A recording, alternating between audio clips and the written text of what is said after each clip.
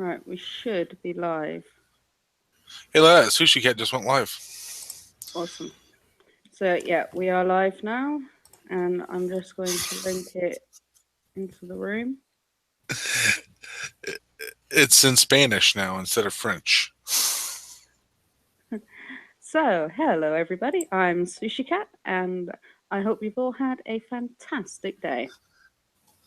And I'm Mortal, and I hope you're ready for yet more brain-melting bullshit. And I'm Sergeant Rock, and I hope that none of us decide to kill anybody tonight. What do you think the No promises on that. What do you think the whiskey's for, Sarge?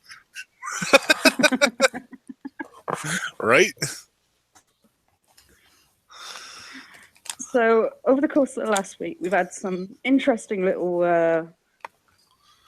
articles and that in the news. And I found a couple of them quite funny and a couple of them really quite disgusting.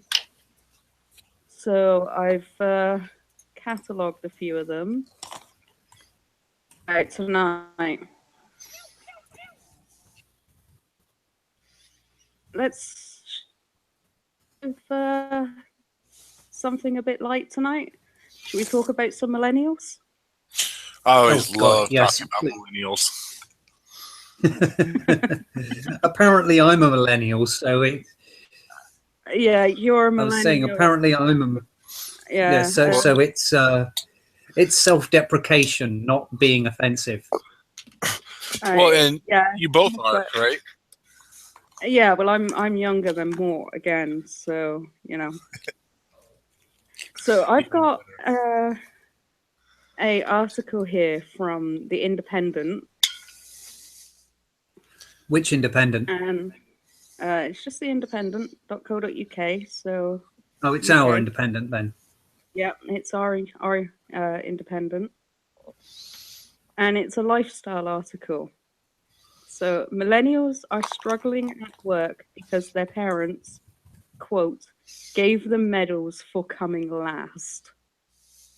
Ugh.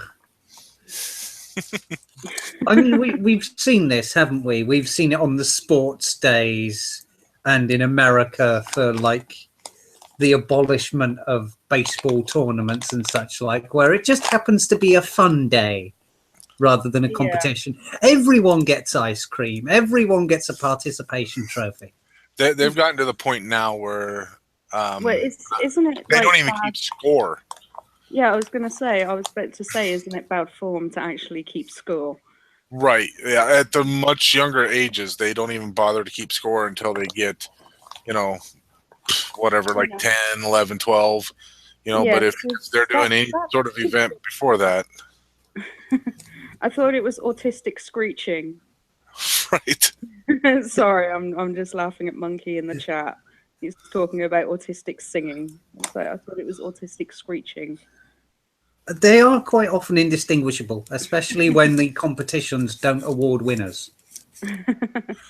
Very much so. So, yeah, bosses around the world are struggling with their millennial employees. They say we confound leadership, are self-entitled, narcissistic, lazy, and tough to manage. But according to motivational speaker and author Simon Sinek, this is the result of our parents' failed parenting strategies. After the astounding success of his video on millennials in the workplace, which has had over 56 million views on Facebook alone, Sinek spoke to The Independent about how our parenting, combined with social media, working environments, and our impatience to have created a generation plagued by low self-esteem, and what we can do about it. I don't know, actually have decent bloody competitions, not reward failure.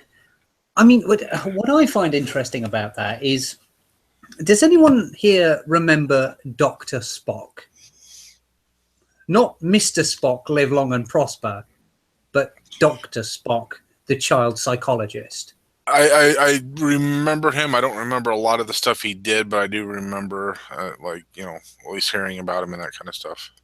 I think Right. I Well, was either a little bit too young or a little bit I don't give a flying fuck about that kind of stuff. oh no, Didn't really. I think all of us, I think all of us were too young because he was a child psychologist in the 50s and 60s, right around when the whole hippie craze was doing its thing. Mm. And his opinion was that by setting strict goals, regulations, and standards, parents and authorities were stifling the creative development and freedoms of children and not allowing them to grow into the beautiful Renaissance figures they could potentially be. So he advocated an authority light, friendly teaching and parenting method, and it backfired catastrophically in the 70s and 80s. You remember that whole period? Anyone? Do we remember punk and fucking Right. massive unemployment and glue sniffing assholes? Exactly. It's the same shit come around again. We had a fairly decent period of parenting and goal orientated encouragement in the 90s, and now Spock like ideologies are rolling around again. But they Yep. say that these things kind of come in waves. They're cyclical. Yeah, it's like, so a lot of things sort of just come, die down, and then they come back again with Yeah, but a slightly different ideology each time. But this time it's worse because the teaching and home education, like the home authority and discipline methods, were Spock's thing.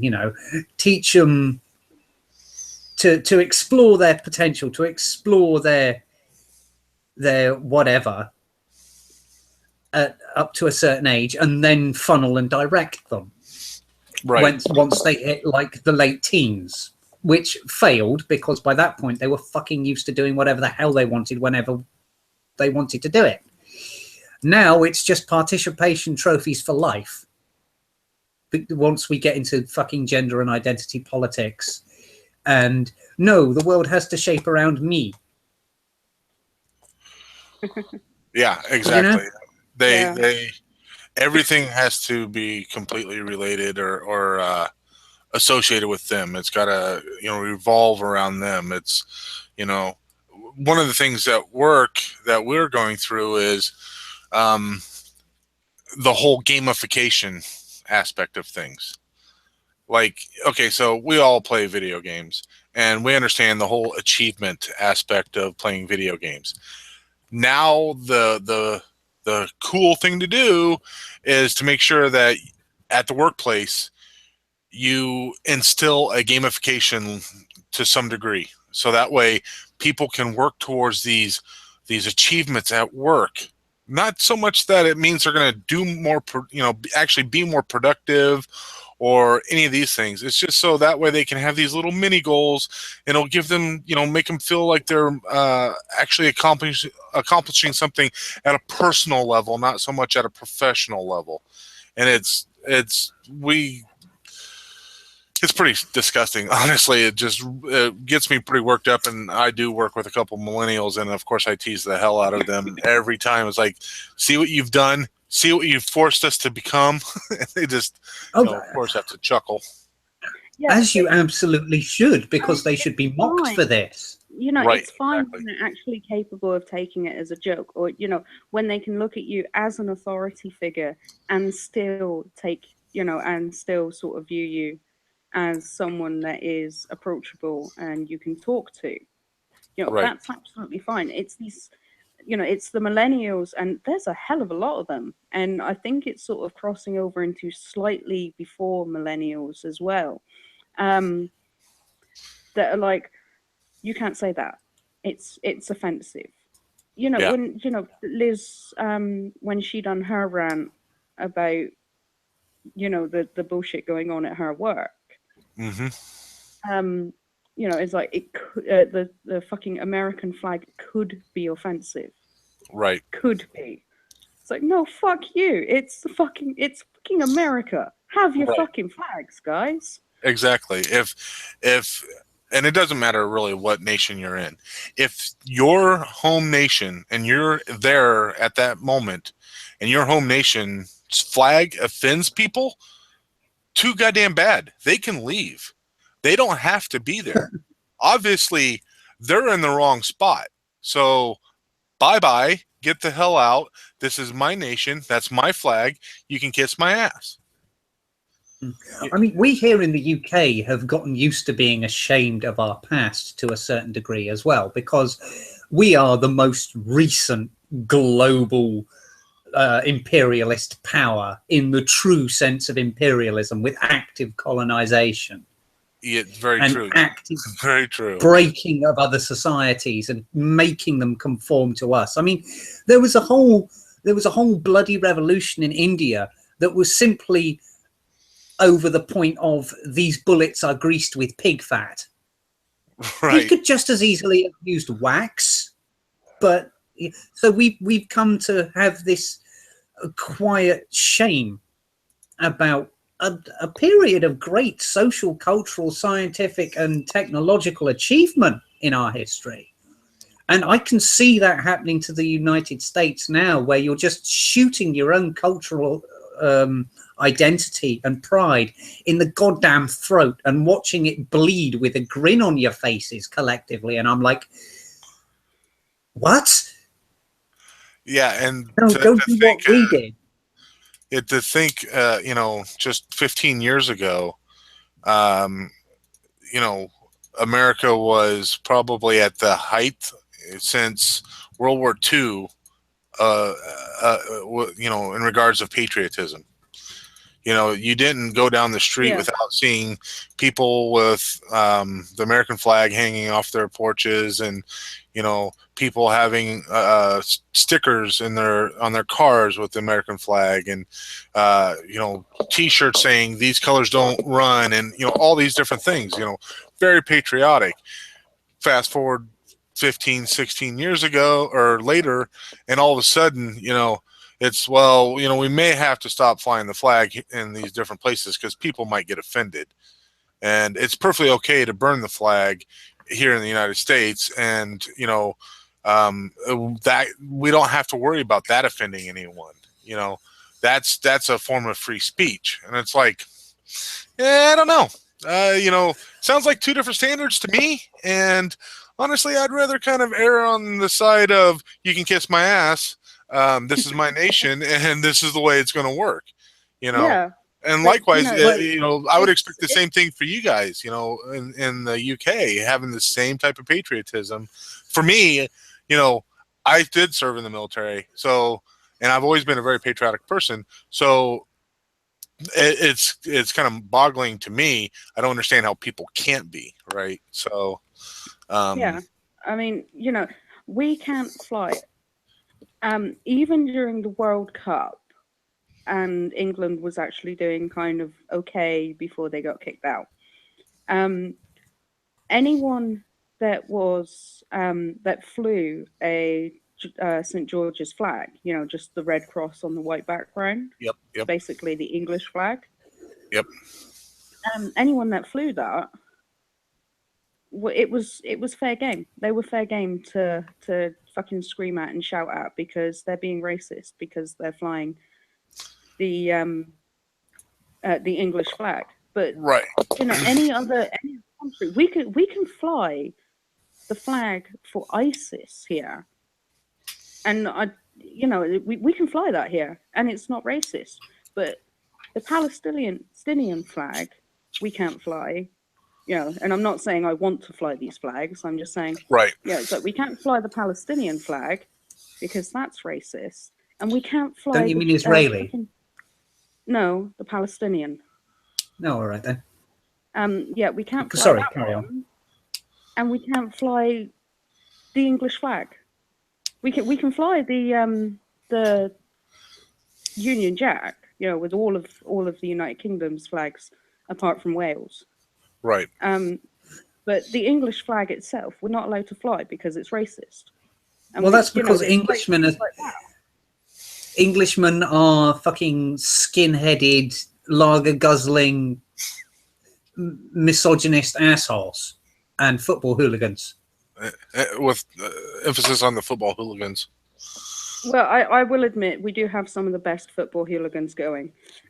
Oh yeah, when it comes to directionless, mindless sport thugs, we're in the top flight of the world. I must be. Do you now? I have to ask. This is a slight tangent, but do you guys have a judge on duty at the sporting events, as well as empty jail cells, so that way when they lock people up, they have someplace to put them immediately? No, but we do tend to have police surrounding the area that will arrest people at the slightest hint of someone being a little bit agitated.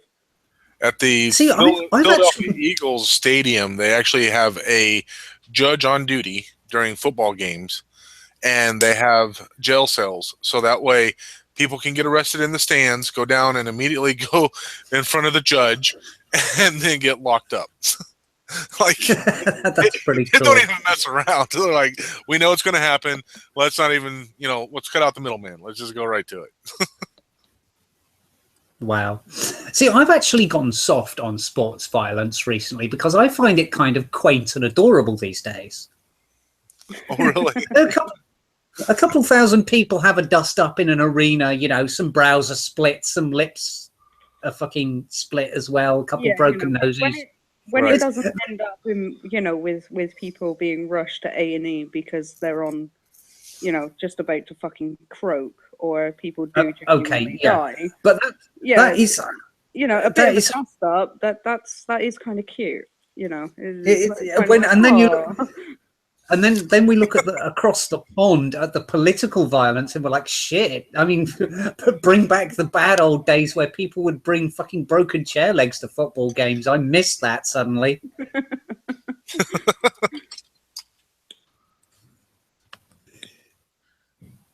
So yeah, I'm going to continue with this article. Okay, that's probably a good idea. Let's get on topic. Right. Yeah. According to Sinek, 43, parents of millennials have now realized that their well-intentioned parenting strategies may have backfired. They told us we were special all the time, and we could have anything we want in life. We got medals for coming in last, and we didn't get in the best clubs. Our parents complain. Fuck, how much have I had to drink? This meant entering the real world was a shock, and our images were shattered. It was a time when greed was good and parents raised their kids, encouraging them to be individuals and to put themselves first, Sanak explains. Whilst really great in theory, parents were also pushing their kids to get the top grades, focus on rankings, and make money, which left them conflicted. Sanek knows of millennials who've gone to their bosses asking for a promotion, but openly saying that they only want the title, not a pay rise. The reason is that many millennials feel the need to show off on Facebook and LinkedIn that they're raising through the ranks quicker than anyone else. Seeing a peer get a promotion inevitably creates stress that your career isn't progressing fast enough. And another problem is that we have been brought up to focus on having a healthy work/life balance. The message is correct, but it seems to have been exaggerated and misinterpreted, Sinek explains. You can always say that for women as well. The number of women that turn around and go, oh, well, I just want a good balance between work and life. And right. Well, the problem, and I am the worst person to talk about this, but the problem that I philosophically perceive is that people don't include work as part of their life. No, right. it's separate. It's like work is separate from home life. Whereas it's people that clock off at 5 o'clock on the dot and refuse to answer their phones afterwards. They won't fucking, they won't fucking do any extra work outside of actual quote work hours. It's a distinction between achievement and pride. Right. That's my perceived problem. Because let's take it back a whole 100 years, right? We still had farriers and blacksmiths and local workshops. And it was part of a worker's identity that he was good at this or that, or he was the local whatever. And, you know, people aren't including their career into their identity because a career is a status symbol first, a fucking source of income second, and part of one's life last if you absolutely have to. Right. Well, you know, and in times past, you know, people's names were derived from the jobs that they did. Yeah, I mean, You know? Yeah, Avery. but that's where we get our Masons and our Coopers. Right. Well, Exactly. you know, Avery used to be like we used to work with birds, and you know, we used to maintain the hawks that they used when they went out hunting and stuff like that. That's where my last name actually comes from. Is we used to actually look after the Averys. Right. Exactly. You And know, I'm not saying, I'm not advocating for everyone to be like returned to the countryside and chained to a plow or an anvil again, but Right. But you know, I mean, you should be able to take some pride in their in the work that you do. yeah, include it as part of what you. First off, if you're not in a job that you can't have pride and enjoyment in, you're in the wrong fucking field for a start. Exactly.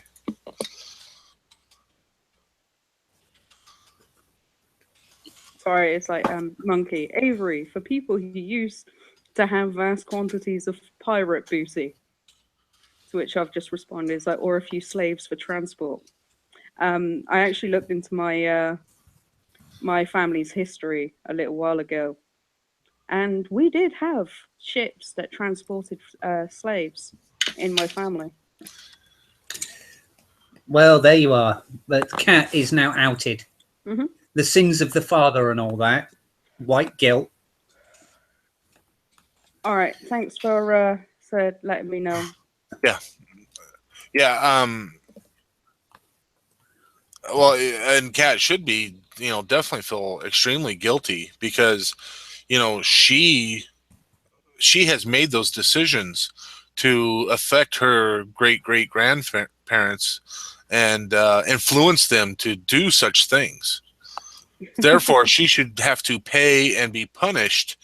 You know, she has to pay uh, what's the word? Reparations. Reparations, and she should be punished because of it. I mean, that's only fair, right? I mean, that's the Fuck way you, it works. reparations. I mean, Yeah, fuck that's the way you. it should work, right? I mean, it's only the fair thing to do because somebody years ago like did mean things to other people and they had to suffer.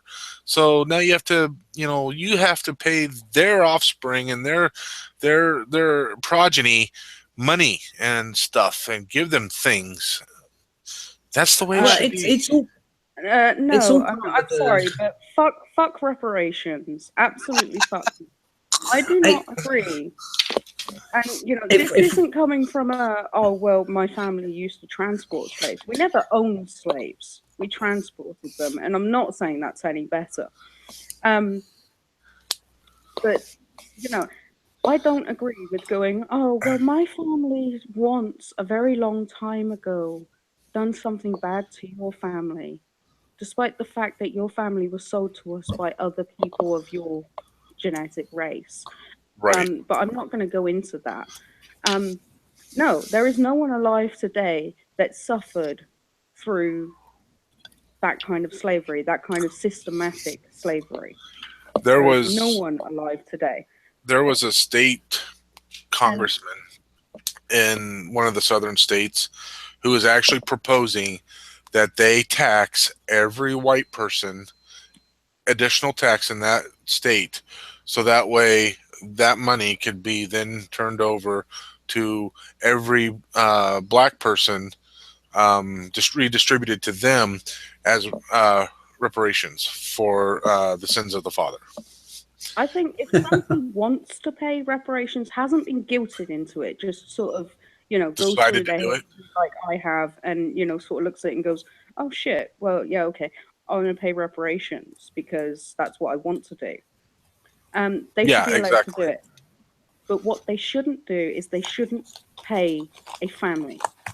What they should do is they should help donate, help donate to, like youth groups, or help with, Some sort of college fund or something help like with the that. crime, or college, college funds, but not the kind of thing that goes to a single person, something that benefits the entire community. Right, It exactly. shouldn't be to a single Well, person. I don't agree with even that at all. I, even that is kind of dangerous in its racial segregation and promoting one to the detriment of another. What what I perceive, and please correct me immediately if I'm wrong, what I perceive as the problems racial minorities face in the United States is more a socio-economic problem of a vicious cycle within their own communities, Yeah, rather than any kind of active, like yeah, it's active not racism. disparity. It's It's a right, not case of where racism. they're at and where their situation leads them back to. It's not racism, not the way that they're sat there trying to. Sorry, the monkeys. I bet the Saudis throw a lot of money in reparations to a lot of people. Then, right, um, but yeah, it's not racism in the way that they want us to believe. They have congregated. White people will congregate to a group, to an area, and black people will congregate to an area, and Muslims will congregate to an area, and Indians will congregate to we all do it. yep, But Well, yeah, of course. then they go, and I'm horribly generalizing, and I'm fully aware that hashtag not all. But right, then they sort of go on the dole, go on benefits. Then they don't work. Sorry, they don't work to get themselves out of that and to better their communities, so their communities end up run down and, you know, really sort of shitty. but Well, no, And no, once it you've has probably. done nothing all to do that, with those people. Society let that community run down and get shitty. Obviously, society as a whole and all the other groups didn't give them enough money to keep their community up and going and thriving.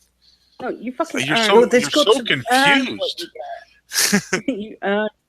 You earn your worth. You earn, it's like these people that go, oh, you must respect me because I am XYZ.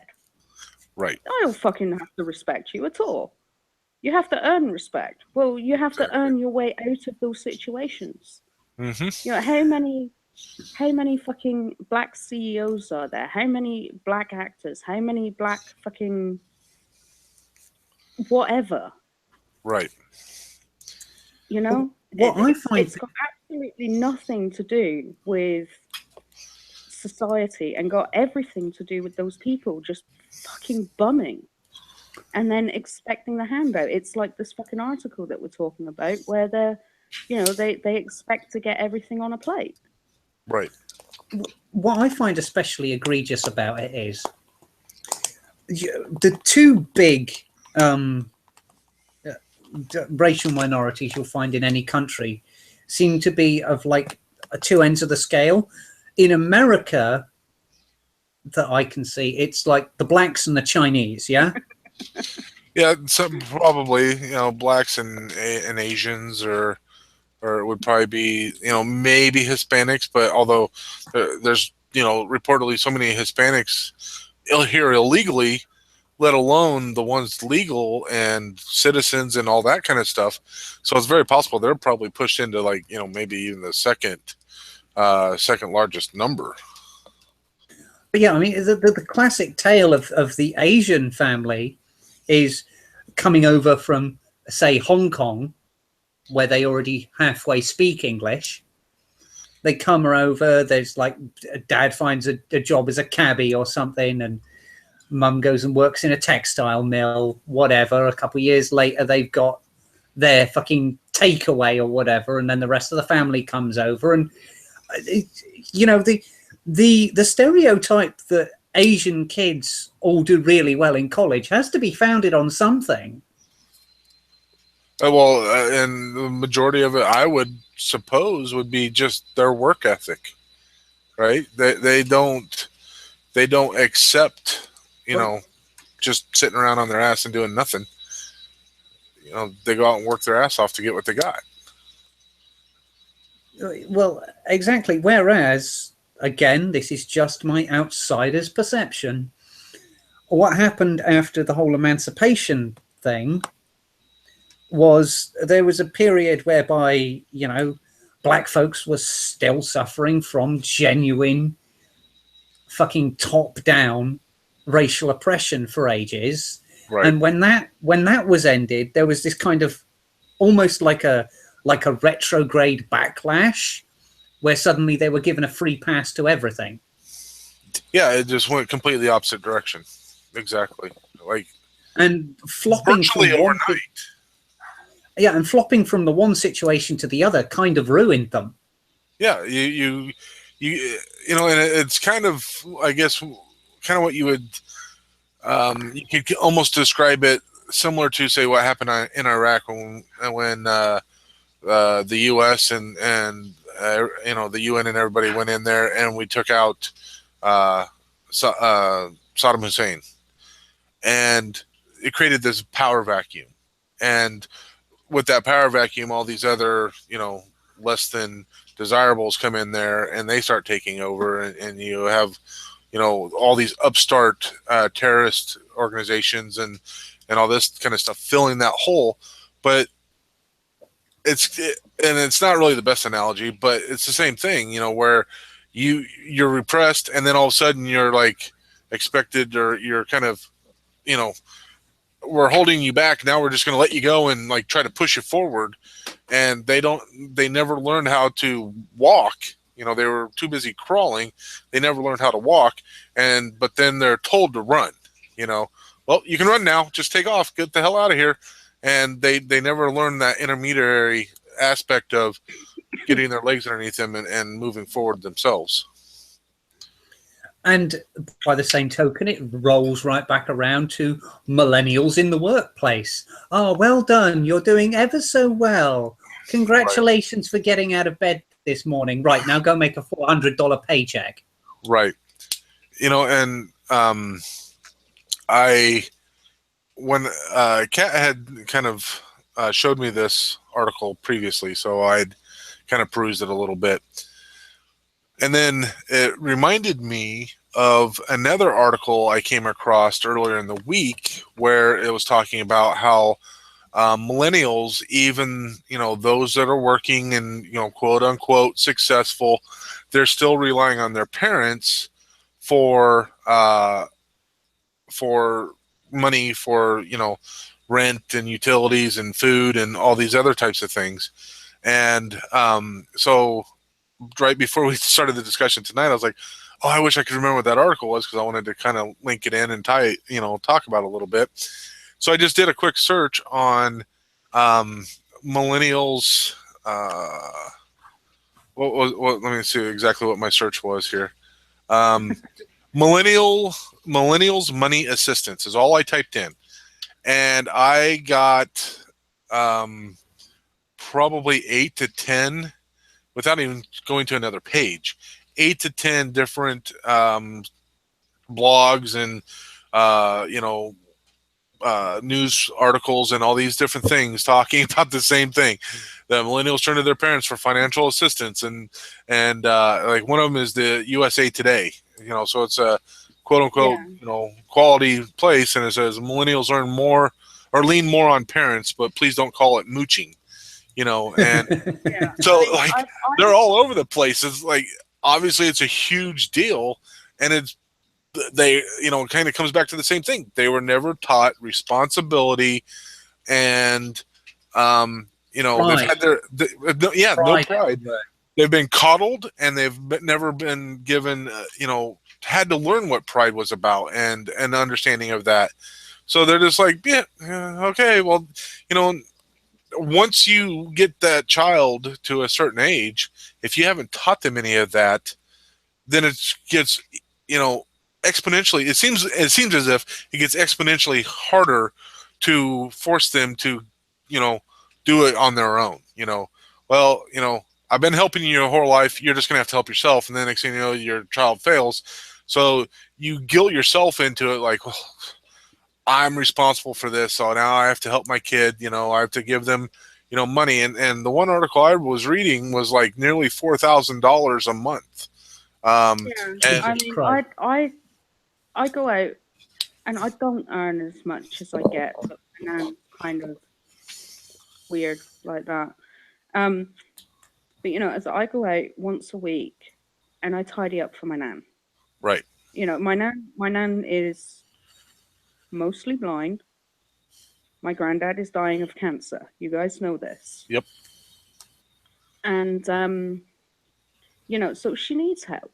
And she also needs a lot of and it's like really crappy bullshit things like um she's got white floors, but they're sort of mottled, and she'll spill something on the floor, and because she can't see it, she won't clean it up because she can't fucking see it. So right, once a week I go out, I tidy everything up, I do all the dusting, I clean all the cobwebs and that, because this is all shit that you would think, oh yeah, it's like she's got a little bit of eyesight, she'll be able to do, but she can't do it properly. right, So and And she's a house proud she woman she as well. pays. She is a very house proud woman, and she gives me 20 quid each time I go out there. And I've said to her before, it's like, that don't. This is more than what I'm actually earning. right, And she's like, yeah, but that's your bus fare included.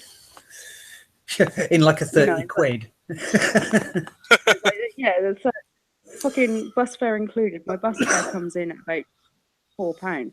So, I think, well, a fiver, a tenner for coming out from doing the work. Because she won't allow me to leave without giving me some money.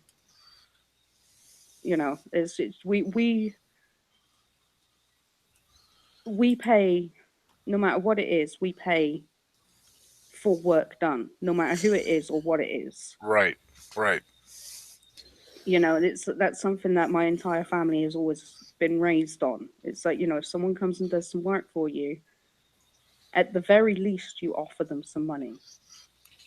yeah, And so she won't let me leave without giving me something. But linking back to expect it, to expect it, and I don't. Honestly, I don't expect her to give me any money or anything like that. you would do it for free. Yeah, I would do it for free. And a couple of times, Nan's gone, oh, money's a bit short, and I'm going, Nan, don't fucking worry about it. Just, don't. Right, You don't have to pay me. I'm your fucking granddaughter. I'm coming out here to fucking help you out. right. It's not like you're the neighbor girl. Oh, okay, Yeah. I'll come over and help. do. But to expect it and to go, oh well, I've put myself in the shit, and I've now racked up a £400 phone bill, and I haven't paid my rent for 6 weeks, and I'm about to get evicted if I don't pay my rent all off at once, and I haven't got any electric, and I haven't got any gas, and I haven't got this, and I haven't got that, and then to turn around to your family and then go, well, what are you going to do about it? That's fucking disgusting, isn't it? That's like, no, you put yourself in that fucking situation. You fucking get yourself out of it. Yeah, but they will. Because these parents are children of the 80s and 90s, they will. Right. Yeah. They can't seem to help themselves. Because their parents had it shit, and they grew up on a comparatively harsh series of life lessons. Right. And they don't want us to suffer that shit. Yeah. My aunt, But going they're with that. loath to instill those lessons. No, yeah, exactly. Um, my aunt, to kind of build off of your point, Kat, about expecting it. My aunt had told her youngest son to basically go kiss up to this old lady and go do things for her and all these other things. If she wants help, you go help her, go over there every day and see if there's anything you can do for her. Even if she says no, go find something you can do for her, because eventually she's going to die and she will leave you stuff. Like, No, how to be absolutely fair, disgusting is that? I mean, it's just like, that's the only reason why you're Well, helping them, is in hopes that they'll appreciate it enough to put you in their will and leave you something. End up, the lady left him basically everything because she had no other kids and yeah, no no, no that's offspring or anything. disgusting. No, Right. that's where's disgusting. where's the society in that? Where's the pride in that? Where's the basic human dignity in that mindset? It's nowhere to be found. None whatsoever. I mean, it, it, it boggles my mind, and they the same aunt basically tried to do the same thing with my great uncle, and tried to same son tried to get him to squeeze in and get close to my uncle. And my uncle was just one of those guys that just super kind hearted and everything, like that. And he ended up getting sick with lung cancer and died. But before he died, while he was still in the hospital and stuff, my aunt was like, "Oh, Uncle Jerry's just so close to Billy. Oh, they're just so close, and Billy's probably his favorite nephew." And I'm like, "Bullshit!" Like, first of all, his favorite nephew is my dad, and after that, it's probably me, because I didn't expect anything from him. He never expected anything from me. We would just get together and do things together. And if it just so happened that he had some work to do, I would help him. And if I had some work to do, he would help me. And you know, we just got along really well.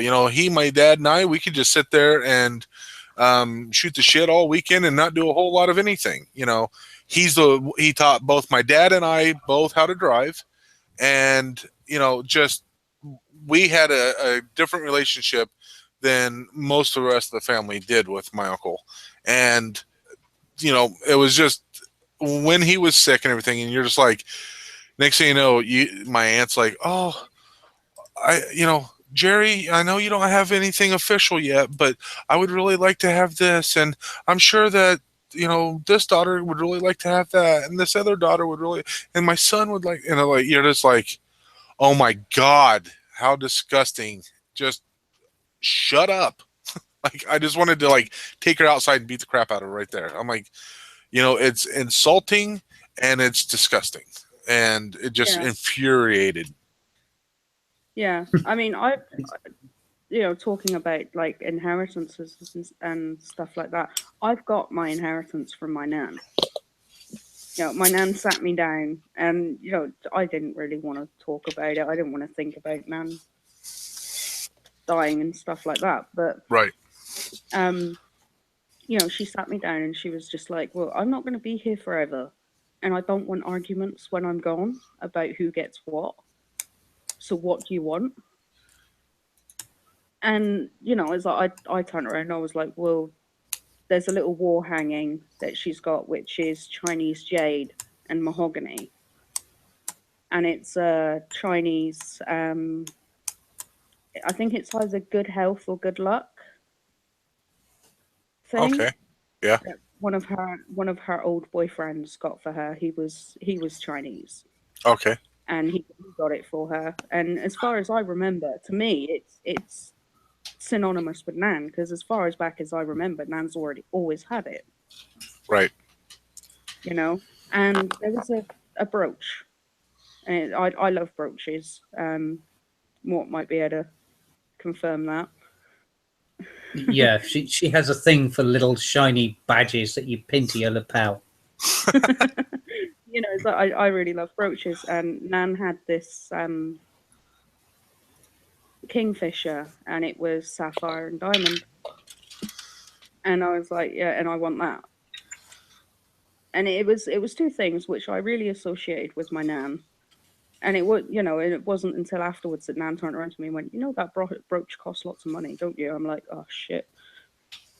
But because Right. what I didn't want to do was to have people turn around and be like, well, you were, you were scrounging for the money, on the brooch, and that, Right. and I was like, no, I wasn't. And it's like, it caused a bit of an argument between me and Mum because I had it hung up. I had the brooch on my jacket. Um, I've put it away now that I found out how much it bloody cost. Right. But yeah, but Mum was like, "Well, how come you got first choice? How come you're the one that she fucking spoke to about it? What happens if I had wanted those things? And I'm like, well, I'm not being funny, Mum, but you have access to every fucking thing else. She's Right. already said that now that my inheritance is done and dusted, she's not leaving. Or I think she said she's going to leave me her little gold cross necklace, but she's not leaving me anything else Right. because I've already had it. And I was like, and it's the only two things that I wanted. Everything else, there's nothing else. You literally, you can take everything else that she's got, and I won't fucking bat an eyelash. And I was like, so then that caused a bit of an argument between me and Mum, and then between Mum and Nan, because Mum turned around to Nan and was like, well, why are you giving her first options? I'm your daughter, she's your granddaughter, I should have first option. And I'm like sat there going, well, she ain't even fucking dead yet, why are Right. you arguing over her shit? Yeah. And it wasn't that she was arguing over it, although that kind of fucking bugged me anyway, but it was the fact that she was like, well, I'm the daughter, I'm entitled to it. And it was the entitlement, and I can't fucking stand entitlement. No, exactly. And and I guess the way I would look at it is, and I don't know how different the laws are in England and regarding this, but like here, children, like, if there's no will at all, children split everything. And once it's split, whether you sell it all off and you split the proceeds, and any investments and whatever, it all gets split 50-50 down the middle. Or however many kids you're talking about. And then Yeah. after that, grandkids and everybody else, doesn't matter. They don't get diddly squat. And so that's how it works. And so automatically your mom would get, I don't know, does she have a sibling? Yeah. She's got two. She's got two brothers. Right. So she'd get like a third of it, like by law here anyway, unless there was a will to say otherwise. So, if your nan wants to say, I know that my children are going to be taken care of, but I have a special relationship with you, Kat. So I want you to choose like a couple things. You choose them now. That way, there can be no argument at the time. You get them now, and everybody else can just get whatever's left over. That's up to your nan. Period. Yeah. Nobody Yeah. else. And as far as entitlement goes, kiss my ass. Like when Yeah. my uncle died, I said I want his tools. The only reason why I said that is because I knew if I didn't take his tools, that my cousin was going to come in there and try to get them all, and I didn't want him to have it. This is the same cousin that was trying to mooch in there and try to get close so he could get all this stuff. And Yeah. so the reason why I took him was so he couldn't have them. Like, I didn't need him. I would rather had my uncle for another 20 years. I'd easily make that trade, and I'm Yeah. sure you're the same way.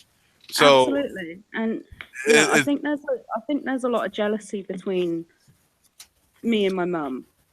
right, I think my mum is actually jealous of me and my relationship with my nan, because, and it's, I can't put like one you know, like say one reason. But one of the things that she does is she'll be like, "Oh no, I can't do that," or yeah, she'll be like, I can't do that. Ask Casey." Or um, Nan was like, "Oh yeah, I've got to go up to Exeter," Right. so that because she was going to go and talk to them about getting a blind dog, and she needed to go and yeah, she needed to go and actually do like the introduction day and meet the dogs and make sure that she knows what she's doing and handling them and stuff like that. Right. And yeah, when she was talking to Mum about it, Mum's instant comment, you know, before Nan had anything to, you know, anything to say about who's going with her or if anyone's going with her, was, "Oh yeah, you're taking Katie, aren't you? Have you paid for her ticket yet?" You know, and Right. it's things like that. Or you know, it's like we'll go out shopping and she'll be like, "Oh yeah, I would have taken you. You didn't have to bother Katie about it." You Well, know, after and the fact, of it course. So that way, it's yeah, of course, not that after big the of a deal. fact. Right. You know, and I love Mum to bits. This isn't me bashing on her. This is just me making an observation. Right. You know, and yeah, so you know, and I think a lot of it is, you know, she feels like she's entitled. Yep. You know, she's entitled to Nan helping her out. And my nan is sorry, my mum isn't that much older than I am. You know, it's like I think she's just out of millennialship. You Yeah, know, because if I recall, your mom is close to my age. yeah, Yeah. So, um, you yeah, know, which and is She has kind of she has a complicated. young family now, and she's not too old for it. You know, Right. yeah, so Exactly. you know, Yeah. that gives you some idea. you know Yeah. the difference between my mum having me as her family and her family now, and I do sort of see us as separate because I'm kind of not part of her current family. Yeah. Um, is that her family now was planned. I wasn't, Yep. and she was very young. You know, without my nan being there and backing her up and constantly saying, "Yeah, it's all right, it's fine, you're doing good," you know, and basically doing what they're saying in the article we were reading, you know, with the "you're doing well, you can do this," you know, Right. oh yeah, you fucked up a little bit there, but it's no problem, it's fine, just sort of push it to one side, you know. Um, but yeah, with Nan doing that, I think it's actually fostered quite a millennial mindset, you know, Yeah. in regards to what we were talking about initially. Right. And that's I think you mentioned it initially where these things go in cycles. It's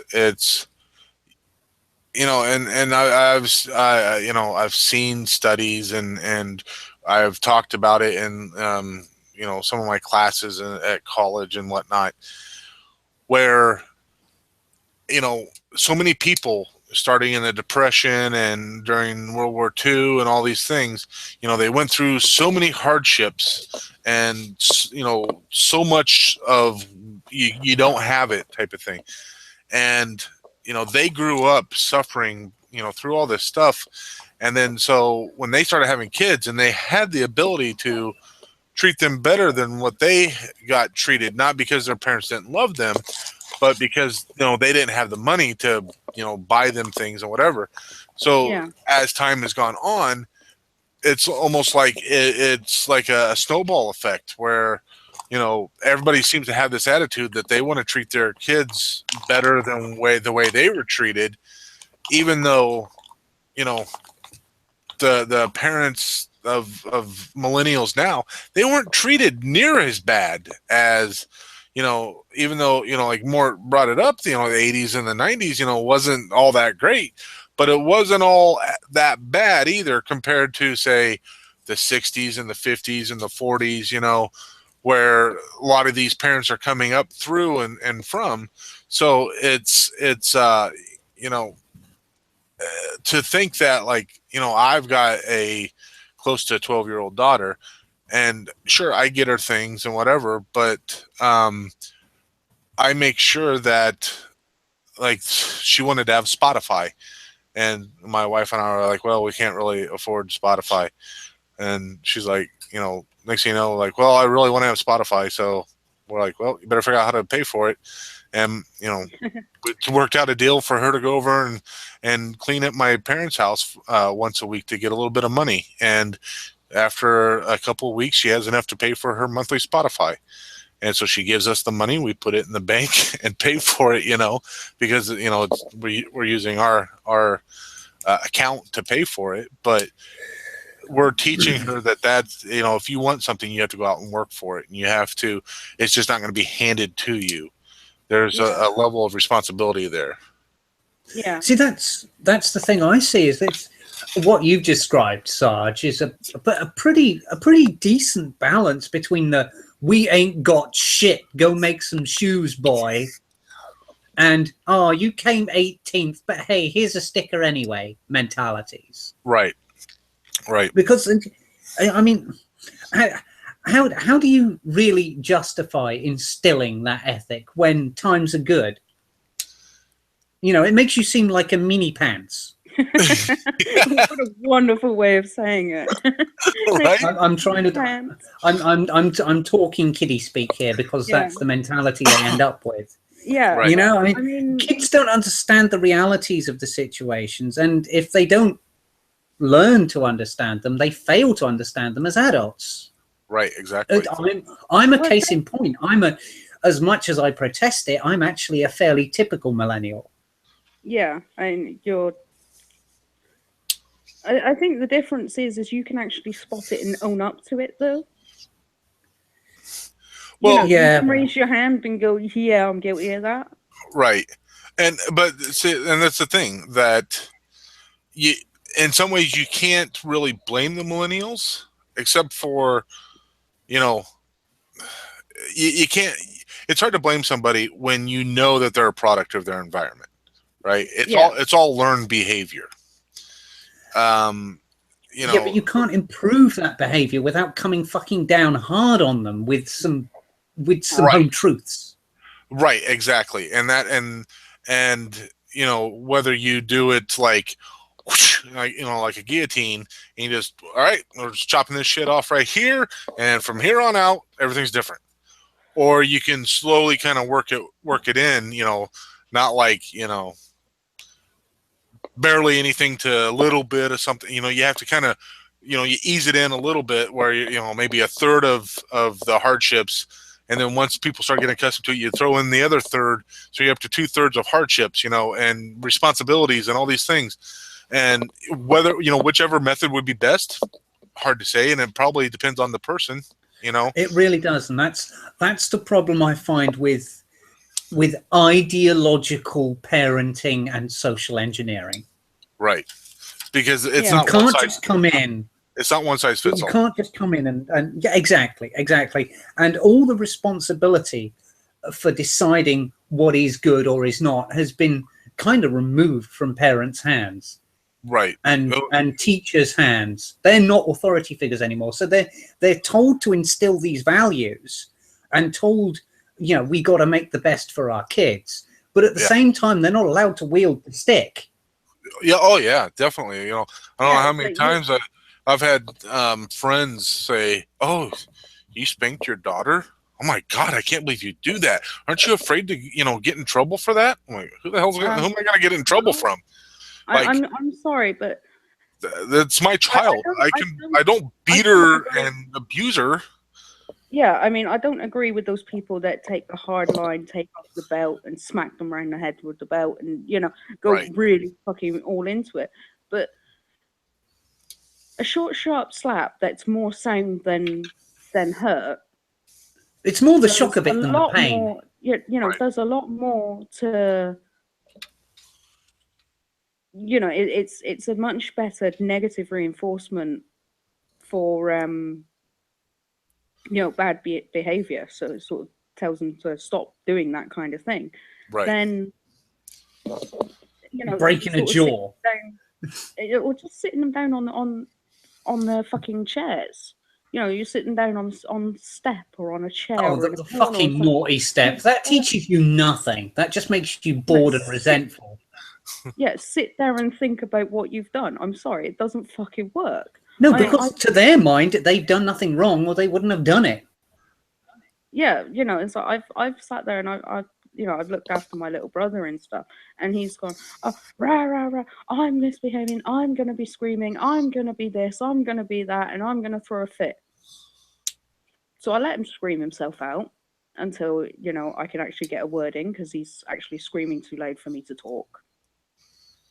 And then once he sort of calmed down, Mum is like, oh, you have to tell him to go and sit on the naughty step. I was like, no, fuck you, I'm taking away his Xbox. Exactly. And it's where it hurts. That's something that he will understand.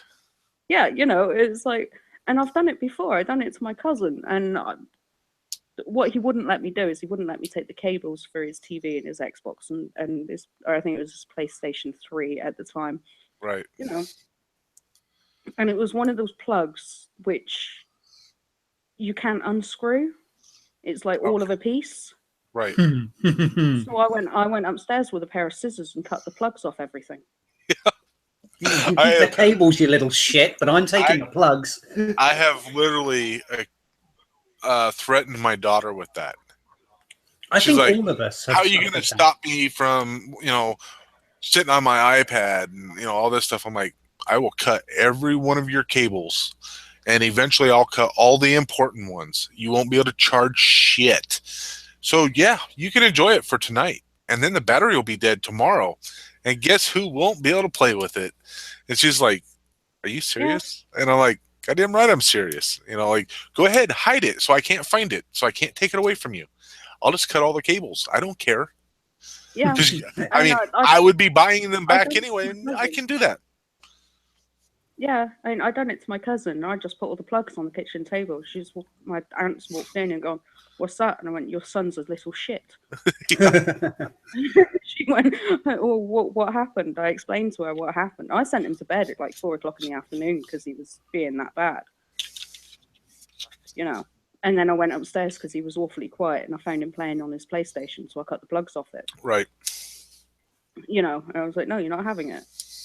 And yeah, she was like, okay. I was like, yeah, don't worry, I'll buy you a new plug so that you can put the plug back on it. Right. Her husband's a qualified electrician, so I didn't have to worry about that. Although I could have done it myself. Wiring a plug isn't hard. Yeah, tell a 16-year-old to do it. They won't know which end of the fucking screwdriver to hold. Well, these not going anywhere. This round bit's on the side, and it doesn't turn the screw at all. There is a fuck ton. Did you hear about the college for life skills? I have heard which about is that. Open only for millennials because they don't have any life skills. They can't put up a shelf. They can't boil water. That tells me that, and it goes back again. It's not necessarily the millennials' fault. I mean, there could be some degree of it being their fault because they refuse to pay attention. Maybe mom and dad are trying to teach them these things, that are rolling their eyes and just, yeah, okay, and going through the motions and refuse to learn anything because they're like, I don't have to do this because you'll be here to take care of me the rest of my life. Or what's most likely the case is the parents are just like, I don't have the time to do this, or I never knew how to do it anyway. I'm not going to bother teaching you because of reasons, and so it's just pathetic, the fact that that's actually probably something really needed. Yeah. Yeah. I mean, it is really needed because people don't know how to do the most basic. People don't know how to life. Right. And that's really sad. People don't know how to life. I suck at lifing. Right, since Kat's gone off on a tangent about her family and stuff, I want to instill a little thing about myself as a fairly typical, comparatively bad example of a millennial. I'm jobless for a start. There's a black mark. Right. But I was, for all intents and purposes, the child of a single mother for most of my formative years. Now, she had a boyfriend for a goodly chunk of that, who was my dad's best friend about a decade beforehand. You are talking about whom I think you're talking about, aren't you? Yeah. Now, Yeah, he's a I think, well, he's dead now, so it doesn't matter. But either way, he was a doctor then. I'll change the tense. Yeah, it's a fine. I think Taff is a fine example of the dichotomy we're talking about, because I am firmly of the belief that he was an undiagnosed autistic. Yeah, I mean, he shares a lot of traits with your brother, who is his son, and your brother is autistic, isn't he? He's quite badly autistic, but never mind. And Taff's mum was... She didn't understand. She didn't know. All she knew was she'd had hard times. She'd grown up through the fucking 50s and 60s. Right. So she was of that post-war boomer generation that had to deal with the bullshit and the fallout from the Second World War. So, and she was a British American. Okay. And Taff was Welsh by birth. So you've some understanding from that, the times she lived through. Yeah. Both here and in the States. And as much as Taff was kind of an asshole, he knew how to life. I will agree there that Taff knew how to life. That doesn't. He didn't know how to people. No, I'm not going to argue the fact that he's a twat or was a twat, but I still respected him where respect was due, if you follow. Right. Yeah. And he was a very heavy influence on my political and social outlook in the well fuck 'em sense. Yeah. Because this is a man who could take a fucking a traction engine, a steam traction engine to pieces, and like hand fabricate a small component that had broken, put it back together, and have it running over the course of a weekend. And he was just as good with like motorcycle electronics, fucking yard strimmers. He kind of struggled with plumbing, but then again, we all can't be brilliant. He was very good at mechanics and a little bit of electronics. He was one of the last survivors of the "it don't work, fuck it, make a new one," or "it's pissed me off, I'll throw it at the wall, it'll never piss me off again" generation.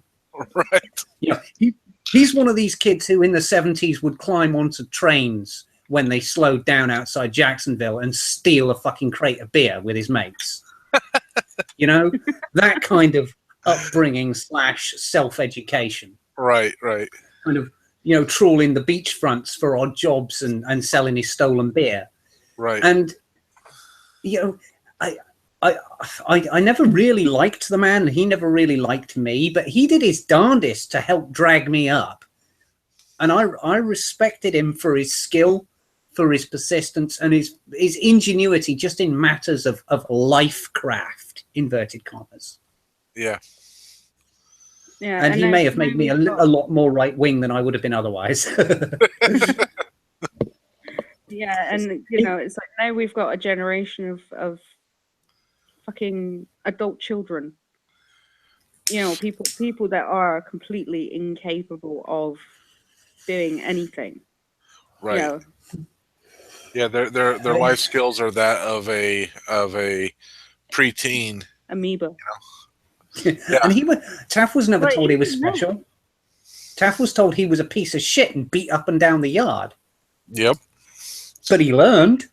God damn it, did he fucking learn? Probably out of spite. Probably. Like, fuck you, I will learn. Yeah, I mean, you know, and you know, my brain's gone down. It's probably because I'm on my second whiskey. Slow down, Cat. I'm still nursing my first. We'll pull the nipple off. So you have Get it down your neck. Otherwise, I'm going to drink the entire bottle. You're not going to have any. You have these people that can't fucking do anything. I mean, when I first moved out, I moved out shortly before my 17th birthday. Because me and mum just, she's old enough to think she's right all the time. You know, that whole parental, I'm right, you're wrong because I'm the adult. Right. And young That enough. Matilda mentality. Yeah, and young enough to be like sister level of bitchy. And I was just the same. Right. You know, with two very sort of forceful personalities. Yeah. Though, almost as if it's the older sister who resents the younger sister, and the younger sister who is pissed off at the older sister because of getting away with things, and blah blah blah, whatever. Yeah, but also mother-daughter authority problem. Right, exactly. Yeah. So you have this wonderful dichotomy of crap floating around there, causing some wonderful relationship issues. Well, I have to say that moving out was probably the best thing that I could have done for mine and my mum's relationship. Right. If I didn't move out when I did, we probably would have zero to do with each other rather than little to do with each other. Yeah. But no, when I moved out into what was meant to be an all-girls hostel. And it was just basically a flat where you got one room, shared kitchen, shared bathroom. And there was a girl living downstairs that didn't know how to wash. You have mentioned this girl before. She didn't know how to wash. We had to teach her. This is how you wash your girly bits, and this is how you do this. No, our version of teaching her how to wash kind of meant that three of us picked her up by her arms and ankles, dumped her in a hot bath, and then started scrubbing her down fully clothed. I literally had to do something extremely similar at basic training. We had this guy that absolutely refused to wash himself, and we had this very stiff bristled brush on a handle that was probably 1.5 feet long, maybe even 2 foot long. So like a yard sweeping brush for the fine detail rather than a yard broom. Right. And I mean but like the head on it was only probably about as wide as a man's palm, right, from one side to the other, about that wide. Actually, the head was about the size of my palm, but and the bristles were probably 1.5 inches long. And we took that thing and we took him into the shower. We threw him in the shower. We got him soaking wet. Why somebody had shampoo, I have no idea, because nobody had any fucking hair. But somebody had some shampoo. We squirted it all over him, and we went to town with that fucking brush. We tore his skin up. But the drill sergeants started smoking us because, this guy was filthy and disgusting and stinky and nasty. And he was like, you guys better figure out how to get this taken care of. And, a couple days go by, and the next thing you know, we're all out there doing push-ups and sit-ups and all these other things. And we're just like, this is ridiculous. And they're like, so-and-so private, retard over here, he needs to learn how to bathe, and you guys really need to, help him learn. And so finally we're like, fine, fuck it. We'll bathe his ass. And one night, it was bedtime, we carried him in the shower and we bathed him. And funny thing was, he started bathing after that. And, it was a little cruel, but,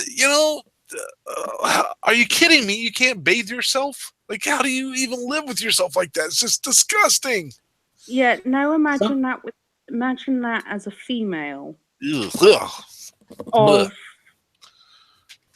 pubescent age. Right. And think about what happens to females at least once a month.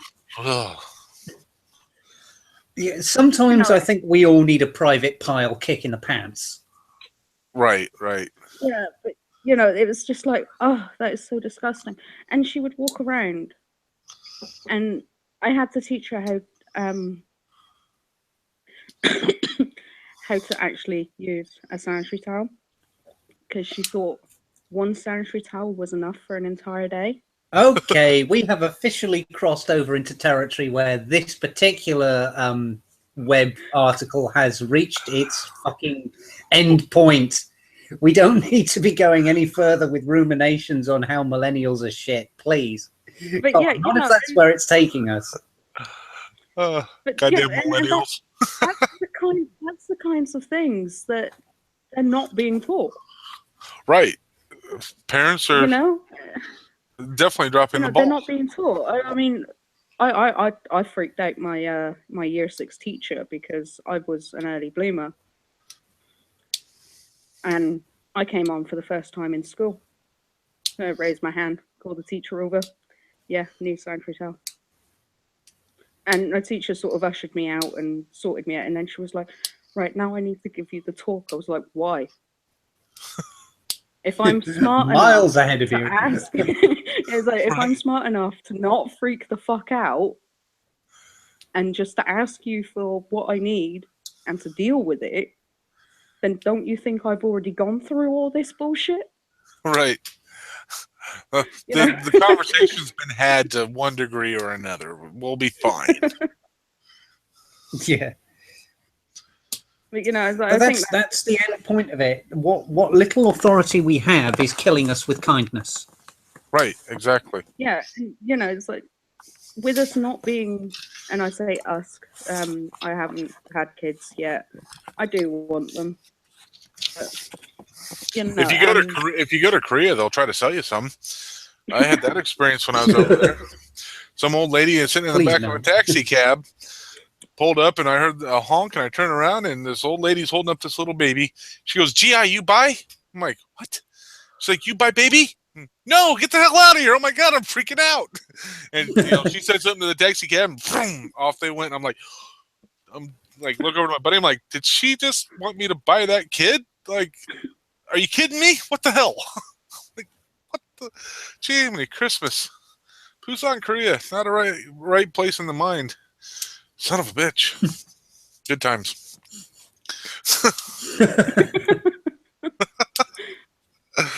yeah, I think Mort's right. I think we have kind of have I would have We have never. discussed millennials a bit to death now. I would never guess that millennials would have taken up that much of our time. You will be surprised. We learned this lesson last week. Well, Yeah, I know that they really tend to piss me off and I get worked up about them, so I'm not completely surprised, but yeah. Yeah, we have milked this particular teat until it's raw and squirting blood. Right. What a beautiful Need some bag balm on image those there. teats. So, should we move on to another subject? Sure. Yeah, is this one going to be slightly heavier? Am I going to have to rant? It's just as funny. Oh, good, Should we good. talk about refugees fleeing the US? Oh, this one's bad. Oh, please. Canada. The fucking Canucks said last year they don't want your shit, but here it is. It's happening. Yep. So, American officials concerned for public safety after flood of refugees fleeing the US. Municipal offices in Emerson are calling for help after around 24 refugees illegally crossed the Canada-US border on the weekend. The reeve of Emerson Franklin, Greg Jansen, said around 20 refugees were caught crossing the border town by foot Saturday morning. Now, this was reported on the 8th. Jansen said the town had to open their doors to the refugees while they were being processed Saturday. They stayed at the town's community complex for around 12 hours until border officials could properly deal with the situation, said Jansen. This is the first time that I know that we've had that many people come in one day. Jansen said residents are growing concerned for their safety. According to one town councillor, the refugees are entering through the old abandoned border crossing in Noyes, Min. Councillor Doug Johnson said the old crossing backs up into the heart of Emerson. When that happens, it creates security issues. Now they're in town. If they get lost, they're going to go to households, Johnson said.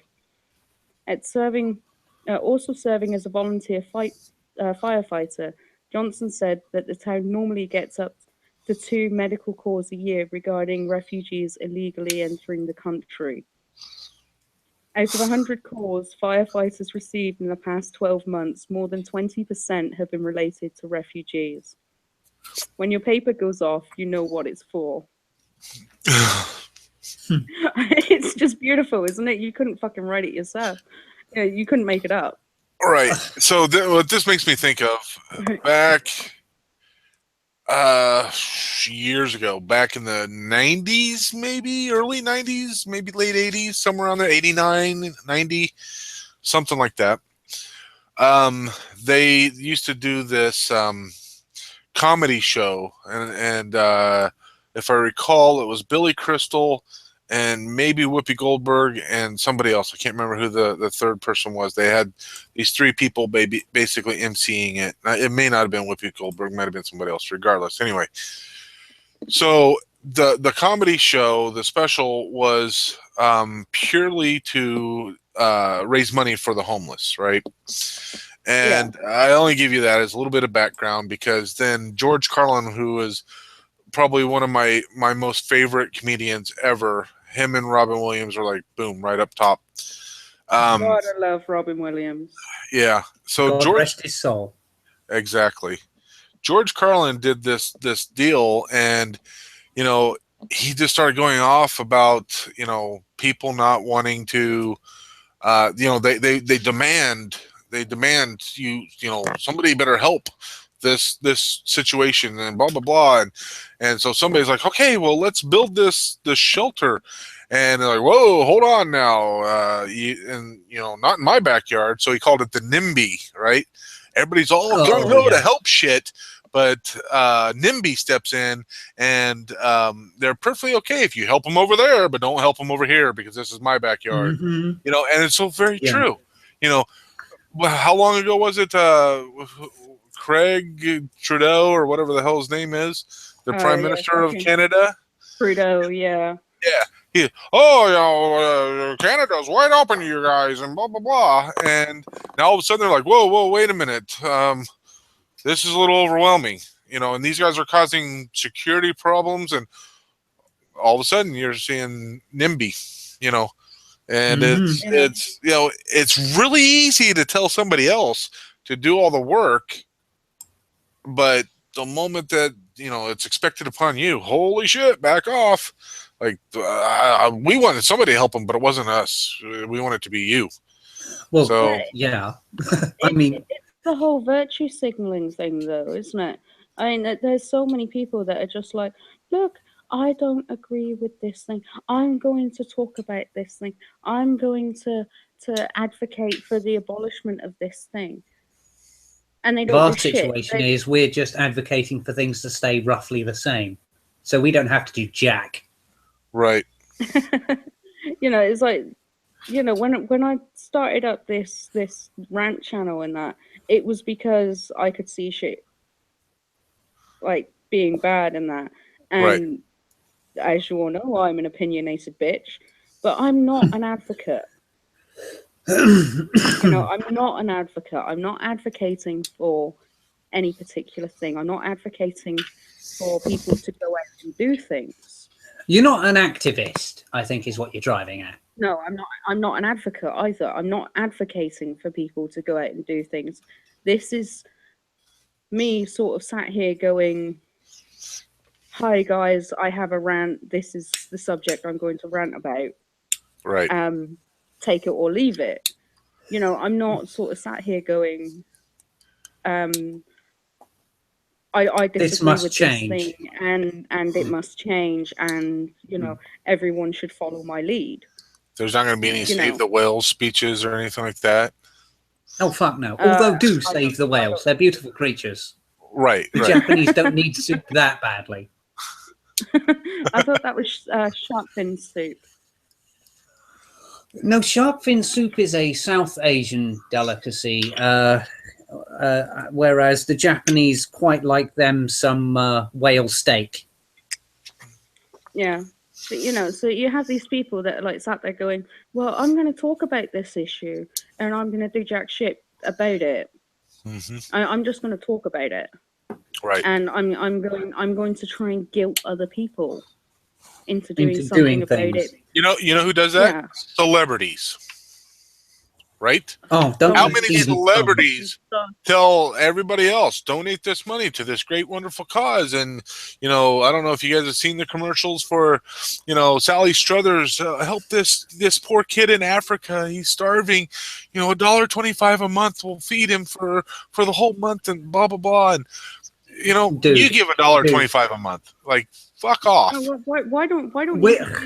why don't you give 1% of everything that you earn and then start fucking bitching at us?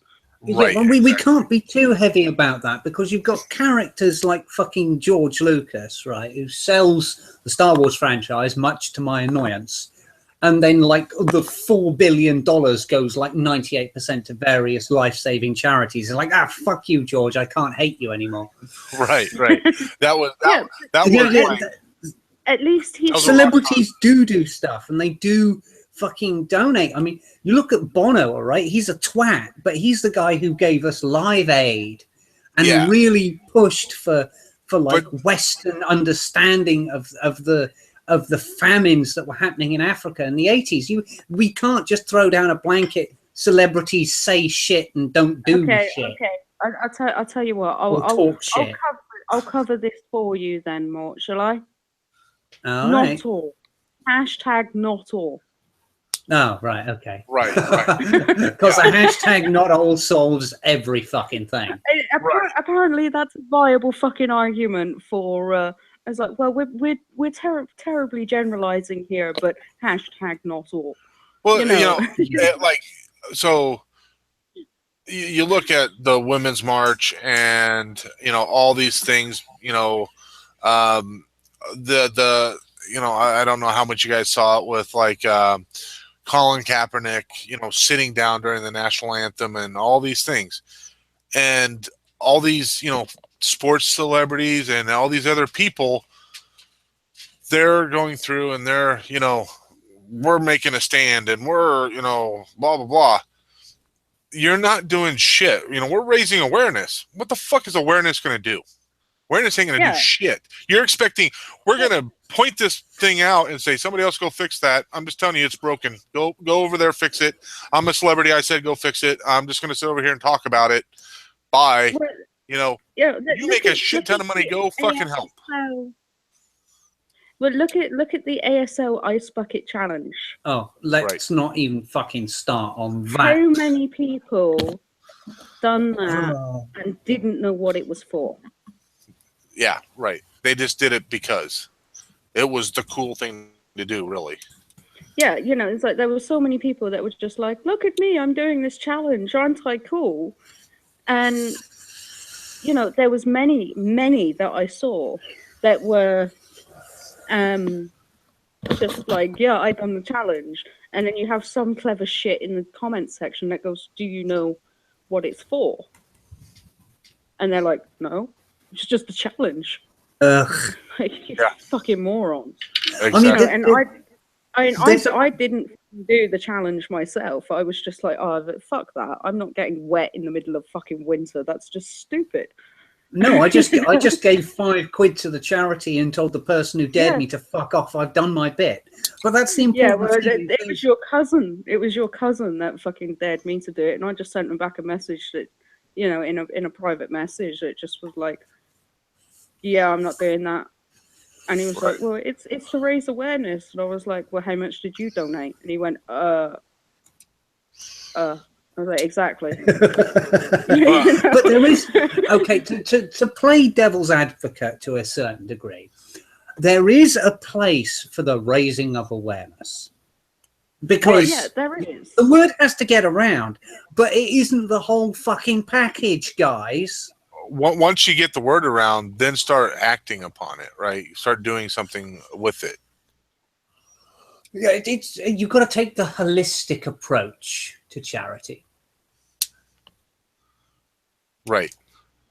and you also got to fucking give a shit as well, which seems to be the whole problem with like getting back to the actual topic. The reason why you've got fucking refugees fleeing the States to go to Canada is that you've got the fucking scaremongering assholes making the whole world seem like it's about to explode.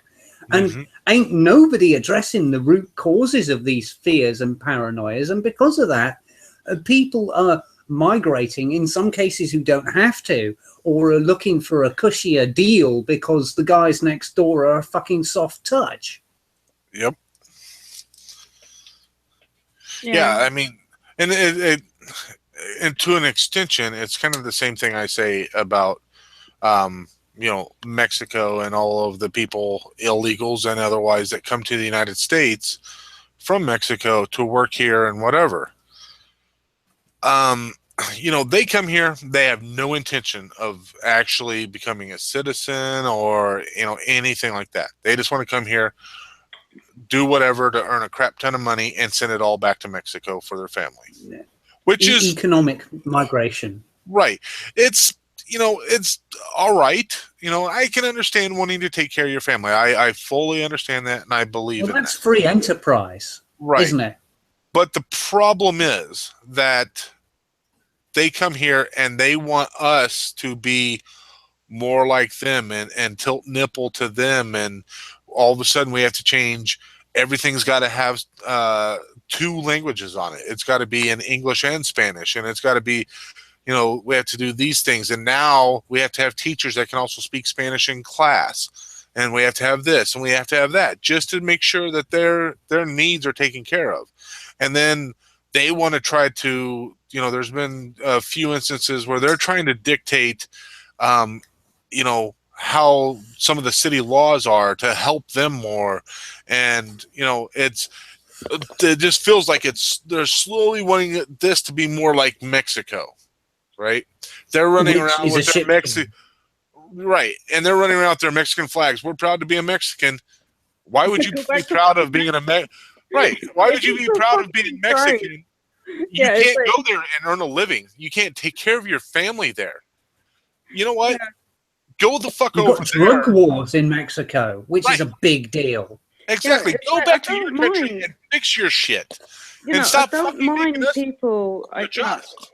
I don't mind people coming over and being proud of their heritage and being proud of where they've come from and that. Right. But they but if you've come here, if you've come here because shit is better in our country, then be part of our country. Embrace the country that you're going to, because there's a reason why you went. No one's asking you to forget your ancestry.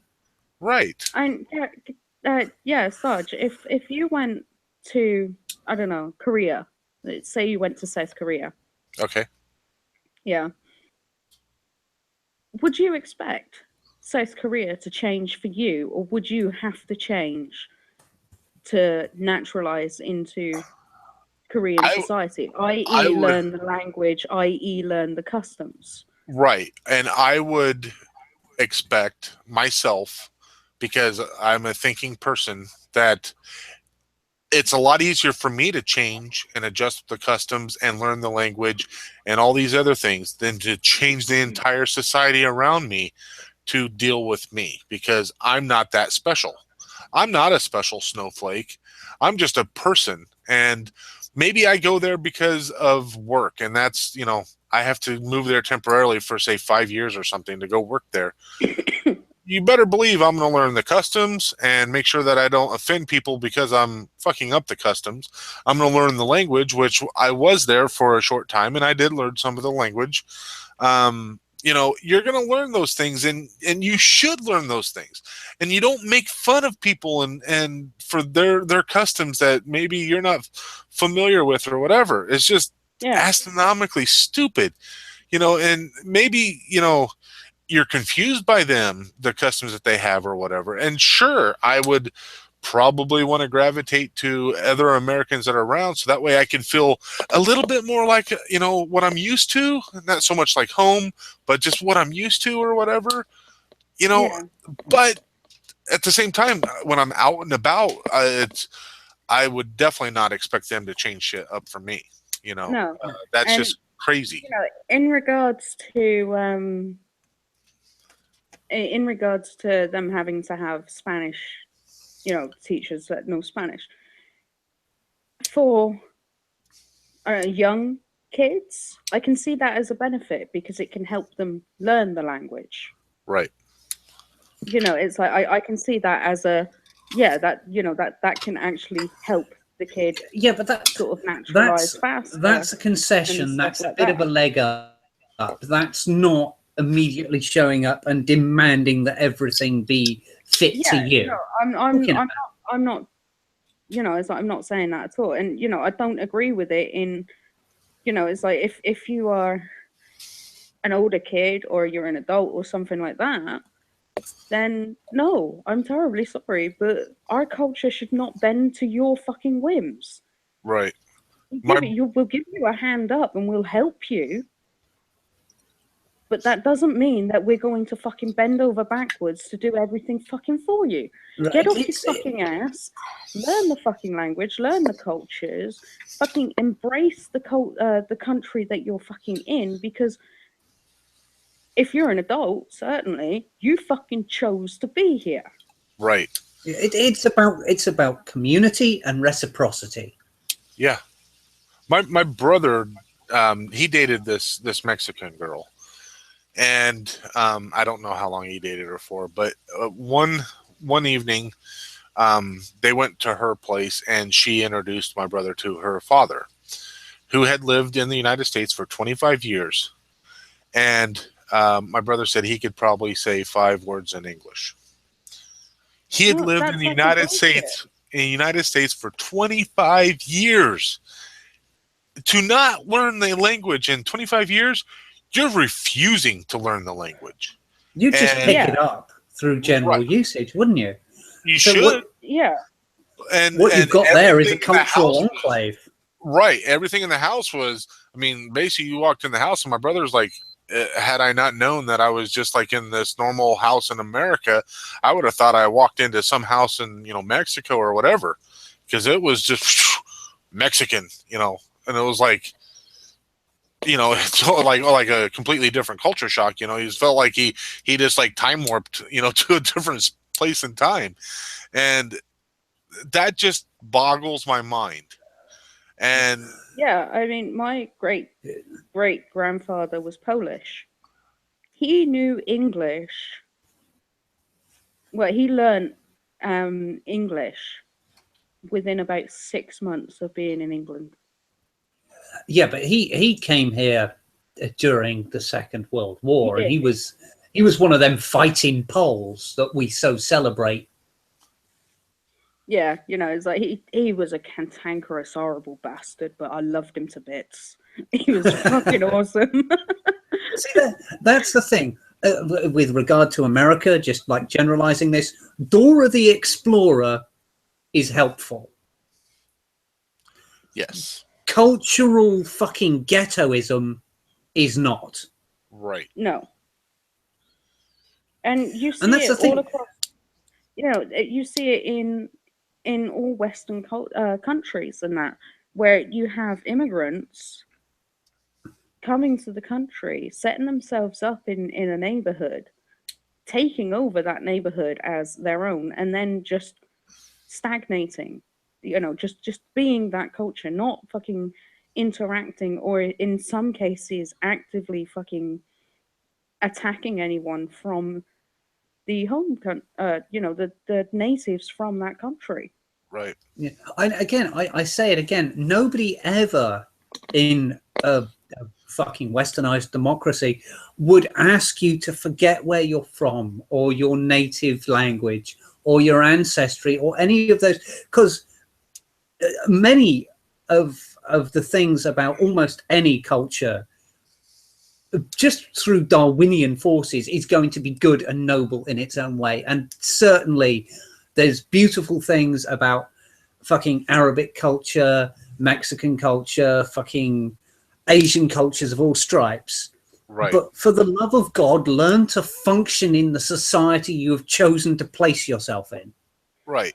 You know, and I'm sure that, in fact, I have zero doubt that there in the UK, your guys' culture is very much like ours regarding in this instance. Maybe there's obviously going to be some differences, but in this instance, I'm going to say your culture is a huge melting pit of multiple different cultures that have added their own little flavors and essences and nuances and all these things. So your culture is drastically different than what it was, let's say, 250 years ago. Right. Probably more so absolutely. than yours, because American racial hegemony was a thing for a good long while. Right. You know, but Yeah, and you we know, we were as Brits and that we were the first ones to abolish slavery. So, you know, we were working on Cultural hegemony integration. and right, hegemony and cultural right, integration long before any, you know, even a fucking occurred to Americans to do so. right. You Anyway, know, Sarge so had a point. No, yeah. yeah, So so you know, so our culture is very different. You know, it's very much the melting pot. right. You know, and that's where, you know, the United States has been for easily the last 150 years. You know, easily. It's been this melting pot, you know, and you know, as time goes on, it becomes even more of a melting pot. You know, there's more of a blending of all these different cultures, but that's not going to happen if certain cultures don't want to like lend their cultures into the pot itself, right? You know, you look at the Muslim culture. Let's just throw it out there. You look at the Muslim culture. If they're not going to absorb the culture that is here or over there in the UK, if you're not going to absorb part of that culture and then lend some of your culture to it, then all you're going to do is you're going to get yourself into, you know, there's a reason why like most cities in a Western society, you know, they have a little China and a little Italy and, you know, all these things, you know, because they just, like you said, they group up and they stay in their little sects, and then they stay there. And when you go to like little China, let's say in San Francisco, it almost feels like you're in China. Yeah, And but even then, you know, people are there's 7 years still old and only speak in Mandanese. You know, it's not like they're not even like Mandanese. they're like they, don't they you don't mean even Mandarin? mandolin, like whatever tangerine. They speak in tangerine for Christ's sakes. The We lost racism is showing. we lost more. No, So, I think we found the racist in this little stream today. And for yeah, once, it's not me. damn it, Mort. So, but you know, they don't try to learn English and they refuse. And um, Yeah, but you know, luckily, when there's been you enough others that's come in that's helped blend that society into the society as a whole. You know, that's not afraid to do those things, but it hurts the society as a whole when they don't do that, right? At least yeah, to but a even basic level of then, interactivity.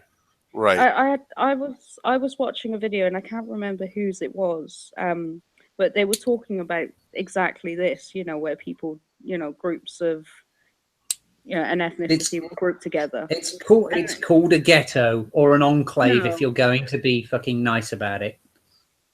but you know, and they were saying it's like, yeah, but when you go to places like Little Italy or Little China, it's quaint, and you know, you go in there and you're like, oh, I'm going to sample some of the food and I'm going to look at some of the shops. It's open, is your Who, point. yeah, it's like who in their right mind thinks, let's go to Little Iraq today. Right. Right. you know, and it's like, you know, it's like that's the kind of place where you fucking do the windows up, lock all the doors, and drive really fast. You know, Yeah, let's go to Little Yeah, Syria. little, little Syria. You mean the brownfield building fucking project, Right. and where all the buildings are half demolished. Yes. and everybody should completely boycott little fucking Saudi. Is it Saudi? Yeah. Saudi Arabia. You mean the one really tall fucking skyscraper just off the center of town? Right. But yeah, you know, it's like Saudi Arabia. You know, it's like everyone should fucking boycott that Right. that place. You know, But there is a distinction though between what you describe, Sarge, as like Little Italy, Little China, and genuine insular cultural enclaves. Right. Right. Because, you know, you're talking about San Francisco, LA, whatever, you know, through the 20s, 40s, whatever, you had these communities who could barely speak English most times. But, you know, they were fucking factory owners and paper, like you know, paper salesmen, you know, like paper boys and whatever. And Right. they were out there, you know, they were exporting their culture, and they were like interacting with people. It's you come in, you'll sit down, have some noodle, whatever, right? Right. Yeah, I'm being horribly fucking racially stereotyping here, but you get my point. Is that there was that openness and welcomeness. It's like, yeah, we're here and this is what we are, but we're doing our thing and we're interacting. There's a give and take going on. Nowadays, it seems like all of our cultural enclaves and various fucking insular communities aren't opening up. They're not sharing. They're not welcoming us in to get us used to them and like sharing our schools and whatever. They're trying to lock down their corner and fucking trap it up. Like, it's almost as if they want to build walls around their section of town and call it literally sovereign territory of the country they left in the first place. Right. You would have thought if they so want the laws and the culture of the country that they left behind, why are they running to another culture which they're like, yeah, this culture, this country is great, it's got X, Y, and Z? Because our buildings haven't been blown up yet. Yeah. But you know, it's like, well, you know, they come running to other cultures. It's like, well, if your culture, you know, if your culture is so great that you want to fucking import it, why don't you fucking stay in your own culture? Yeah. I'm sorry, but you know, it's like it shouldn't feel like you're being a bit unfair on people fleeing war zones there, Kat. Not gonna lie. Well, no, like let's using like say Mexicans as an example, right? They're not leaving a war zone. They're leaving a shitty country that they can't earn enough money. But and some areas might be war zone-esque, you know, because of the cartels and whatever. But you know, when they're here and they're riding around and they've got like 5 different types of, you know, Mexican flags on their car, you know, they've got them hanging out the windows and all this other shit and bumper stickers and the, you know, markers on their license plates and all this crap. It's almost like they're just flipping you off as they drive by. Fuck you, America. We got better things to do. We're just going to take your money and get the fuck out. And you're just like, go back home. You know, I don't want your just go the fuck home and fuck up your own country. Leave mine alone. It's got enough of its own problems that we're trying to work through. We don't need your fucking help to ruin it. But you know, I want to draw that distinction though. You've got to admit that, taking the example of the Mexicans that you've mentioned, you know, you will have those insular people who see that they can get away with staying within their own tiny fucking corner and, as you say, flip the bird to the rest of the country because they can get away with it and they can earn 16 times more money in the States than they can in Mexico. But at the same time, you know, you've got Mexican Americans, 3rd, 4th, 5th generation, you know, people whose great granddad fought at the fucking Battle of the Alamo on the other side. Right. who now live in Texas as naturalized US citizens who've got a bit of a slightly different fucking coffee-colored shade of skin, but Yeah. they're bilingual and they pay their taxes and they're Yep. proud to be American, but they're Yeah, and still that's absolutely Mexican, fine. inverted commas. Yeah, and that's absolutely fine. We're not, we're not sort of sat here going, oh, well, we should deport all of them, anyone that's of, another fucking, Yeah, I'm just trying to draw the another line culture or anything like that. between cultural insularism and straight up racism. Right. No, and if one of my good friends, he was a roommate to my brother for many years, and um he, we all got along really well. In fact, this past summer, my brother and I, we went up and had dinner with he and his wife. His wife is from Mexico. She's a lovely lady, and I don't know if she's got her citizenship. She could be like my wife and is just here on a green card because she's married to me, whatever. But her wife is absolutely wonderful. She embraces everything. She's not like, she doesn't give you the same vibe as the other people that I've mentioned. She is just a person, right? I know she's Mexican, and all those things, and that's I don't. It's not the fact that we're talking about Mexicans or somebody that's not white or somebody that's not American or whatever. It's the attitude that certain people, from regardless of where they're from, the attitude that they have, just like the shitheads that seem to think that there was an article that somebody was trying to say, or a blog or whatever, that Sharia law should trump the Constitution of the United States and Yeah, within the United States. we will be talking about that. I actually have the article. That's a matter of God's law versus man's, which is this whole other fucking argument still to come. Right, but it's mildly related because yeah, exactly, because that's part of their culture. It's not just, hey, it's God's law. It's our culture, embraces this thing, right? And if you don't embrace it, too bad. We're going to use it anyway, and we're going to stone you to death because you're a woman and you spoke out against your husband or whatever. And you're trying to drag that culture in and force somebody else that doesn't have that culture and doesn't have those beliefs. You're wanting to change everything about them to fit your mold. Well, take your fucking mold and go someplace else. It's not wanted here.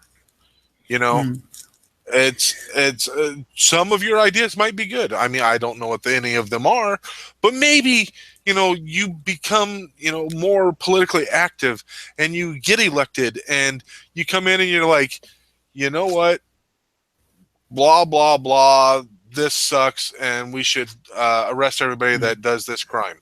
Hey, Start a I'm dialogue. all for that. Right, exactly. I'm all for that law. Those assholes should get arrested, and more power to you. I'm with you on that one. But you're using common sense and you're not being a fucking idiot about it. You've gone things the right way. And that's actually a really good segue into that article. So if you guys want, I'll read that article out now. Well, Okay. can we hang fire just for like 30 seconds while I come rejoin you in the living room and claim my second thing of whiskey?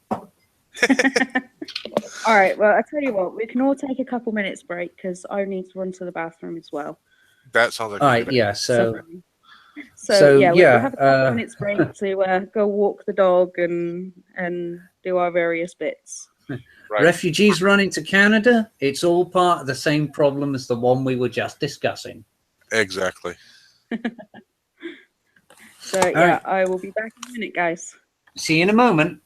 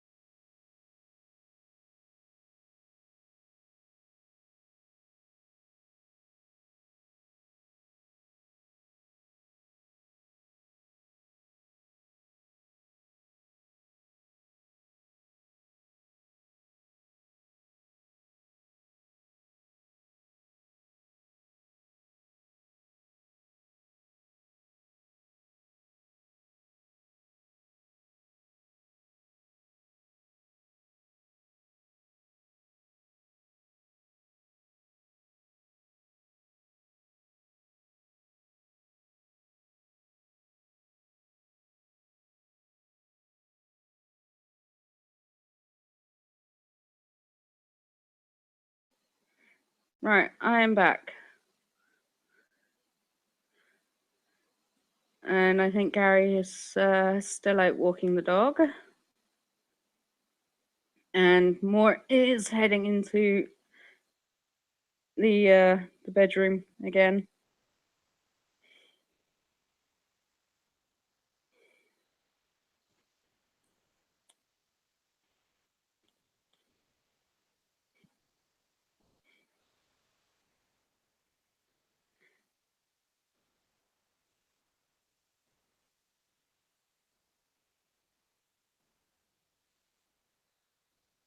So he will be back with us in a moment.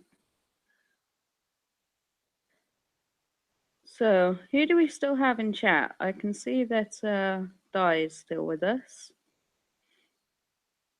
Alex, you still out there?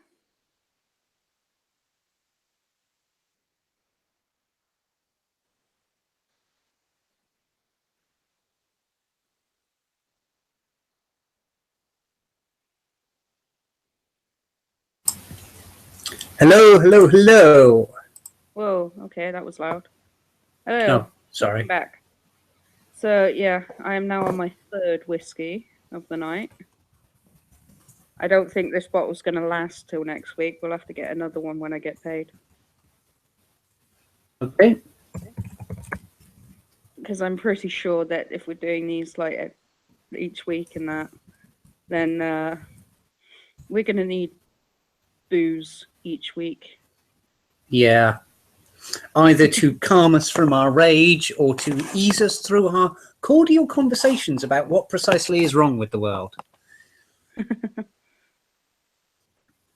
Yeah. So yeah. I think, yeah, Sarge is still out walking the dog. He'll be a couple more minutes. Okay, cool. Well, So- that'll prepare you, or give you time to prepare, rather, for your next article. Yeah, I'm going to read it out when he gets here. He's, I believe he's already read it because I did link him all the articles that we're covering. Well, for my benefit, what is it? Because I'm shitty at preparing for these things, apart from when it involves something fictional and pointless. It's an article about a Muslim leader, and the title is America Must Understand That Sharia Law is Greater Than the Constitution. Oh, Therefore, this will be Muslims fucking are fun above the times. law. We're starting to get into the heavier, Less fun. yeah. Shit. And of the two articles that I've brought up about Islam, there's actually three, but the third one is just for the lols. Welcome back, Han. Hi, Sarge. Yeah, of the two articles, this is actually the lighter of the two. Yeah, let's start with that. Let's end with the bang. Is that you saying start with the bang? No, end with the bang. Yeah, we're gonna start with the light stuff. We work up to the actual rant that this is named for. Yeah, and this is the lighter of the two articles. This is the one about the Constitution and Sharia law. Okay. Gary? Yep. And then after that, we'll talk about the other article, the one that really made me feel sick. Oh, yeah, definitely. But yeah, before we start, Di was asking you to clarify why you chose the Mexicans as the immigrants. And I am responding, but yeah, basically it's because that is the group of immigrants that I'm most familiar with. All right, so it was as Mort said in the chat there. Right. Yeah, so I'll say it instead of typing it up, but yeah, so they're the ones I'm most familiar with. I used to live in this town that had a meatpacking plant, and if you're not aware how this type of stuff works, nobody really wants to work in a meatpacking plant. So it's easy for them to hire And in some cases, and this has been documented and proven, in some cases they hire them illegally, or hire illegals to do it, Mm. work in the meatpacking plant. Tax reasons and such like. Right. They can pay them dirt cheap because, hey, they're illegal. Who are they going to tell that they're, getting paid $3 an hour, or, whatever the hell their salary is. But it had a high population of Mexicans in this town, and the town wasn't very big. We're talking 6,000-7,000 people maybe, and over half of them were Mexicans. And my neighbors, pretty much on all sides, were Mexicans, and some of them were good people. Some of them annoyed the shit out of me. They stole my trash can. Like, I went out to take my trash out, put it in the trash can, and my trash can's gone. I'm like, what the hell? And so I go in and grab my flashlight. Maybe the wind blew it away or whatever. And I'm looking up and down the street, and I go to my neighbors, and there's my trash can. I knew it was my trash can because I had spray painted something on it.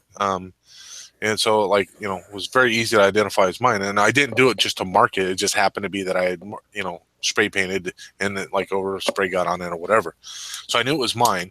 They had filled it full of their trash. So I just tipped it up, poured all of it out right in their doorstep, and I took it back and put my trash in my can. And those people, the neighbors that I had that were not very nice, that happened to be Mexican. They were rude and inconsiderate, and I'm not saying all of them are. I'm saying the ones that I had bad experiences with were that way, and it was consistent. It wasn't like a bad experience. Anybody that I had a bad experience with, it almost always came down to them being inconsiderate and basically flipping me the bird, and like, what are you going to do? You can't do anything to me. I'm special. So, it kind of leaves a bad taste in your mouth. But at the same time, I also had relationships with plenty of Mexicans that were really nice people. So I've learned that it's not the group, you judge by character of the individual, right? So it's the individual. However, the ones that are bad, they definitely taint the overall perception that one might have. So in some ways it can, maybe even seem like there's, some sort of a racial tension there, but it's because of that taint. I still will give that individual first option to, be bad, good, whatever, and take that person as an individual, and treat him as such, and not go in with any perceived notion that they're going to be a certain way because they're an individual, right? So sounds like you've got a bad case of black best friend there, Sarge. Yeah, what you're saying is, in short, you don't believe in identity politics. Right, exactly. Okay. One person doesn't represent the entire group. No. Well, yeah, that's the central point. I think we will always be arguing against is the general purpose blanket collectivism. Right, and that's and without a doubt, I definitely, and it doesn't matter either side. And one of the things I hated about the Army was, we're going to punish the masses for the fault of the few, right? Which is, that's always stuck out to me. And it doesn't matter whether you're talking about, how you group the people together. There's always those handful of bad apples, right? And you shouldn't punish the masses because of those bad apples. People are too afraid to go single out those people and punish them only, or maybe it's just too difficult to find them to punish them. That doesn't mean you punish everybody, and it comes down to the way you treat certain races and certain groups, regardless, to even take it as more simplified and stupid would be, to take it to like different kind of a sports analogy. I absolutely hate the Minnesota Vikings as a Green Bay Packers fan. I hate the Minnesota Vikings. I have met plenty of their fans that are absolute shitheads, but I also know some that are pretty good guys. That doesn't mean just because somebody's wearing a Minnesota Vikings fan that I automatically assume that they're going to be a shithead, even though the majority of the ones that seems like I've met are shitheads. But, it's the same thing. It doesn't matter what the group is and what the purpose of the group is behind them. You still have to take them as an individual. So does that mean that if I get a Vikings shirt, you'll start calling me a shitlord? No, not instantly. But I did refuse to allow my wife to get a Vikings. I would not buy it for her, and she was not allowed to buy it. A Vikings jersey. She won one of Brett Favre, and I refused. So my dad decided that, well, Karen wants to have a Vikings jersey for Brett Favre because Brett Favre's her favorite player. I'm going to buy it for her. And I'm like, you son of a bitch, Dad. It's like, you bastard. Isn't it also purple? Isn't her favorite color purple? And yes, which is one of the reasons why she wanted it, right? That is essentially harmless tribalism, though, isn't it? And that's what's happened. Right. We've fallen back to the fucking Stone Age mentality of tribalism. Us versus them. Me against the world. Me meaning me and my entire fucking racial group. Right. And that's where a lot of people are taking it. And sports is a good, generally harmless outlet for that. Again, sports violence, not cool, better than political violence, generally speaking. Right. Yeah. I mean, I'm not a sports person, but there's, here in the UK for the longest time, there was this, and still is, this massive rivalry bordering on the fucking hateful between the likes of Manchester United, Liverpool, Arsenal, our English football. And Chelsea. And Chelsea. I always forget Chelsea. Oh my gosh, you better not forget Chelsea. You can't forget Chelsea. It's my mum's team. And Liverpool Liverpool was my adoptive auntie's team. So it was great when they were playing against each other because you just get this text at the end of it. And whomever won would be the one sending the text, and it would be ha ha ha ha ha. Right. I don't know, 1-0. Right. they would all be like, you bitch. Yeah, but it's generally speaking, it's in fun. It's about flying your colours, rubbing some dirt in some noses, and then going to the fucking bar afterwards and talking about how it actually went down and being a good sport. Right. Yeah. You don't get that in tribalism rooted in things that matter. No, exactly. No. You can't go to the pub afterwards and, laugh about, the whole situation or whatever. Yeah, the temper. I mean, a lot of the kind of rules, I think what you're trying to say is a lot of the rules still apply, but there's no break, right? When you're talking about the deep-seated tribalism and, you don't have that break where it's like, okay, we're going to take it this far, and then after that, it's just fun and games, right? Yeah, exactly. There's no neutral ground. Right, exactly. I think that's one of the reasons why I enjoy debating with Dolly. Yeah. As much as I sort of turn around and I'm just like, oh, so how can you even? There's so much feels before reels. She's very much argues with feelings rather than argues with facts. Right. And in fact, she has actually said to me before that she doesn't agree with using statistics or anything like that. When arguing. Which is why she loses. It gets it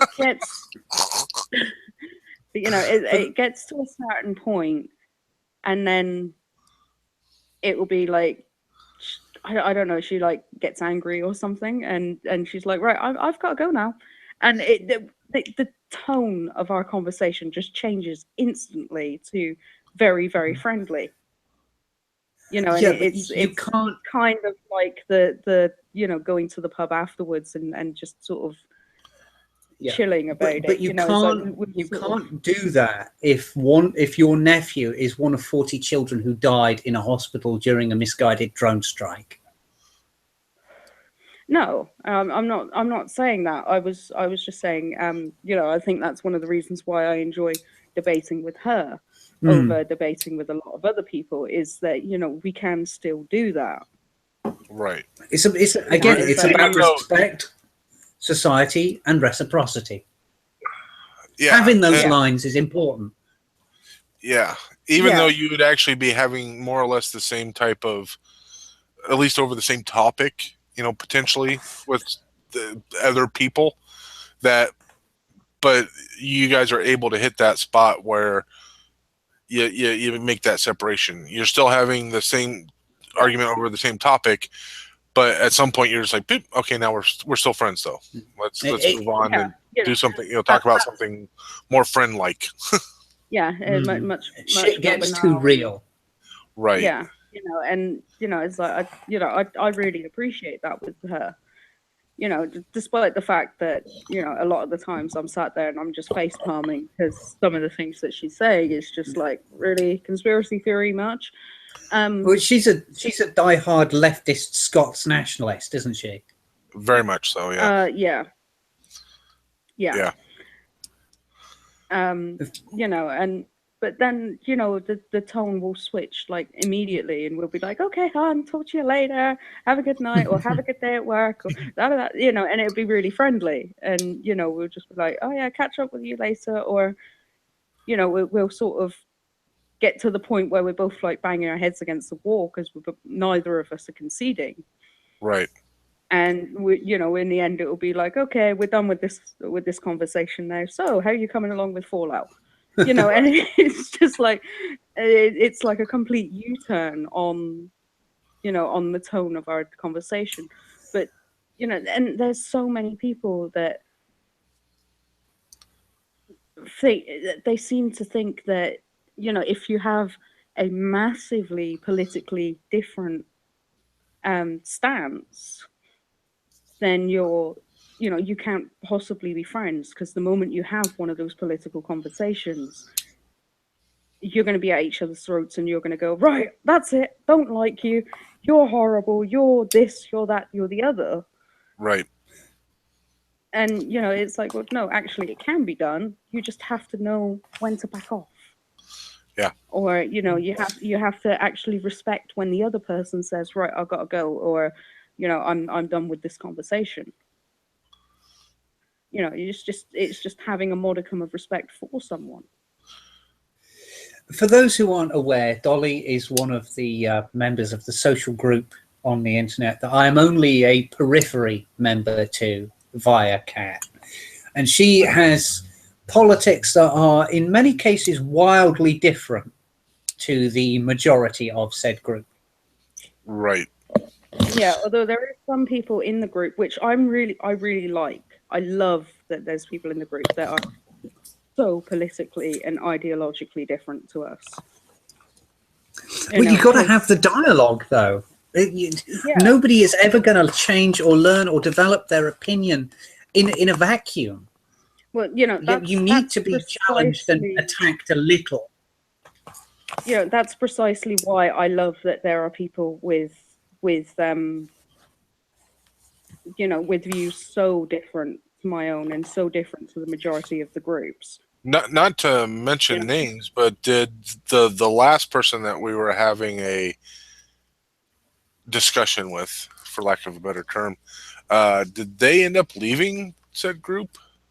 I don't think so. I didn't see them leave. They're just quiet. I really fucking hope. I really fucking hope that they didn't. They may just be testing the waters and checking to see if it's safe to continue, because some people have much more fragile ego when it comes to matters political and ideological. Yeah, and that's very possible. I mean, because for several weeks, it was like, I'm going to throw out, they're going to throw out some bait and see who jumped. No, they're still in the group. I'm really glad that they are. Okay, yeah, because the bait would get thrown out there, and nobody would really take it. And I would be tempted, and I'm like, no, it's not worth it. This is, I have a feeling where this is going to go. And then Mm. that one day, I got bored. debate was just too good, and you got bored, Yeah, and then it's like I was I'm like, sure. hey, I got to get in on this too, because what you just said was really stupid. Not you, but the other person. And I'm like, I can't let that kind of stupidity go without responding to some level. So I have to jump in on this too. And next thing you know, it was like, and it, you and I had the conversation afterwards. I was like, kind of feel sorry, and I'm like, a little bit, but at the same time, you should have known that it wasn't going to go well, and you kept You've got to pushing. be Right, taken to task. Right. it's and the conversation was about Milo Yiannopoulos That's what. Right. him Right. being fascist. Yeah. Oh, we're back to Berkeley So again.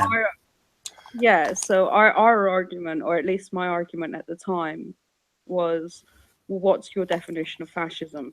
And no definition was given, so we looked one up.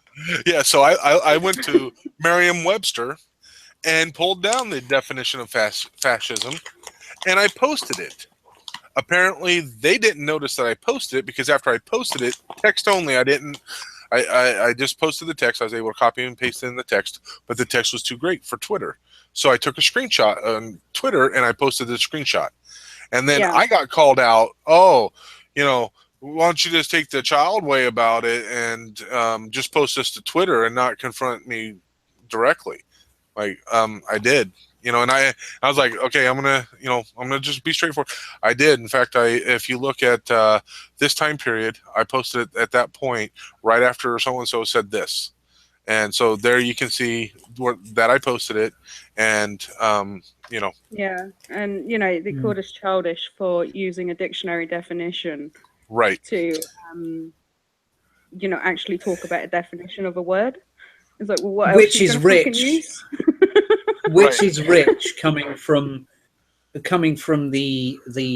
political ideological corner that keeps on trotting out the dictionary definition of feminism. Which right, is so fucking wrong at this point. I mean, right. I will admit, Anyway. there are times when the dictionary definition does not work. But we've gone doesn't on work. such a tangent thanks to Di's One question. Right. Yeah. Yeah. We have so deviated from the program. We should get back on topic at least. Di, you completely derailed this. Thanks, yeah. Di. God damn it, Di. We have a relatively short article. It's only about 6 paragraphs long. Regarding a Muslim leader. So we're now getting into sort of the meat of things. Uh-huh. The title of the article is Muslim Leader, America must understand that Sharia law is greater than the Constitution. Therefore, Muslims are above the law. The director of the Dallas Council on America-Islamic Relations, Mustafa Carroll, made a surprising and shocking statement during a Muslim rally in Austin, Texas. He firmly believes that the message of the Quran is supreme over the United States Constitution. The statement would be shocking to most citizens of the United States unless they had some perspective over who care. He said, if we are practicing Muslims, we are above the law of the land. CARE is the nation's largest Muslim civil liberties and advocacy organization. Their headquarters is located in Washington, D.C. They use lobbyists, the media, and action alerts to promote a positive image of Islam in America during a time when radical Muslims, in brackets ISIS, in other parts of the world are crucifying children in the name of Allah and quoting the Quran through the Obama administration. Though the Obama administration has a hard time calling it radical Islam for fear of offending regular Muslims. In 2007, the Holy Land Federation trial found the Holy Land Federation charity guilty of funneling millions of dollars back to the terrorist organization Hamas. Interestingly enough, CARE was among the organizations named during the trial as fuck, help me. I'm Unindicted. going to post some unindicted. Thank you. I just couldn't read No that problem. word. Co-conspirators. To pull that into perspective, the 37th President of the United States, Richard Nixon, was named an unindicted co-conspirator during the Watergate trial. In 2011 and 2012, during the events that the Blaze covered extensively, Islamic institutes coordinated with the White House to target the counterterrorism training within the FBI. The event was called The Purge, and the result was the removal of more than 700 documents and 300 presentations. Some of the presentations removed included information about Al-Qaeda, and the trainers within the FBI were allegedly not given the opportunity to appeal when their presentations were rejected.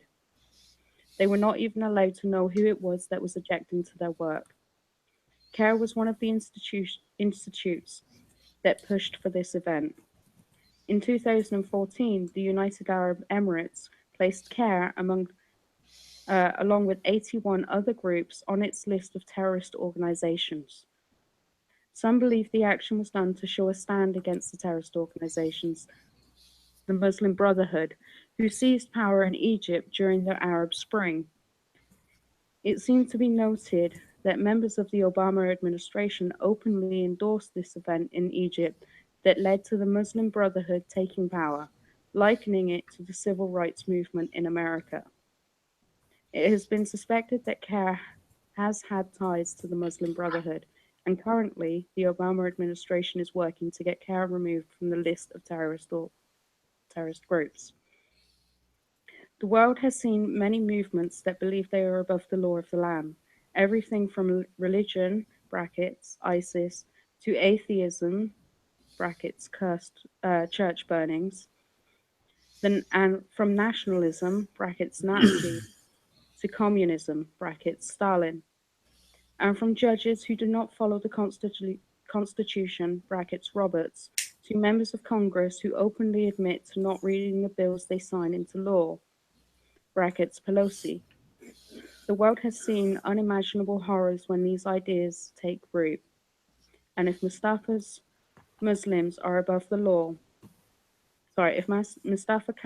Carroll is expressing the unofficial and hidden beliefs of his organization, then practicing Muslims are above the law. It would only make sense that CARE is meeting with and advising a man in the White House who believes he is above the law of the land. I mean, that's So just yeah, fucking I do disgusting. apologize. Yeah, I do apologize about the fuck up on words, but I am now on my third glass of whiskey. You can barely read your own name now. Okay, let's dissect this this argument, for want of a better word. Okay, we're talking about truly religious people. Yeah. And they have it in their heads, as they should, in all honesty, that their God, being a monotheism and a creator, is above any word any man on earth might ever say. That's logical. It comes from a fallacious place, but it's logical. It has an internal consistency. Right. Therefore, my Imam has ultimate say over absolutely anything any of your temporal leaders might ever utter, regardless how foundational those words may be. The hubris inherent in this statement fucking boggles me. Right. How fucking dare you even associate with a society you believe to be so fundamentally corrupt that it needs to be taken apart by a religious insurgency? And equally, how dare you put yourself in the lion's den, religiously speaking, by being that close to your ideological enemy. If anything, this man who professes himself to be so devout and so righteous should fuck the hell off back to a Muslim country and start a genuine jihad. That's my opinion. If he believes so strongly that the word of his prophet and of his religious leaders supersedes all else, he should, by all like honorable and ethical rights, return to a place where he might have genuine grassroots support and raise a serious, actual, direct opposition, rather than skulking around in the enemy's guts, trying to poison them from the inside. That is just the lowest form. That's how they take us. That's how they're planning on taking us down. And I can say that with confidence because we had released a little while ago a document, and it was like 41 steps. Yeah, how to persecute a jihad by not killing people, basically. Yeah, but it was like 41 steps on how to take over America. And, you know, things like them ingratiating themselves to the feminist movement and, you know, stuff like that is actually all covered in that document. How can people be so low? You know, at least when we launched crusades, we gathered together soldiers and knights and marched halfway across the fucking world on foot to fight them in the field of battle. You can at least, that was so fucking see it coming, right? Yeah, I mean, in those conflicts, both sides believed they had the Lord on their side, and they met man to man, fully righteous and certain in their fundamental belief that their God would see them carry the day ultimately. This is cowardice of the highest order. Exactly. It is the ultimate level of cowardice and backstabbing is what it is. I honestly believe if Christianity and Judaism and all that bullshit is just a lead up to Islam, Allah must be so fucking disappointed and ashamed of his chosen people's religion, because they're not following the true concept, the true essence of sacrifice and martyrdom and standing up for what you believe in. No, but they are following the edicts that were laid down as to how to conduct a jihad. Now, jihad doesn't have to be a bloody battle on the field of war. A jihad can be done quietly. Now, by it's stealth. It's perfectly okay for them to lie to the kafir, to lie to anyone that is not part of their religion. They can lie as much as they like. They're not allowed to lie to another Muslim. That's against the rules, but they could lie to us. So basically, what you're saying is that they're going about it in a way that is deliberately dishonest and dishonorable, because outsiders are worthy of no honor.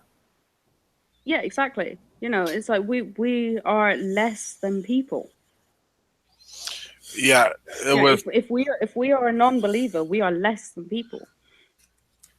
I can't pass this, because some of the most noble and forward-thinking people in the world was Muslims. We owe a lot of our current classical knowledge to Muslim scholars who were fascinated with European learning and advancement, and we owe so much to Islam by proxy that it baffles me that it can be so fundamentally duplicitous and unworthy. Most of our mathematics come from Islam. You are thinking of, right, there are two kinds of Islam. There is the Islam that takes only the Quran, and that's the group that you're thinking of. That's the group that people, when they say Islam is a religion of peace, is talking about. And they're almost extinct. They almost don't exist anymore. And then you've got this group of Muslims that follow what the Quran is something like 1/18th. Sorry, 18% of their holy books. Now, you're talking about the division between the literal word of the prophet and the laws and history. Yeah, but this version of Islam that we're currently talking about is not a religion of peace. And it takes only 18% of its holy books come from the Quran. The Which is Quran an only interesting counts, mess in its own way. you know, it's a really small amount, whereas everything else is the history of Muhammad and the Hadith. You know, their laws. Right. And you know, And it's where not a religion of peace, and that's not what we got. Our you know, that's not what we were looking at, mathematics and history, and you know, all those things that we sort of look at Islam and Muslims and that and go, these guys were really, really cool and really great, and they done so much. That is not these people at all. I mean, these guys are no different than any other kind of religious group. They're a subsect of a religion, and they've bastardized the message that has been passed down for centuries and millennium to they've bastardized it to the point where, you know, how many different you can justify anything. right, exactly. And how, just like, you know, with the Catholics, you know, all the popes, and how many times have they actually changed what was in the Bible and how that message was sent out and provided, and that, you know, there's been whole books like edited out of the Bible and translated differently because they wanted it to be translated a different way, so that way it kind of set the message the way they wanted. You know, over, you know, centuries and centuries they did these, and it happened with the Muslim religion as well, where they did the same thing. You know, all of the different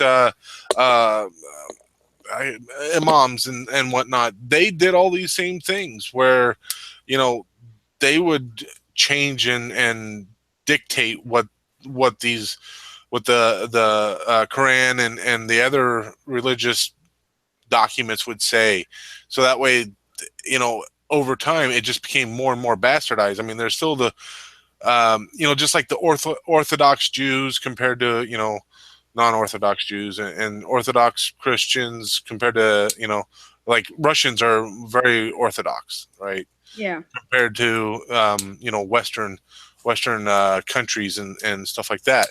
So it's easier to really kind of bastardize those religions and basically take it out of context, and people can step up and you know, make it seem like this item is saying something that it's really not, you know. And if you brainwash people long enough, they're going to believe what you're saying. Ultimately, even all that taken into consideration, I would be fine with the position of, well, this is what my God says, if only they could argue to a consensus among themselves, because right, Muslims kill other Muslims far more than Muslims kill Christians or Jews. Right. Over minor points of scripture. Minor points of scripture. This is shit that Christianity grew out of 500 years ago. Yeah, but they haven't grown out of it. They haven't grown up. No. You know, they haven't, you know, they haven't had their, right, okay, well, we've had our holy wars, and we've had our internal disputes, and we've had our fracturing of our religion, and now it's time to just chill the fuck out. They haven't had that.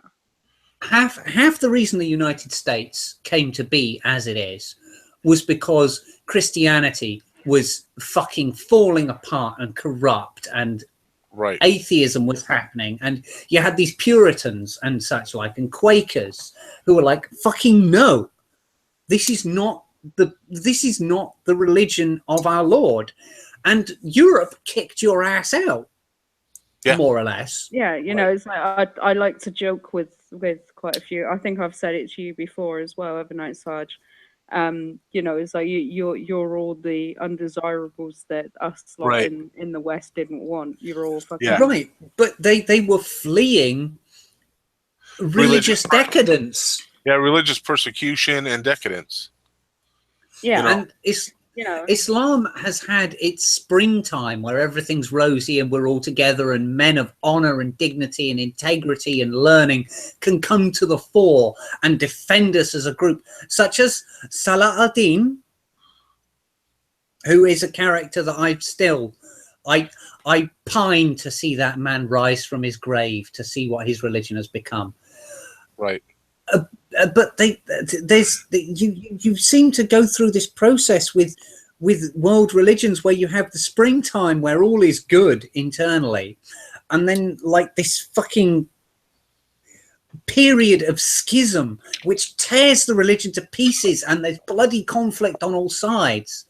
And that seems to be where we are with Islam now, whereas Christianity went through that in the Middle Ages.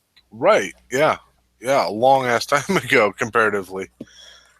yeah, but And now you've got because of that, Judaism is in its winter time where it's just so fucking tired of everything. yeah, but you know, but we're because they haven't got to the fuck it, we're gonna chill bit. Their ideology is so at odds with Western culture. Right. You know, And it each is other's. so fucking yeah, and They, with they, each they other. need to reach a consensus among themselves before they can start trying to take on the world. Please at least be a united front. But you know, and when you actually look at the Hadith and the Sutras and the Quran itself, terrorist organizations like ISIS and Hamas are the ones most closely following their laws and their books. That's because you've got fundamentalism still going on. And ultimately, fundamentalism is incompatible with pragmatic reality. I mean, you take the fucking Inquisition, right? I mean, famously, Spain was the worst for it, but Right. but the Catholic Inquisition was all over Europe, and it came to the point where, you know, they didn't mind torturing an innocent man to death over the course of 4 months because he'd go to heaven anyway. Yeah. And It'd be all right. Di saying I'm confusing religion with fanaticism, I would argue that the truly religious are fanatics. Right. That's what I just said, you know, is that unfortunately in this case they're synonymous. You know, the fanaticism and religion in regards to this branch of Islam I mean, is synonymous with each other. to derail somewhat, it boggles me as a Briton that there's still an argument about evolution in the United States. It boggles me too. You have the, the whole creationism thing. Right. I mean, Gary, no, sorry to cut in. no, I've spoken far too much about this. I mean, I know that you're a very logic driven Right. Yep. person. You know, your facts before feels. Right. Do you mind me asking what is your religious belief? And are you atheist? Are you agnostic? Are you Christian? Personally, I am somewhere between atheist and agnostic. Right. All right, so it's somewhere probably closer to atheist, right? Because I'm not discounting the possibility, but you're gonna have to hit me with some serious proof first, right? I can't, you know, as somebody that deals with logic, I can't just go on blind faith and say, yep, okay, there's got to be a higher power, which is interesting because at the same time I'm like, yep, there's got to be aliens.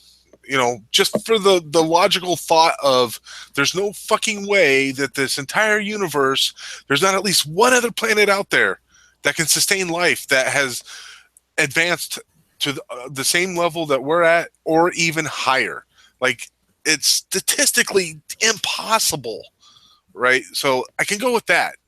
There's no statistically possible reason why there would be some higher power.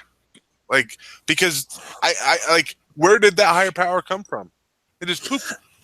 Like, Yeah, materialized one day, it's like, the hey, I'm gonna like start creating shit. It's like, yeah, nobody can convince me that that's like magic. That's what it'd have to be. It's just magic. Like, there's a religion out there, and I don't know which religion it is. But it might be some sort of weird offshoot of Christianity or something, and it goes through, and it's basically God, the Christian God, and the Jewish God. Um, he is a member of these other beings, right?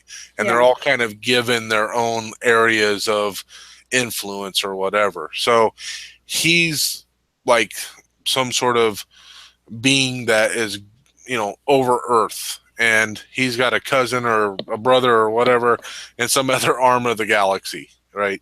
And, you know, I could almost get into buying that kind of a concept, because that at least has some sort of a thing that you can kind of go, well, because there's not just like that one all powerful. There's got to be, you came from somewhere, and like you had to come. And if you came from somewhere, then somebody else is like you that came from that same somewhere, and then there, so like I could follow some of that, and go, I could almost buy into that, right? But there's still no proof of it. You can't just go by the feel thing. So, religiously speaking, that's where I'm at. It's the old problem of turtles all the way down. Right. Yeah. Right. Yeah, it's like I'm pagan myself. Okay. And my belief is that the world is run, the quote higher the higher being quote is energy. And that's what, the earth runs off energy, the fucking universe runs off energies at various levels. Okay. And that's basically the fundamentals of what I believe. You have to apply some metaphysics to it. Yeah, yeah, you kind of do. But it's like, so if I destroy this thing over here, then that energy is not necessarily lost, because as physics tells us, energy is never lost, it's just converted. But it's like, if I destroy this thing over here, that energy doesn't propagate to this thing over here. Right. So, affecting the energy in one place can affect the energy in another place. Right. And that's my belief.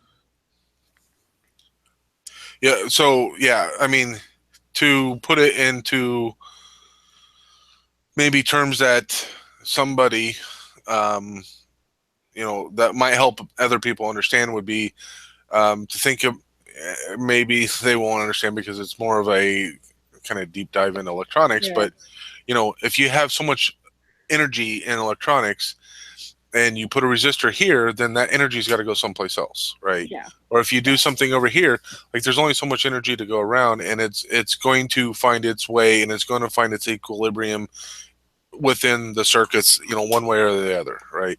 And it's going to have its interactions, and the energy may change to heat or whatever, but that's the whole form of energy, and all these things, right? So it's still there. It's just going to be changed, right? It's going to change and be different in different areas. Yeah, it's be different Depends on how it interacts with things.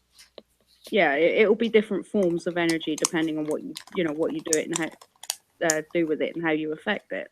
Right, exactly. So that's the fundamentals of my belief. And the thing that I really love about being a pagan is there's only one law.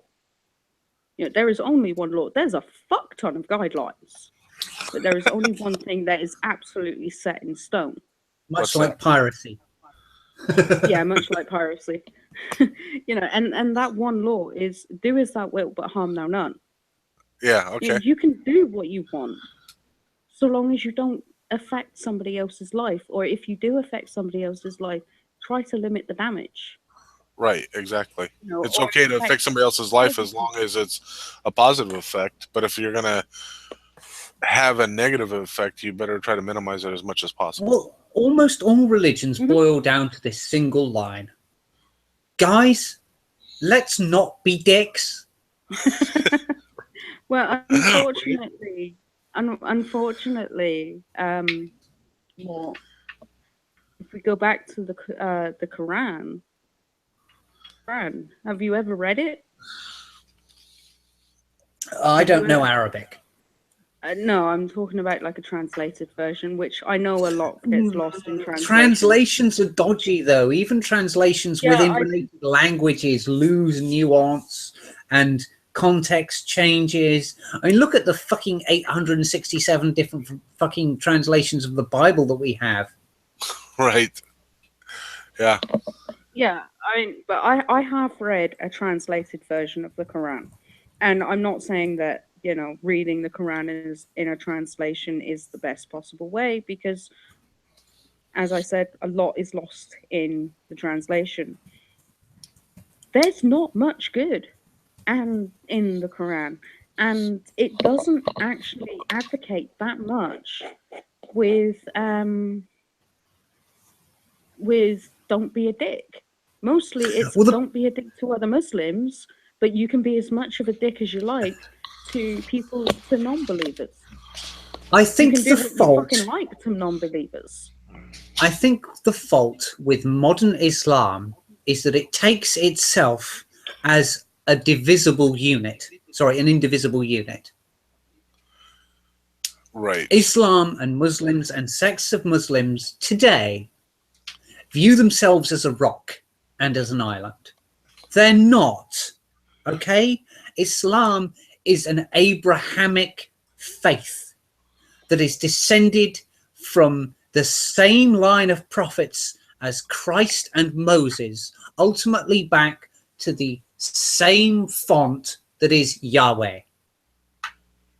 And therefore, modern Muslims discount the writings and teachings of previous prophets than Muhammad because Muhammad trumps all. And those who came after him interpreted his word for the modern Muslim. They don't view Islam as part of a genealogy of religion, as certain sects of Christians certainly do. They view it as the ultimate crystallized truth, and their particular cult, and I will say cult because there are so many different splinters of Islam, is the one that got it right. Trademark. Right. The and this happens with any group, regardless what it is. When you deal with absolutes, right?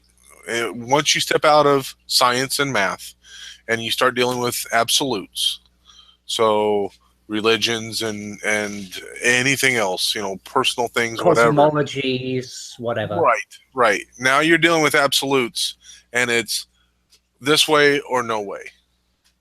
That's when there's going to be a problem. No matter Yeah, what, there's always going to be a problem once somebody's laid down that gauntlet and said, "You're either with us or against us." yeah, And that's what I said to Monkey last week because I said he was going on about the right or wrong side of history, and I forget whether I was in agreement oh, with him about the right, point. But I said as soon as you say the wrong side of history, you are yep, making a judgment and you are calling for a fight. right, exactly, exactly. I mean, you can hope that you're going to be on the right side of history, but good luck with that. Only time's going to tell who was on the right side and the wrong side of not so much on history, but of that situation. Who was right and who was wrong. You know, to uh, the victory goes the spoils, or to the victorious goes the spoils, type of thing. So Yeah, well, history has always been written by the winners. The exactly. losers don't really get to write an annal. Can't think of that Hmm. word. Annal. But they annal. That's it. Um, they're the only ones that yeah, they don't get to write an annal in history. It's like, okay, I'm going to invoke Godwin's law here. You know, how many articles or books or um, historical writings have any of you found from the Nazis written by Nazis? With Precisely the one. and let me guess, that one is written by the Führer himself. No, I have not read Mein Kampf, although I intend to at some point. I read the war memoirs of a member of the Wehrmacht from what's the name of that region that's kind of French, kind of German, that's famous for dogs? Helpful. Uh, Alsace. I don't know. My brain for a moment there went Thaddeus, and I was like, yeah, that's not it. No, Thaddeus just is off by a entirely little. wrong. Yeah, It's like Thaddeus right. is So completely fucking fake. yeah, so I read the war journal or the war memoirs of a member of the Wehrmacht from Alsace, a province of France that Germany won in the Franco-Prussian War before Germany was Germany. Yeah. And this guy, he he had the option to either you know move further into France, like cross the border into France proper, and join up, for France, or head into Germany, sign up with the Wehrmacht, and defend Germany. And he identified culturally and racially as a German, even though he was bilingual and half his family were French, inverted commas. But he was a German in his heart and in his soul. And he joined the army. He didn't join the party. But it didn't matter that the Third Reich and the Wehrmacht were forming up. So Yeah. yeah, I have read a history of the Second World War from the perspective of a inverted commas Nazi soldier, but only one. I can go to the charity shop and get 5 or 6 memoirs from British tank commanders or American fucking rangers taking Right. the beach. Yeah, they're all over the place. Yeah. So what about you, Yeah, Sarge? Have you ever seen or read anything from the Nazis' point of view? I have not. Um, it it would be interesting, but they're if they haven't already been purged, right? Depending on the source, they probably did get purged. Um, or two, the example that Mort just gave, it's likely a bit obscure, right? To even be able to try to find one and rare. I Yeah. stumbled upon it entirely by accident. Yeah, yeah, and that's probably about the only way you're going to find any. I mean, I am a lover of World War II history. I find it fascinating. I feel like World War II like acted like a catapult of our society where we're at now. Um, Absolutely, Yeah. especially for the tech, United States. right, technology wise and all the other things, it was a catapult. And um, so understanding what that catapult, that catalyst, would probably be even more apt. What that catalyst was, and understanding all of the things that are part of it is very important. Just like you know, I'm a bit of a history buff, just in general. So revolutionary history is interesting to me as well, and of course, you know, I know things from that I've been taught since first grade and all that kind of stuff, and I had seen.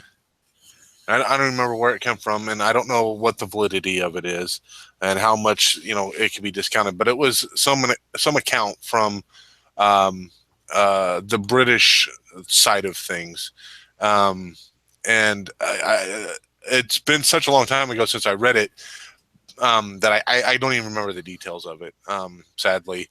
But it was the impressions that I got from it, and that have remained with me is the views from the other side were drastically different than you know our views.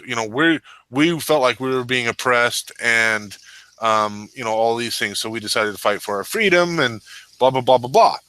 Whereas Yeah. the other side, it was you know the citizens or the people in the United States, a bunch of ingrates and heathens and rebels, and on down the line, every negative connotation that you could throw at the Americans was thrown out there, and it's like a bunch of backwards hillbillies and all these different things, and um, you know it's just the views on both sides is definitely interesting and telling. You can kind of there's a reason why during the Revolutionary War that there was no big you know outcry of the citizens in England saying, hey, you know what, maybe our brethren over there in the United States has a good point. Maybe they should get some representation in Parliament. Maybe they should get some of these things that they're asking for. It would have saved us a lot of trouble, and life for us would have been so much more harmonious if we'd just been fucking fair to you guys in the 1700s. Right? And Yeah. you guys wouldn't have wasted quite so much tea. Yeah. I mean, or lives. Come on. Right. And the tea is just what a sad day, right? Um, It was a terrible day. That was like that was like the worst casualty of the war. That was. How many tons of good tea wasted? No, how can you do this, you heathens? you Brits and your tea. Good God, that's hilarious. Of course, my dad. That's the reason why you guys drink. I'm sure that's the reason why you guys drink more coffee than tea. It reminds you of your British oppressors. Right, exactly. You Brits, we're gonna drink coffee instead. We'll go clear to India to get the coffee.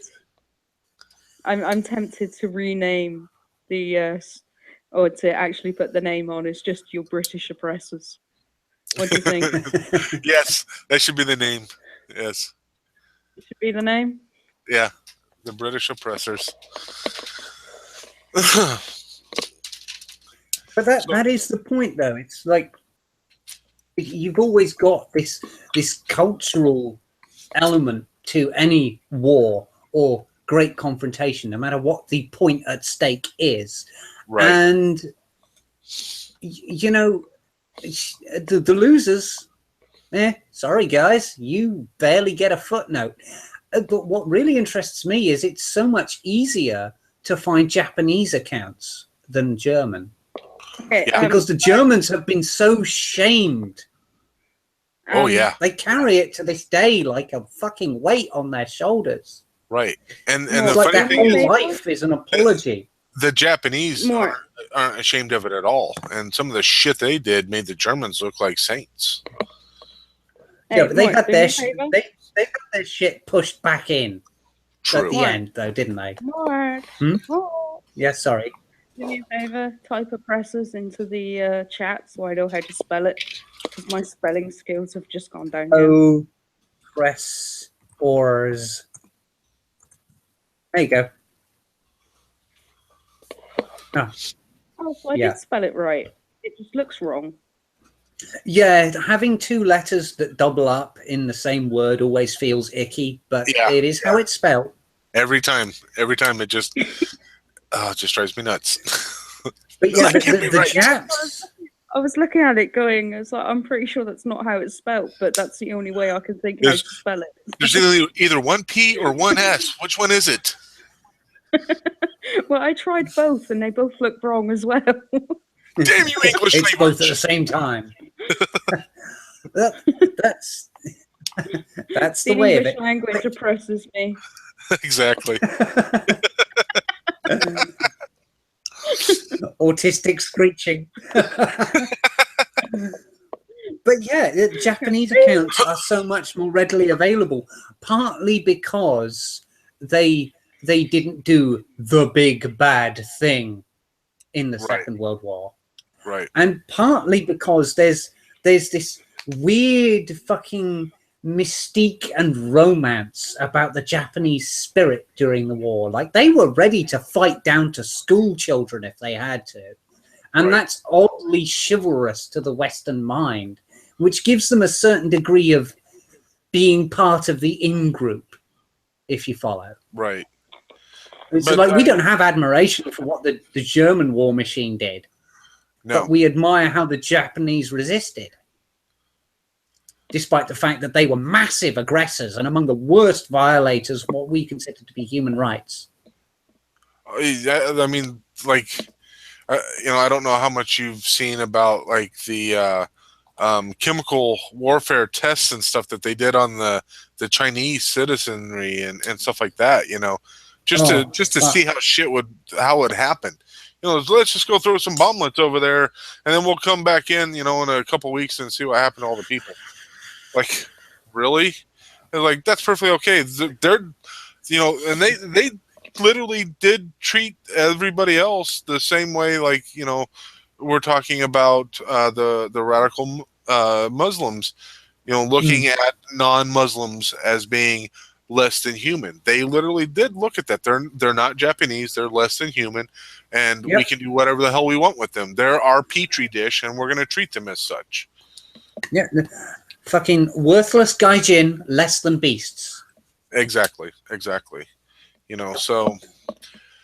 And yet we applaud that spirit by the back door. Right. Exactly. It's rather strange, to say the least. But that's where we're at with Islam. They're in that place, and I can't see a clear way to help them out of it because they're as much victims of their own religious dogmatism as anyone else is, except that, you can maybe argue that they actually do kill as many Christians and Jews in as horrific ways as they do other Muslims. Well, to be honest, I do have a article on what it probably is time to change article as well. Before we get to that, I want to share a story that to kind of help demonstrate Sharia law and a lot on how the society and Muslim society works. So when I was I'm gonna run really fast to the bathroom again because I popped the cork and now I'm yeah, no problem. I'll be back in a minute. We'll keep flogging the horse for the moment. Right.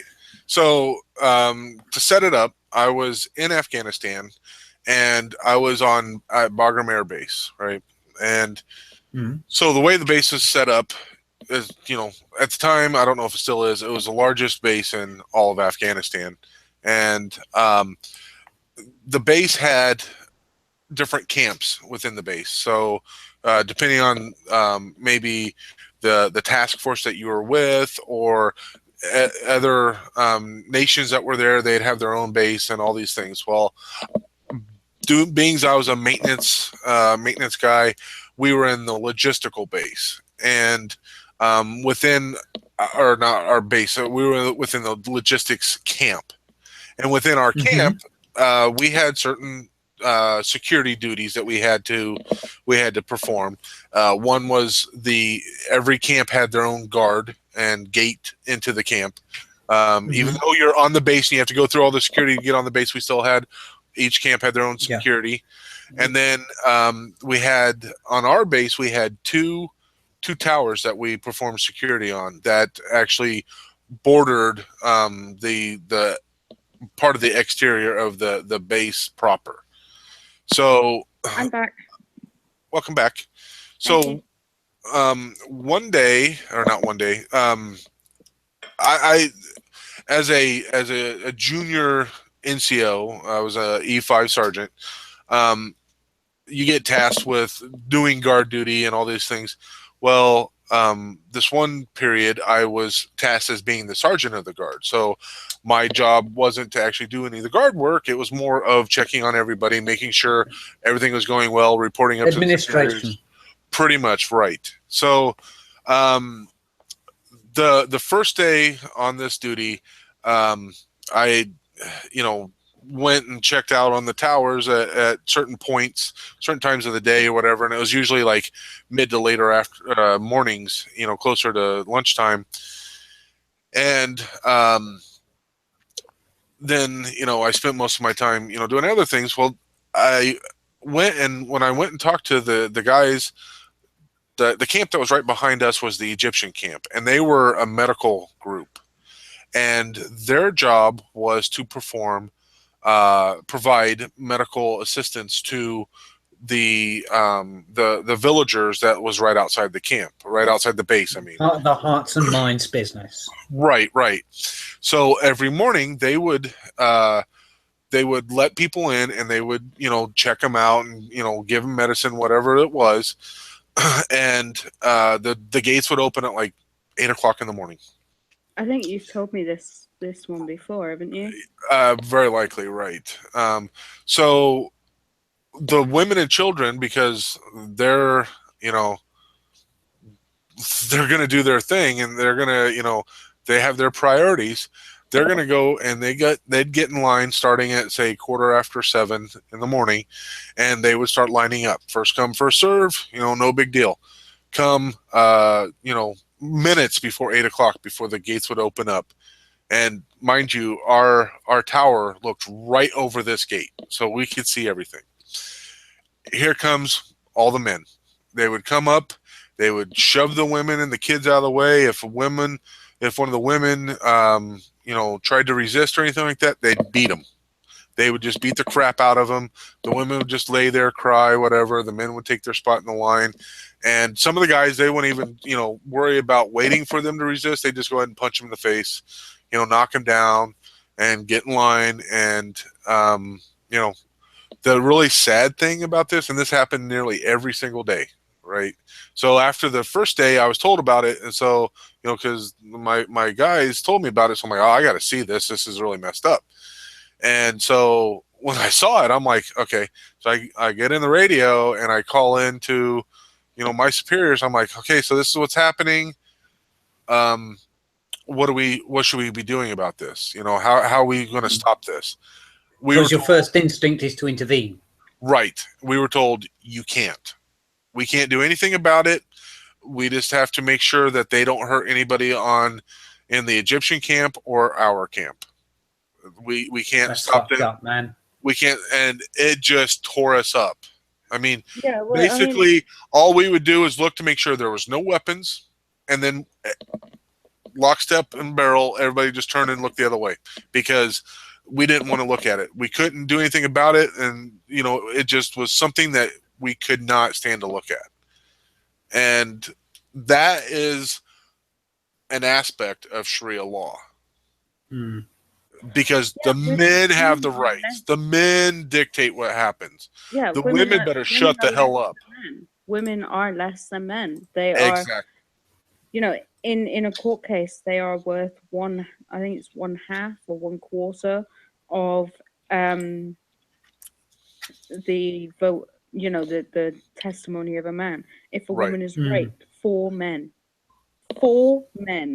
have to come and testify on her behalf as witnesses. Otherwise, she is An quite adulteress. likely stoned to death and treated as an adulteress. Right. It's just, I, It's like women have no rights under Islam.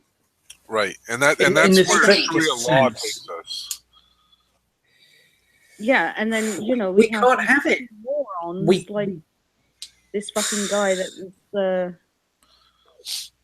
this guy that was fucking advocating for fucking The word Sharia of law, Allah and over the then word of men. Right. yeah, and we have what's her name, Sora, Oh yeah, who's like sat there the talking, feminist sending it. Yeah, the the feminist lady. feminist that fucking organized the Women's March, Right. and she sat there sending out messages on Twitter like you wake up you wake up and find that your interests are you All your don't have loans are any interest interest on your free and loan. right. That's Sharia law. Great, isn't it? Yeah. And it's like Sarsor, that's her name, Sarsor.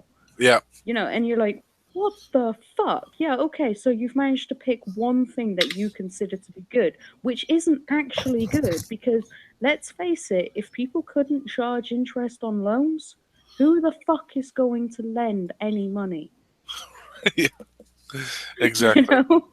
And It's again, just it doesn't apply to non-Muslims. You can fucking gouge they ass for as much as you can get away with. Exactly. Bend over and take it. yeah, it's like it's just fucking sending out shit like that, and you're like, well, actually, you're a fucking moron. I'm sorry, but you fucking are. It just it Sasso. it breaks my heart to see the potential of an Abrahamic religion just completely dismissed like that. Right.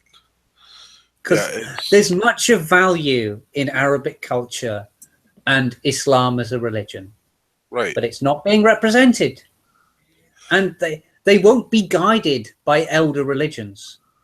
No, because those They religions won't take our example as a more experienced fucking religious social construct, because Arabic fucking culture is comparatively young. I mean, 1,000 years ago, they were fucking idol worshipping tribals. right.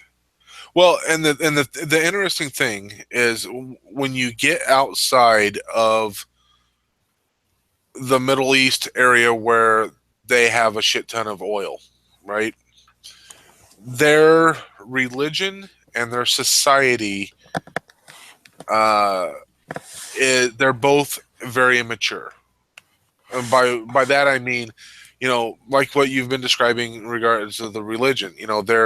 They're very immature. They're still in the springtime, and they're still going through all of these kind of growing pains and all these things. Where and then society wise, the countries have little to no infrastructure, especially outside of major cities. You get anywhere close to the rural area and a village. The village, there may be like several clusters of villages very close to each other. We may actually call it one big town, but they just call them a lot of different villages. And, you might have 5 to 10,000 people living in that, general area. There's zero infrastructure. They have one generator that they fire up once a day, and it's only fired up for say an hour or something like that. So that's the only time they get to have any kind of electricity at all. There's no running water, all these things, and you're just like, you step out of the Stone Ages and join the rest of humanity. It's like, Afghanistan is truly a third world country, and it just boggles your mind to think that there's still countries that is that, as a country as a whole, not like some nomads in Norway or something like that, but as a country, that's the way they are. It just makes you shake your head and And just can't figure it out. what have we done to help them? in Afghanistan specifically. I mean, not to criticize your contribution as a serviceman, but what did we do? We went in there and we beat the shit out of what little infrastructure they had, and then told them it was their fault, and also told them they can't sell their poppies anymore. I mean, for all the right reasons, inverted commas. Right. But I mean, there's been a lot of other things too. We don't know how to relate to them, and we're failing to make a positive impact on their culture and their society and their infrastructure at any stage. And but they're resistant to it too, because for sure they don't make it easy on anyone. You know, it's one of the things when we were over there, we built even places where we didn't cause schools to go down or something. We built schools. We built places for people to get educated, specifically girls, to get educated. We did all these things. That's a whole other question. We set up aspect. Right, and we set up and we built a lot of infrastructure items. We laid pipe. We did all these things in some of these villages to try to get. We'd bring in water purifiers and all these things. So these villages the little bitty river that was there, we could pull out, because they do everything in the river, pull it out. Here's a purifier to purify the water, so that way you can have some fresh water potable water to drink with and cook with and all these things. So those things were done. Potentially not to the scale that it could have, but they were done. And the sad thing is, that none of that information was really shared by any of the mainstream media. It was all forgotten. It was always about the one cruise missile that happened to take out some civilians or something, because of the fact that what they don't tell you is the fact that the Taliban or whoever it was, they had taken those civilians in there, trying to use them as human shields, and all of a sudden we're the bad guys because we happen to get some civilians that get caught up on it, and that's all you hear about. Look, all it takes is a bit of bad intel, or right. And not only that, people moving. You have all these people that say, "Oh, Obama is so lovely. Obama is so wonderful. He's done so much. He's done so much good. He's done this. He's done that." When you consider that he is the person that I think in the last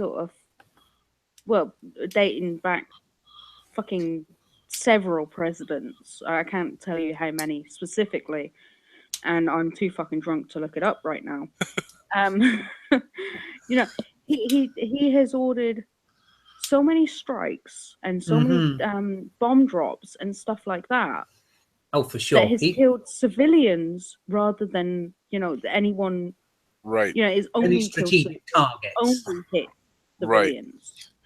Right. And everyone's like, "Oh, but he's so wonderful. He's so lovely." No, fuck you. Yeah, and you can tell I'm drunk because I'm getting a bit more sort of confrontational now. He's got a good public image. That's the thing of it. Yeah, and which is just completely doesn't make any sense, because he didn't want to risk. He didn't want to have to send troops in, which is when you send when you send soldiers in, that's when you get surgical strikes, right? And by surgical strikes, you're taking out the one guy that you want to take out. Yeah. He didn't want to send those soldiers in, because then that's when he looks like the warmonger.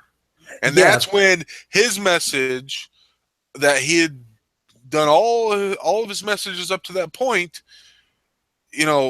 here's this hypocrisy, and I'm going to be a hypocrite, but I don't want it to be be obvious that I'm going to be a hypocrite. Well, that's politics, unfortunately. Right. Yeah. But so instead, we're going to send a unmanned drone over there, and we're just going to drop a bomb and hope that the intel is right and that the bomb is going to hit the target that we aim at. Yeah, you need human intelligence on the ground. But right.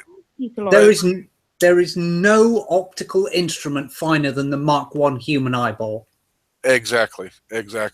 And so, it's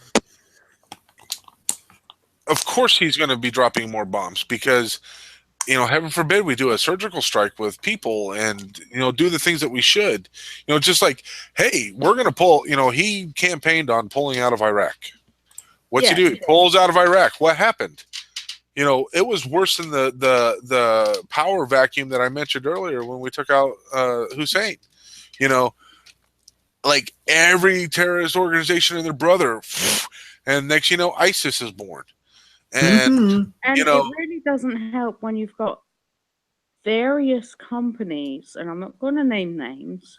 You've got various companies which have close ties to, um, to terrorist organizations. When you have fucking X, Y, and Z company that's receiving funds and sending funds off to terrorist organizations right? or receiving them from terrorist organizations, Interest groups. that Yep. that are, um, and I quote, birthday presents. Yeah. It It's saddens like, but me. no, fuck you guys. That's just like, what the fuck, you know. Right. And then you can't criticize these people. You couldn't, because that would You be can't. racist primarily. It's like, no, I'm sorry, but fucking Islam. Tell me what fucking race Islam is. Well, it's not. It's a religion and partially a culture. And I don't see a way out of this jungle because, as Sarge said, soldiers on the ground, when they're not fighting and killing, they tend towards being good people because of fellow human feeling and because, there's no real economics in a war zone apart from opportunistic shit. You Right. know, water systems put in, roads repaired, communication lines put up, maybe for pragmatic reasons, but it happens. Yep.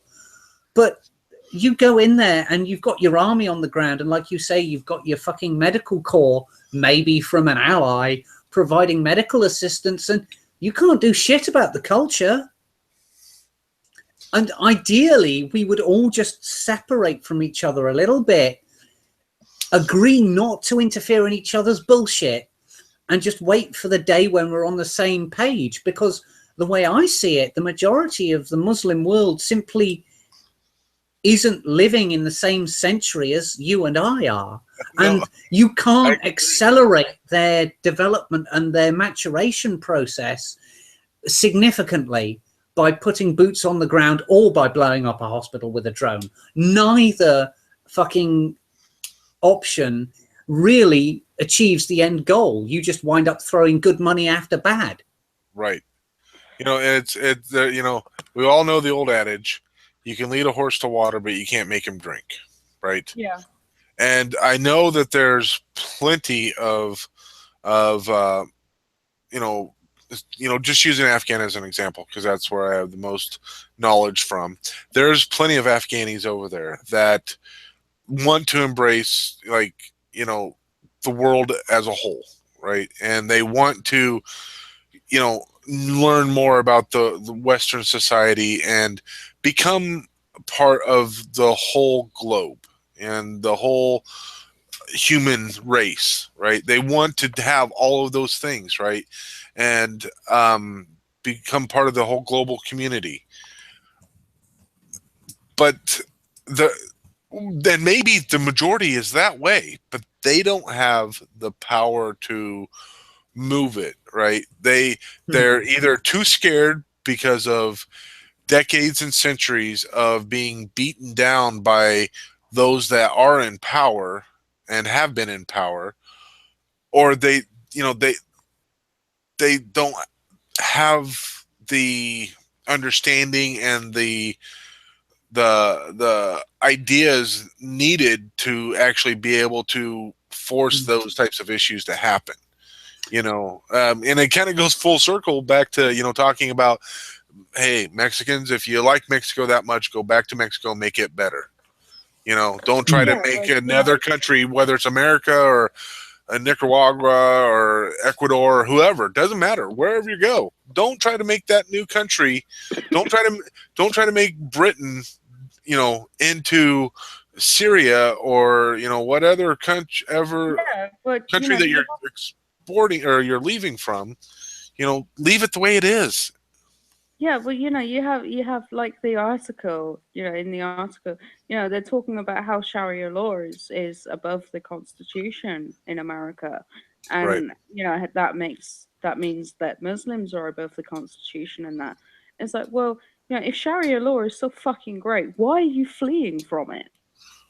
Yeah, exactly. And Why? it's not just war torn countries. Oh No, no, It's not just no. countries that we've gone in, or America's gone in and we're at war with, or they're at war with X other country or Y other country or anything like that. They are genuinely fleeing those countries because we've got it better over here. yeah. Go to And Iran is a fine example. Iran. right. it's like, well, if you love Sharia law that much, then go to a Sharia law fucking country. But Right. you're not going to do that because you like our capitalist fucking socialist policies. Yeah. You Go. like our fucking our our blah, benefits. You Yeah. like being able to fucking claim disability benefit. You like being able to claim fucking XYZ benefit. You can't have it So both you like ways. that part of And, our capitalist and countries, more but you importantly, still you want don't want Sharia to have law. a government forcing things and preventing you from. You like those freedoms that you have. You know, you like the idea that you can see news from anywhere and not be fed a government news only. Despite the fact that a lot of mass media is very much liberal media, and Oh, it yeah, pretty does much. very much. But you get Um, the choice whether or not you're going to pay attention to it, and you can find those rare, um, more conservative type media sources. You know, and yeah, the government's not going to knock down your door and take you away to beat you and stone you. yeah. I mean, you can go onto YouTube and see other news channels. You can go onto vid.me and find other news channels. You can go on to other fucking websites and stuff like that, and actually find out other things, the other side of the argument, other than and I feel like I'm overusing the word other, um you know uh other than the mass media and stuff like that, the what we've called on several occasions the regressive media. you know um you can go and do that without getting fucking stoned or attacked Mm. for The sad thing is, for incitement or anything like that. it comes from a good place ultimately, but it's so misguided. You're going to have to explain that one more, because I don't see how it's coming from a good place. I really don't. Well, as much as I espouse a fairly hard right wing line sometimes, I like to think the best of people, and I think the majority of extreme leftists, even though it may emotionally all be rooted in narcissism and I'm special rhetoric, which isn't true. People should be ready to accept mediocrity. This Intellectually, they believe they're doing the right thing. As I say, this coming from a man that is very good at mediocrity, aren't you, Mort? Oh, yeah. You bastards, be fucking okay like me. Stop trying to be exceptional. Getting ideas above your station. Delusions Can of I grandeur. can I float I a think slight tangent? I think Mort's good at delusions of mediocrity. Thank you. Can I float a slight tangent? Yeah, because we haven't done that at all tonight. Yeah, but I mean, as like a closing thing before we move on, and this is a genuine tangent because it has little to do with the topic at hand, not even like in terms of principles. All right, go on. Russia, what do we think? Starting with the American, I believe. I fucking hate Yeah. Russia. Um, I didn't spend my whole life during the Cold War. I was only in the Cold War for a couple decades, but I grew up hating Russia. I grew up looking at them as the enemy. Putin, in my opinion, I can understand where Trump says that he respects him, because you can respect your enemy, right? Yeah. You can easily respect your enemy. Absolutely. Doesn't mean you agree with your enemy or you like your enemy. You can still respect him. So anybody that gives Trump shit about that, eat a dick. So I can understand why he says he respects him, and to some degree, I respect him too. I don't like the son of a bitch. I think he's a dirty, rotten bastard, and he's done on more than one occasion. He has um, worked around the system, or forced the system, or threatened people, or killed people, or done anything, any of those number of things that any of us would say that's wrong. Done things to keep himself in the power, right? Mhm. And essentially, what he is, he's a dictator. Just maybe not in name, but in actuality, he is a dictator. He treats Russia as if he is a dictator. He's back to, back when they had their premiere or whatever the hell they had before, like with Lenin and Stalin and all these other assholes. Gorbachev was probably the last halfway decent guy they had, only because he was smart enough to go, you know what? We've been doing this shit for a long fucking time, and I like Reagan, and Reagan says we should stop doing this, and we should both be friends. Okay, let's work on that. And so, like, but Putin, I don't trust anything about him. Therefore, I don't trust anything that Russia's doing. And but at the same time, the enemy of my enemy is my friend. So if they want to go, kill as many ISIS and other terrorist groups as they want, go right ahead and do it. I'm going to applaud you the whole time, but I'm still going to be looking over my shoulder, making sure you're not, somehow coming over where you shouldn't be, right? Still looking for reds under the bed. Exactly. So, me and mine, America and our friends, obviously the Brits and as much as it hurts me to say, the French. Sorry, sorry, Kevin. Sorry. I love you really, Kevin, Right, despite the fact that you're a terrible froggy bastard. right.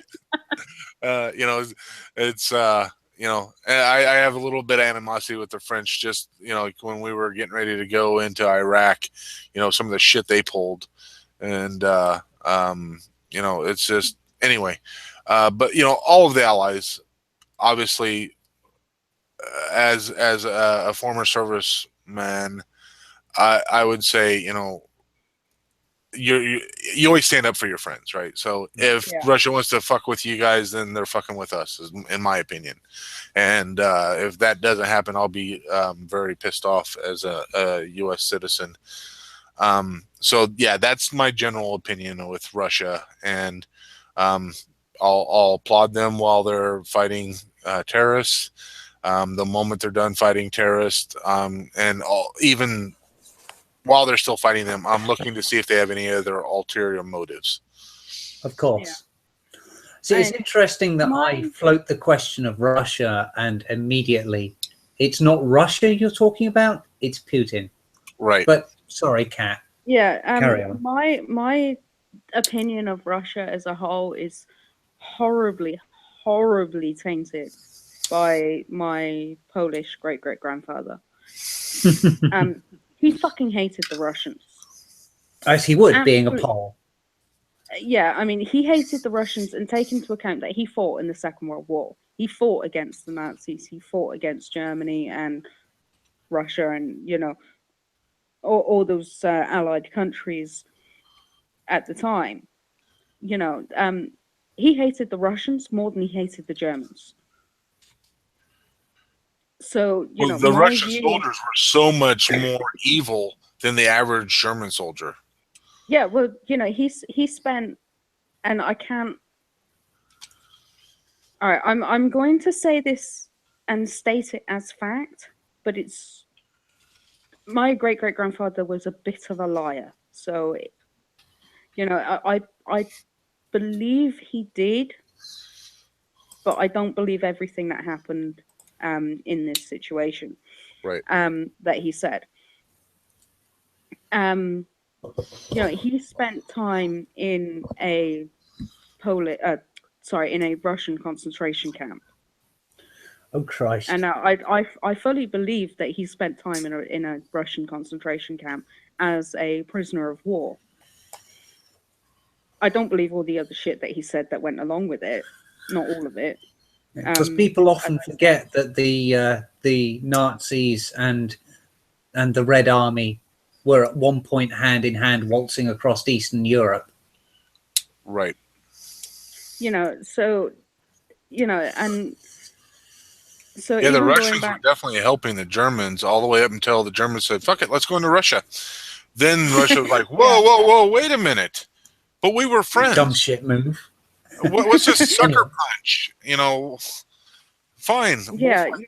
and so my view of the Russians, I don't like Russians.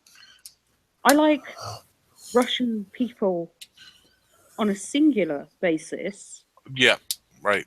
Much like my on a explanation sort earlier. of, yeah, it's like I will take every person I come across as a singular person, as an individual, and I will assess them based on their own merits. But Russia is a collective, and as I said, this is greatly fucking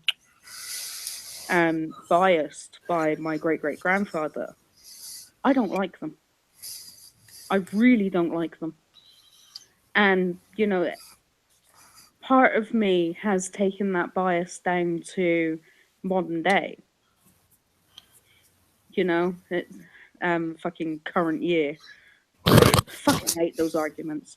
Um, but, it has taken it down to current year where I look at Putin and I go, you are one step away from being our enemy. When I sort of look at Russia and go, it's going to be fucking hard to invade you, and we'd have to do it at precisely the right time of year.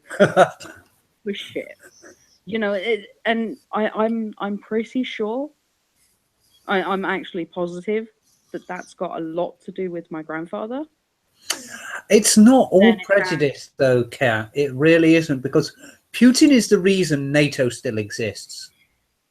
Oh mm, yeah, yeah. Because there's really no other reason to have NATO. Like it's okay. NATO would be, maybe if you knock Putin out of there, maybe China and North Korea. Like other than that, no other reason whatsoever. So, yeah, that's that.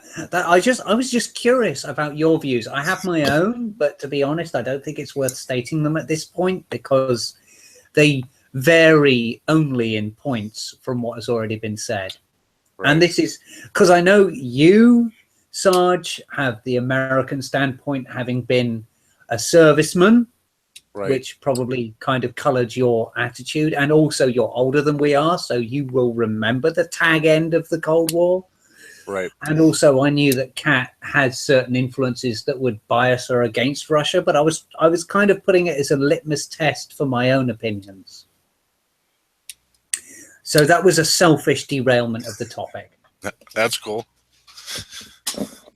Yeah, I think you'd be, and I agree with what Dai's saying. He's trying to rebuild the Soviet Union because he sees the Soviet Union as back in the glory days. As an ex KGB, as you pointed out there, Mort. And you know he loves the communism and the socialism of what they had in um, the Soviet Union. You know, he's not liking the capitalism and the additional freedoms that come along with the change in their policies, and because he's one of those like I said, he's wants to be a dictator, and the problem with that is with a nation that has the potential for such great power as Russia, that can be very dangerous. Yeah, and Hmm. it's really bad coming from someone that likes to say, I come from a point where you have to back up your facts, where you have to back up your Right. assertions um, with facts, or like we've been doing, where I've been reading out articles and stuff like that. You know, but it's really poor form for someone like me who likes to do that kind of thing to turn around and go, I could well believe it, but I could. Yeah. And as I said, it's like, in any other case, I would turn around and I would go, citation needed. Can you provide me with evidence of what you've just said? Right. Yeah, You but the know, man smells too but much of Kim Jong Il. Well, yeah, also because of the fact the way he does things, where are you actually going to get the facts? Right? The He scary. controls those facts so well that it's not Mm. like you're really all you can get is observations um, for the yeah, people that And the are pro- willing to actually throw them out there. You're not going to get those hard facts. You can see things that he's done. Now, you don't necessarily know and understand what the purposes are behind it and his ultimate goals, but when you connect the dots far enough, you kind of get a pretty good idea what the picture is going to be. You know, yeah, and and the problem I'm being is he probably views himself as the hero. That's the oh, scary thing about it. of course he yeah, does. Yeah, but and once again, fucking citing Godwin's law, so did Hitler. And we had this fucking conversation in the That's my last anxiety stream. about Russia. In the last stream where we were talking about people thinking they were doing good and not necessarily actually doing good. It's like, well, Hitler thought he was doing good. And yeah, he fucking didn't. He done some good. There was some things that he done which I'm fully on board with. I fucking, yeah, okay, fucking high five for that. But the majority of what he's remembered for, and pretty much everything that he's remembered for, is bad shit. Nobody remembers the good that Hitler done. Well, that's no, because it was so fucking You buried know? in an avalanche of shite. yeah, Yeah, and and once again, I'm going to say that I am terribly fucking biased against Russia because of who was around me when I grew up, i.e., my fucking great grandfather, and that I am so fucking against Russia just based on some of the shit that he said and his opinions of it. That it's like I could turn around and someone turns around and goes, "Oh yeah, X person, let's say fucking Joe Strazilov has recreated the Soviet Union," and I'll be like, "Yeah, I could fucking see that coming." exactly. Without any sort of fucking citation, without any sort of backing up of the argument or Right, any backing up of the assertion. My instant fucking thing is like, yeah, I could see that coming.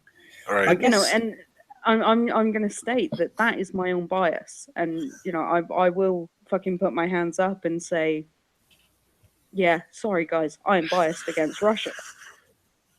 but knowing you though, you'd be like, yeah, I could fucking see that, and then like within little time at all, you're immediately going to start looking it up and go, "Where's this Joe yank me off?" And how do I find out exactly what he's trying to do to reestablish this whole thing?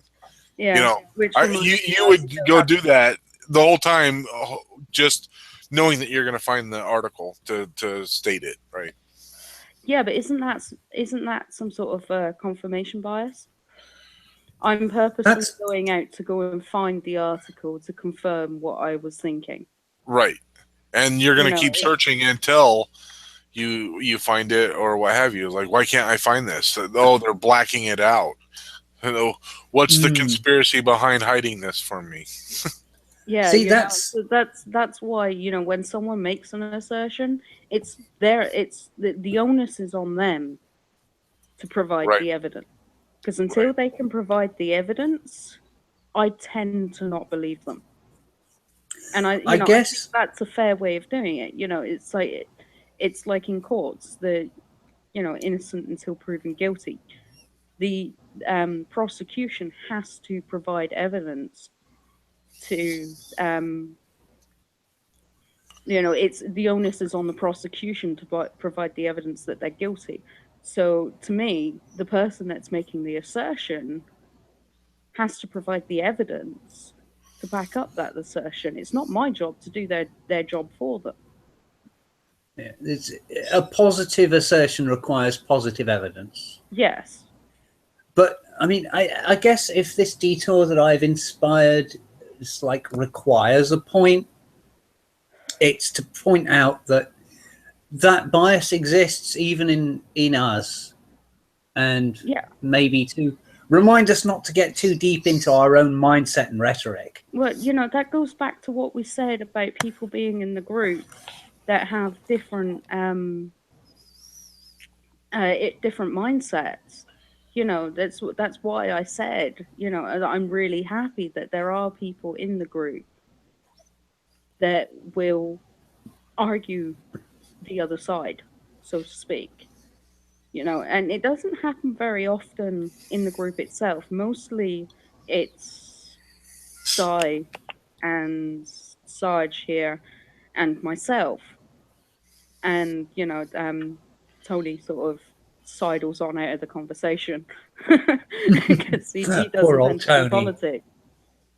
Yeah, I'm actually very surprised he's joined us for the stream. But it's like, so it's usually just us three, or possibly one other person joining in. But it's all very much each of us going, well, I agree with you on that point, and this is my additional information regarding that point.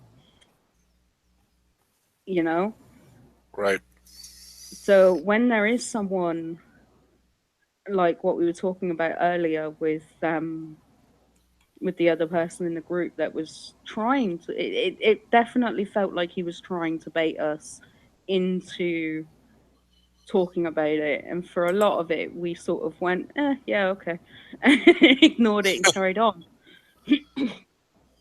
And then when he started to actually say certain things and I got bored, because I tend to get bored and then I will bite because lol. Because I'm a fucking terrible person. um and then I'd started to bait him, and I started to bait him by posing the question. Fuck, what was the question I posed? I'm not going back to talk about it to find it because it's quite a while back. But I posed the question: What? is it unconstitutional to ban people that don't come from your country Right. Right. from Yeah. entering your country? Basically, that was kind of the short version of the question. Well, yeah, because you were asking me a few kind of questions, and what you were ultimately trying to find out was whether or not Trump had, by doing the um, doing the moratorium on the refugees. Notice I refuse to call it a ban because a ban seems rather permanent to me. It's not a ban. It's not a Right. ban. It was a sort of suspension. Exactly. So, um, and as I've mentioned before, language matters. So I'm not going to perpetuate their dumbass argument and by using their dumbass language. So you were trying to see if Trump had, in fact, because they were talking about impeachment, if he had broken any laws or gone against the Constitution or anything Well, like that. to be Right? honest, yeah, to be honest, Sarge, I already knew the answer. No, I know, and you were You know? using it. You were using it for the sole purpose of knowing that I was there's somebody out there basing, that was going to take the bait and run with it. yeah, it's like I was basing the other person in the chat, Right. and this is what I do when I'm bored. I'm sorry. I'm a terrible fucking person. I, I am a bitch. Like how many times have I said it? I am a bitch, and I will fucking bait you. And if I Right. can get you to bite, I will fucking run with it. And they bit. They bit on the other subject, but they bit. Yeah, exactly. And, me posing it as, oh, I'm a dumb Brit and I'm not 100% sure. I've done my research, but, I want to talk to someone that's American about it. Right. That was my way of going, well, come on then. Let's have a discussion about the thing that you asserted last time. Yeah. Because it was like 2 or 3 days beforehand that he fucking asserted that Trump had put himself in a position to be impeached. Yeah. Sounds like And I bullshit was to like, me. Right. And it it was is. very much bullshit. And so yeah, I asked the questions that I did to purposefully bait him into responding, and he did respond. And you Yeah. know what, our discussion, our debate ended pretty much the way I thought it was going to. I thought he wouldn't actually devolve into attacks on us specifically, but I wasn't surprised when that happened. Nope.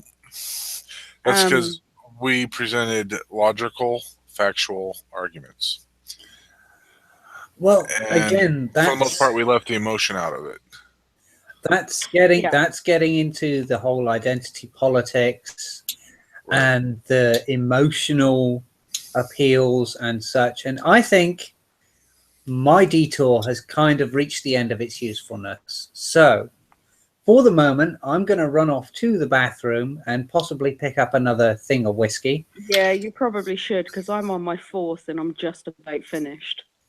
Should we maybe take a cigarette break, chill it off just a little bit, let it simmer down, Yeah, and then come back to the really fucking infuriating and disgusting topic that yeah. will, Oh, in I fact, think promote today's walking the rant? dog. I think walking the dog before this next article is a really fucking good idea because the next one genuinely made me feel sick, yeah. physically sick. Okay. Yeah. Yeah. So I'm gonna call a 5 minute break, or not even 5 minutes, but however long anyone wants to go and get Hmm. themselves a drink or to have themselves a cigarette or whatever they want to do, and then we're gonna get onto Internalize this. what we've already rambled about. Yeah. Sounds good. I shall return. Okay. See you And soon, folks. I'm gonna run to the bathroom as well. So I will talk to you all in a minute.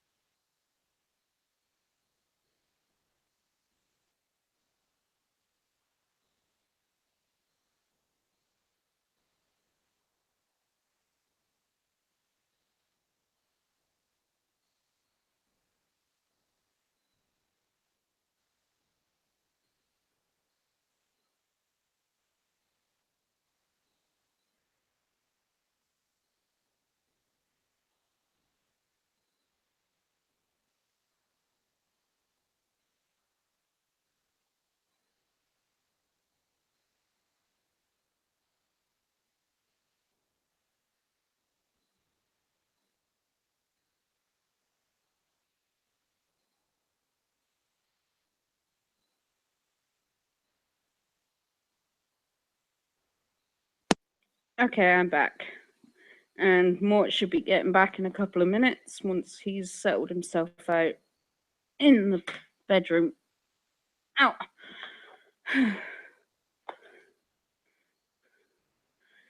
Yeah, I'm not looking forwards to reading this one. I'm really not looking forwards to reading this article. Thank you, love. Can I have big hugs? Because this article is fucking awful and I need big hugs for it.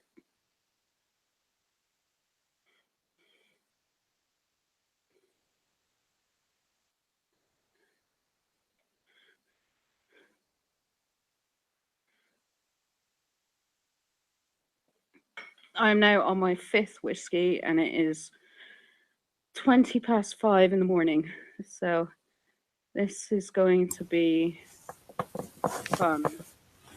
Well, Kat, you're going to need it. And don't get too hung up on the time because it is Sunday morning. So we can fucking talk bullshit that's more or less as long as we like. You know, that's kind of the reason why I was doing these streams on the weekend. Is so that, you know, anyone that does work or anything like that won't have to worry so much about work the next day. That's why I kind of wanted them on a Saturday. Mm-hmm. You with a search? So yeah, this article is the main article that I wanted to talk about. We leave the worst for last, don't we? No, I've actually got another one afterwards, which is just funny. It's just genuinely funny. Oh, so this is a case of the shit sandwich. Yeah, we're gonna have something really fucking heavy, and well, you know, we were talking about the last one being one of the big articles, but not the really fucking bad one. Mm-hmm. This is the really bad one. Welcome back, by the way. Thank you. Yeah, welcome back, Sarge. Feels really weird calling you Sarge. You can call me Gary if you want. Cool, because I have done a couple of times. No, that's all right. I just think it's thematic, and I'm kind of still pissed off that I can't change my my Google Plus account with regard to Google Hangouts, so that it calls me Mr. Mortal rather than Gavin. Right. Well, I went in and actually changed my name. Right. So, Yeah. I had to, like, because my name was my first name, last name, Gary, and my last name. Yeah. And just for privacy purposes, I was like, you know what? Because this was an account set up just specifically for my phone, because I forgot what my previous Google account was when I got my first smartphone. So, it was, because it's tied in with my Gmail and everything, it was easiest to get into the Google Plus and the Google Hangouts for that. Mm-hmm. Yeah. Right. The difference is I'm not enough of a fucking thing to really care that much about it in the end. Right. Yeah, I mean, more you and I are sort of small fry, and not only that, neither of us work because I'm on sick and you're unemployed. So, you know, if anyone decides they're going to try and do anything to us, then, you know, there's nothing really in it. Yeah. You know, it's like it'll have to involve try, cricket bats. they can't do much. Yeah, it'll have to involve cricket bats to amount to anything. Yeah, whereas, you know, Sarge, Gary, whatever, you know, if his information gets leaked out and people talk about, you know, that they actually fucking find him and stuff like that, it might affect his work. Right. You know, so that there's that level of, you know, concern. Yeah. Which is why why a lot of people on YouTube that have the kinds of views that we've been talking about tonight tend to go with pseudonyms, little yeah, pseudonyms and little cartoons or avatars and stuff like Right, that. right. Noms It's de guerre. it's self-protection, Mm. you know. And to think that a cartoon or something like that is, or an avatar is a way to discredit someone because lol, lol cartoon, your argument is invalid. Yeah, That's bullshit. It's literally a way of someone trying to protect themselves from, you know, Violent potentially censorship. losing their job. Yeah, or so it's them someone sending out messages to jobs and stuff like that to try and get you fired and that, and right. so yeah, I'm fully behind the idea of going anonymous. My first name has been mentioned a few times, including by myself, and I think I mentioned my last name. But like I said, if I was working, I would turn around to everyone and say, don't use my name. Call me Sushi Cat, because that would keep me at least in a way of some degree of protection. Although a serious hacker wouldn't have a problem. Anywho, we should stop prevaricating and actually look to tackle the big topic for tonight. Yes. uh, and I'm going to have to actually read this out. So I'm going to read the entire article. And I don't normally do warnings or anything like that. But with this one, I really feel like I should give people fair warning beforehand that this is going to be really hard to hear, really hard to comprehend, and it may very well trigger off all of your fucking no, oh my god, you are disgusting people, I fucking hate you buttons. Yeah, Right.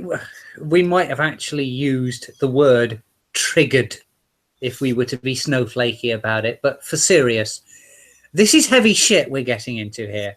Yeah, and this story really, really pissed me off, and it really made me feel physically sick to read.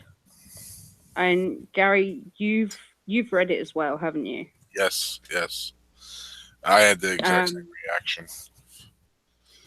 so I don't think I'm being unfair on turning around to people and saying this is absolutely fucking atrocious. Yeah, this So this takes this takes Nazi Germany, religious persecution, and every other atrocity. Wrap it all together, and you get this. yeah, so we're still on the subject of Islam, and we're going to go a bit more sort of concise and talk about ISIS. The title of this article is Horror as ISIS kills 250 Christian children by kneading them to death in a bread machine. Whoever denies me before men, I will also deny them before heaven. Last words of George Asaf before he was murdered by ISIS for the crime of being Christian. According to one ISIS survivor in Syria, Christian children were kneaded to death in a bread machine, the rotating machines breaking their bones and crushing their young bodies for no crime except being Christian. This story has been told by Alice Asaf, whose son was beaten, then shot by ISIS because he refused to change his first name from the Christian George. Asaf told a reporter how ISIS turned a bakery into a death shop of horrors, putting children into machines for kneading dough and turning them on to crush the hapless kids inside. Men were baked to death in ovens. Their crime was merely Christianity. and it echoes their horrific stories told across the rest of Syria and Iraq. The terrorists remain notorious for their brutality, though it is not enough to merely kill people. The killings must be performed in the most horrific manner so as to terrorize others. 2 years ago, ISIS terrorists took over Asaf's home town in Syria. Alice Asaf told her son George to hide and arranged for him to be hidden by friendly Muslims. However, the Muslim family betrayed George and he was captured. His mother had pleaded with him to change his name to a Muslim-sounding one, but he refused. George's last words to his mother was, "I don't want to hide myself. You are the ones who taught me to follow what Christ said. Whoever denies me before men, I will deny them before heaven." George Asaf was beaten, then shot. Others feared even worse. As ISIS took over the town bakery, they converted it into a shop of horrors. They rounded up the 6 bakers working there and executed them in their own ovens. When they began gathering Christian children at the bakery, some local soldiers attempted to rescue the kids. To discourage the soldiers, the terrorists began throwing children off of nearby balconies. The horrifying tactic worked and allowed the terrorists to murder 250 kids in the bakery's dough machine. Asaf said she managed to flee from the town and survived to tell her tale to Roads to Success, a non-profit organization that is working to defend human rights in the Middle East. Many towns have since been liberated, but fear remains that ISIS will return and begin gruesomely murdering more people. As reporters explore the liberated towns, more horror stories are being told. The terrorists did not merely execute people, but they sought the most horrific ways to kill. Worst yet, ISIS has mined and booby-trapped homes in places like Mosul so that residents will be hurt or killed when they return to their homes. The scourge that is ISIS is losing ground in the Middle East, but continues to grow elsewhere in the world where it is largely unopposed. And once again, I'm feeling fucking sick. Right. Yeah. Literally, physically ill. I can't speak on this. It's absolutely. And do you know what really fucking pissed me off? Not more than the article itself, but in part with the article itself, is the people that are turning around. And, I was saying earlier that I don't fucking virtue signal, but I think in this case, a little bit of virtue signaling is kind of fucking necessary when you have people on the so-called skeptic fucking side turning around and going, "Well, where's the feminist horror over this?" No, fuck you guys. Where's your fucking horror in this? Why are you using it as a fucking thing to go, "See, look, we're calling out this"? You're not fucking calling out this at all. You're calling out the fact, you're sort of sat there going virtue signaling, "Hi guys, look, I'm horrified by this fucking thing." No, fuck you and fuck what you're doing. You're not fucking going off on this at all. This is absolutely fucking atrocious and deserves being called out, but not to be called out as a fucking, "Oh, yeah, well, we're calling it out and your side isn't." No. Fuck you guys. Anyone that fucking does that is fucking disgusting and on the same fucking level as the people that completely fucking ignore it. And that's a lot of fuckings. Right. They're warranted, though. I mean, okay, so Kat will attest that I go off with both barrels about things that don't fucking matter. Would you not agree? Yeah. Things that have no real impact on my life or anyone else's life or any real seriousness, I will get so worked up about I can shout about them for half an hour. And Well, look at the last stream where you went off on Peter. yeah, You know, but that's got nothing on this. I mean, earlier today I got worked up about fucking what's it called, the diet. I can't remember, but um, yeah, Yeah, it's like Tony had it I'm right, I'm sure Tony will give us the title. but I mean, I But can't muster. this As level of I feel like I feel like my indignation would be, by comparison, an insult when applied to something of this magnitude, because I can't I yeah, can't yeah. I Tony's can't given us wrap my the head around title. it. It's just This level, and it's purely terror tactics. That's what they're doing, is to terrorize. Right. And for Tony's sure. given us the It, title. this Santa's type It's of recent it's diet. right. it's unimportant anyway. I just like what This I type of can't thing. comprehend. This type of thing is like, if you can't take this bit of information and without having any facts to back this up, I do not doubt that there is more than one location, maybe not doing the exact same thing, with the same methods of using a dough kneading machine to kill people, specifically children.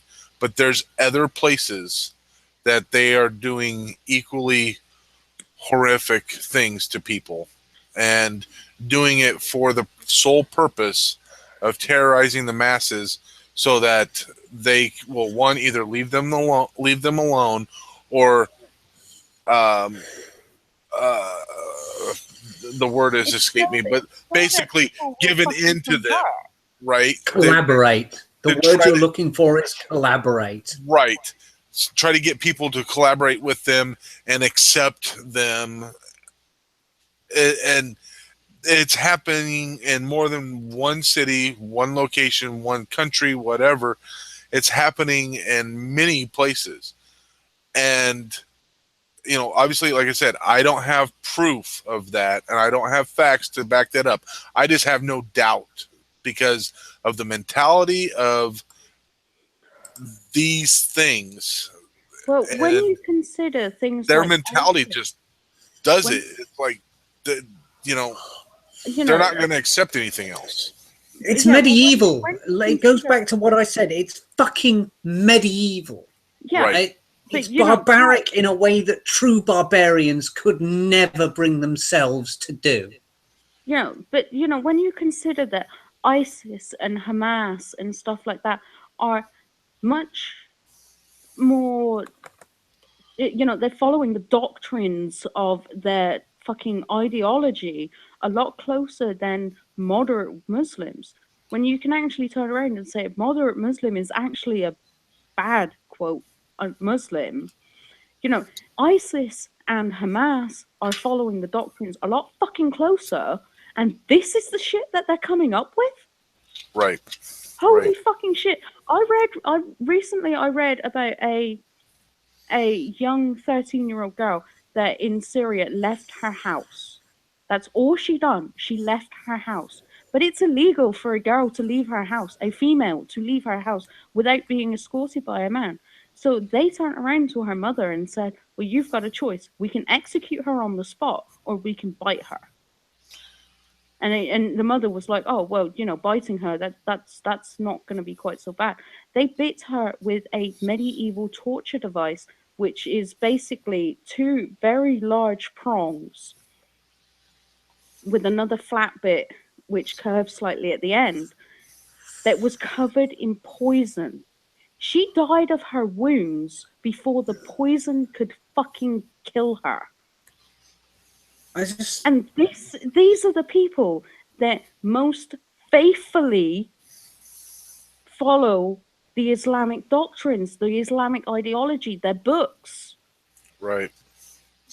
It fucking kills me that progress towards a better, a more humanist outlook is being stifled by these people.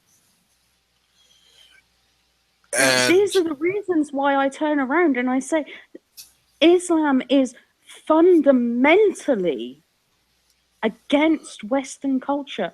You know, Western culture and Islam cannot coexist while shit like fucking this is being fucking taught in Islamic schools. And right, it is. It is being taught in Islamic schools. That someone that is not of the faith deserves to die. Someone that is gay deserves to die. Women are less than men and they are property and you should be allowed to beat them and rape them whenever you wish. This is the shit that I'm fucking talking about. And this article encapsulates that.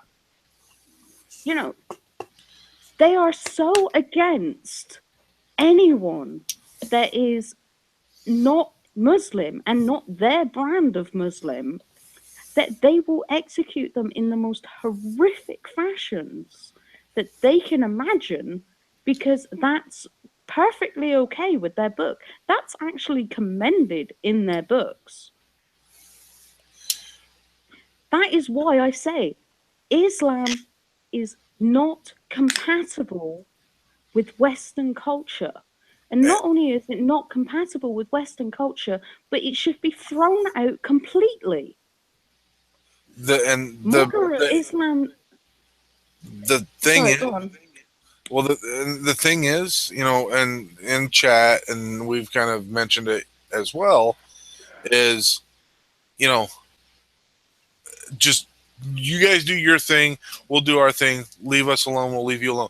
They won't leave us alone, right? Well, It's a great, you know, pipe dream, right? To think that you can just say, "Fuck it, you guys take over all the Middle East, and you know whatever.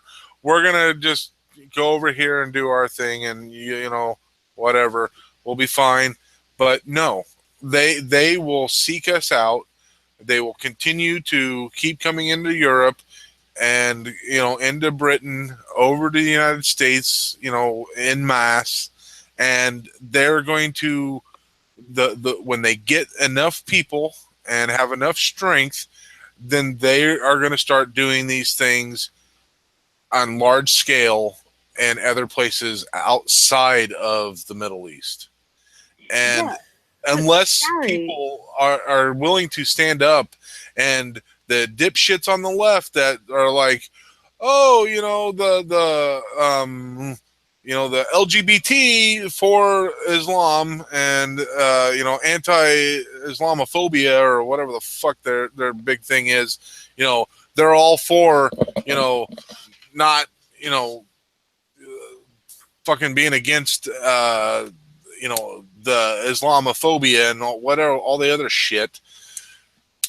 It's as if they just can't, they can't accept, believe, even they refuse to even listen to the argument that these people are, as George W. Bush said, evil doers, like pure evil.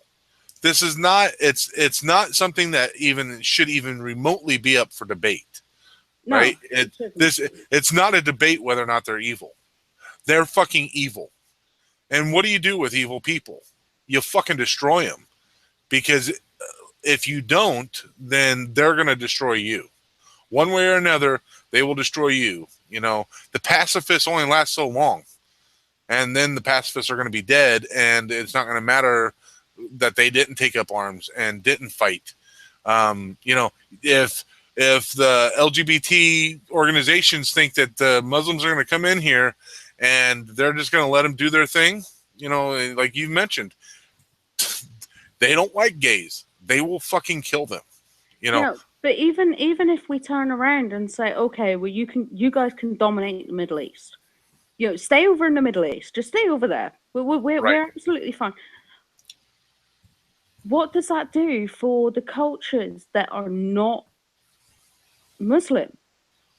This is what they're fucking doing to cultures that are not Muslim, to Right. Christians, to Jews, to other Muslims that they don't deem to be Muslimy enough. This is what they are fucking doing. And, the fact that people are sat there and they are using it as a fucking bargaining chip to say, well, we care about this subject.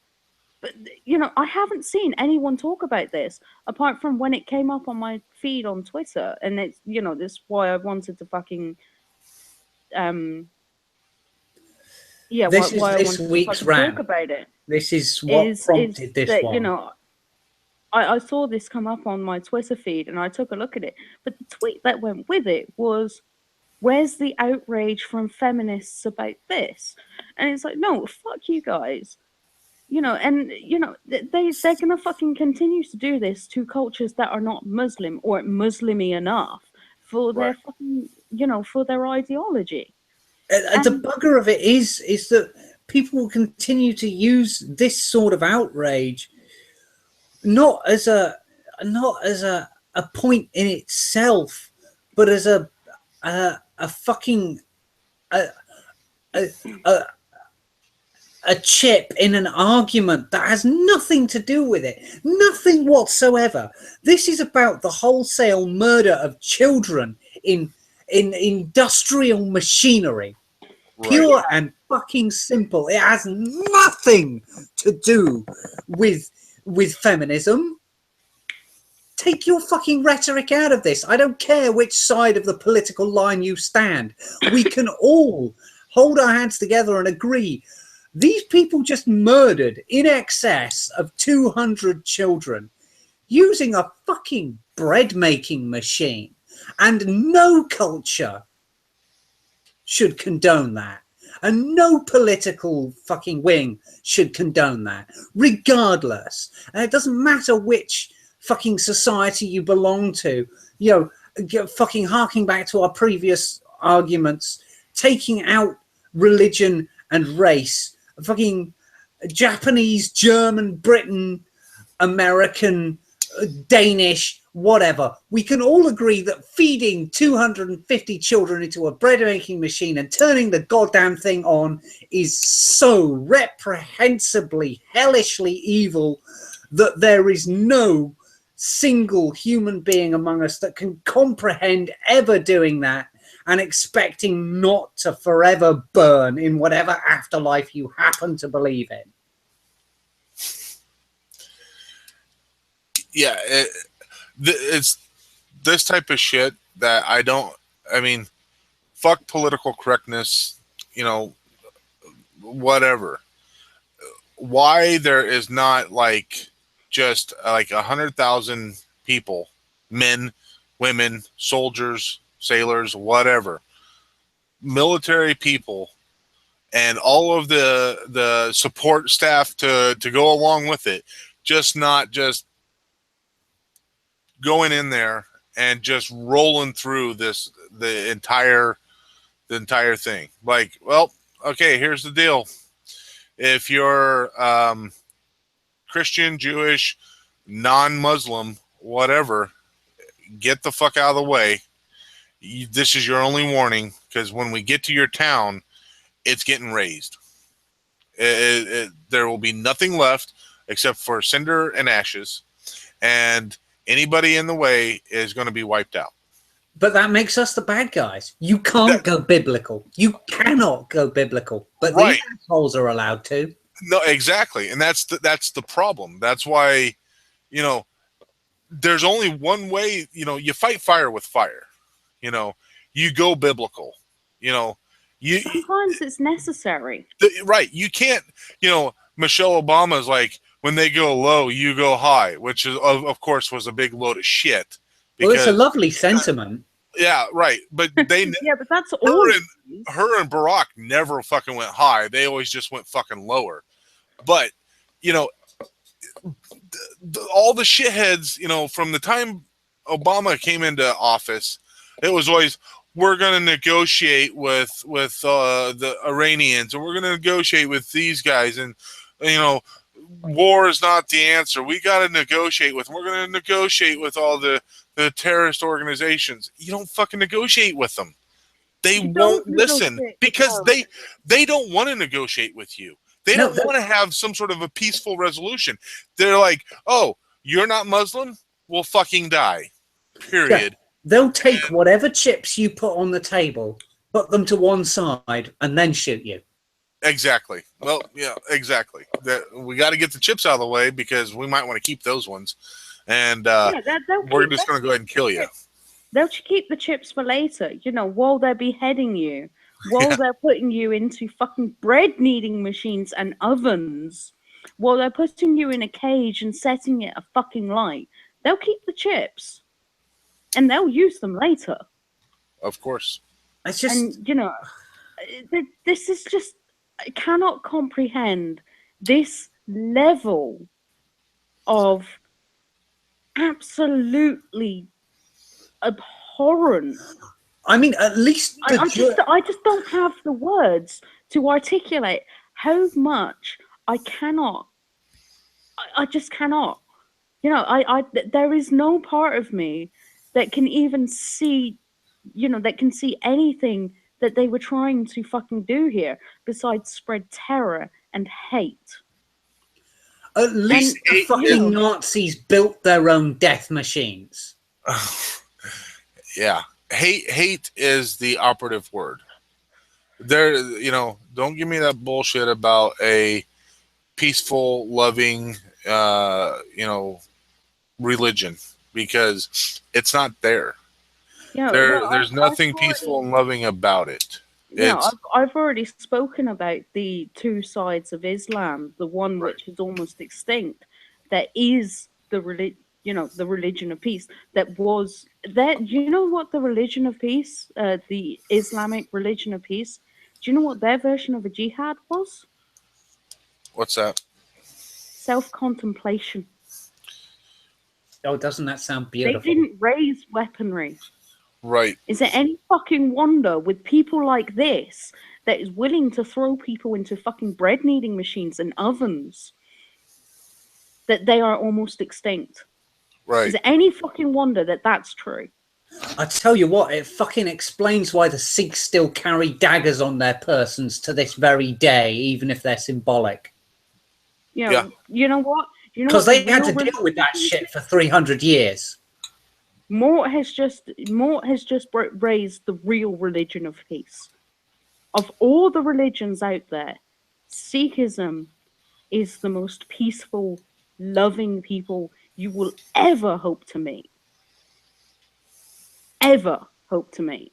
They are wonderful people. They're a warrior culture. They started in between Hinduism, who wanted them dead, and Islam, who wanted them very fucking dead. They are a warrior culture. They are the one religion, and I am including things like Christianity in this, that is genuinely the religion of peace. And and they started as a fucking militant sect because they had no bloody choice. And it is no fucking surprise at all. If you're not willing to die and fight for your ideals, then those ideals will perish, right? Because those that are willing to fight and die for them will go ahead and kill you. That's just the way it's going to be. I mean, at the very least, you have to be willing to defend yourself. So, Sikhism was derived from warriors and a warrior class and all that kind of stuff. Because if they didn't, then they would never be around to be able to share and spread any kind of peaceful messages at all. Yeah, I mean, if you're interested in religion and talking to people about religion, go and talk to a Sikh. Oh, please do. Gurdwaras are beautiful, fucking accepting places.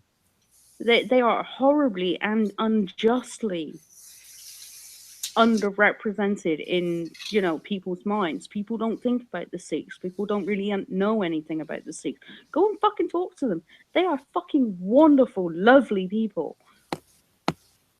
They would be on the front fucking lines to kill these people.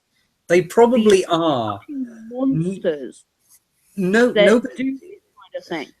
You mentioned nobody ever hears of the Sikhs. They don't put themselves forward. They just do. I'm fair certain there's hundreds of thousands of Sikhs caught between Turkey and India in that tumultuous region that's currently going through so much bullshit. I'm sure there are hundreds of thousands of Sikhs doing everything in their power, up to and including their personal death, to protect those who are being persecuted and murdered in the most heinous fashions. Not because they have anything ideologically or religiously to do with them, but because it's the Sikh way. Seriously, visit a Gurdwara on the fucking day of their worship. There's a fucking a vegetarian meal for all. They welcome any and all. They claim no monopoly on divinity, and they will fucking include you. They will talk to you. They will say to you, well, this is what our guru teaches us, and this is our ultimate guru, the book, but in the end it is a book, and it's inclusive of all prophets of the Abrahamic faith and beyond, including elements of Buddhism and Hinduism, and they stand essentially for the fundamental human rights of existence and dignity in itself. That's just like, it's only a fucking shame that their religion requires them to wear a turban. Yeah, because, you know, most people, and I've had quite a few people when I've spoken about Sikhs and that, turn around and go, well, isn't that the same thing that Islamic terrorists wear in regards to their turban? No, it's fucking not. Absolutely fucking not at all. But because Islamic terrorists wear something vaguely similar, people are like, oh my God, Sikhs must be terrorists. They're anything but. You know, and in regards to fucking ISIS and shit like that, it's these people that made me want to join the army. It's these people that made me want to fight. You know, and I took a back wound, but you know what? I would fucking pick up a rifle if there was a call for soldiers to go out and kill these people. A concerted fucking effort to go and kill these fucking ISIS scum and Hamas scum. The sort of, we need every able body, right down to the point where I would be conscripted. Yeah, I would fucking sign up. I would sign up for the fucking draft to kill these people and take them out, because this is absolutely fucking abhorrent. This is the very worst thing I can think of, just short of putting people in fucking ovens alive. Oh, wait, they done that. You know, I just... what fucking words do I have to explain the level of disgust and the level of pure fucking hatred I have for people that would do this and think it's okay? And for the people that turn around and go, Islam is a religion of peace. This version of Islam is not a fucking religion of peace. This version of Islam is the most disgusting thing I can comprehend, and that includes the fucking Holocaust. At least the people that went in the ovens in the fucking Holocaust were dead. The bugger of it is that we do still have, on the fringes of the faith, the naturalized Muslims in our own countries and those who ascribe to more moderate versions of the interpretations of the text. They're extremely fucking moderate. You know, they're so fucking moderate that 48% of them believe that Sharia law is a good fucking idea. That fucking I'm not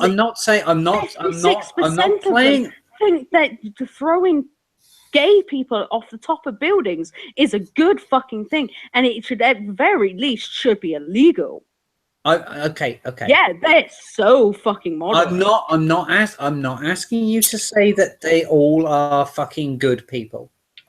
Chat, please don't go off on me for suggesting that there are.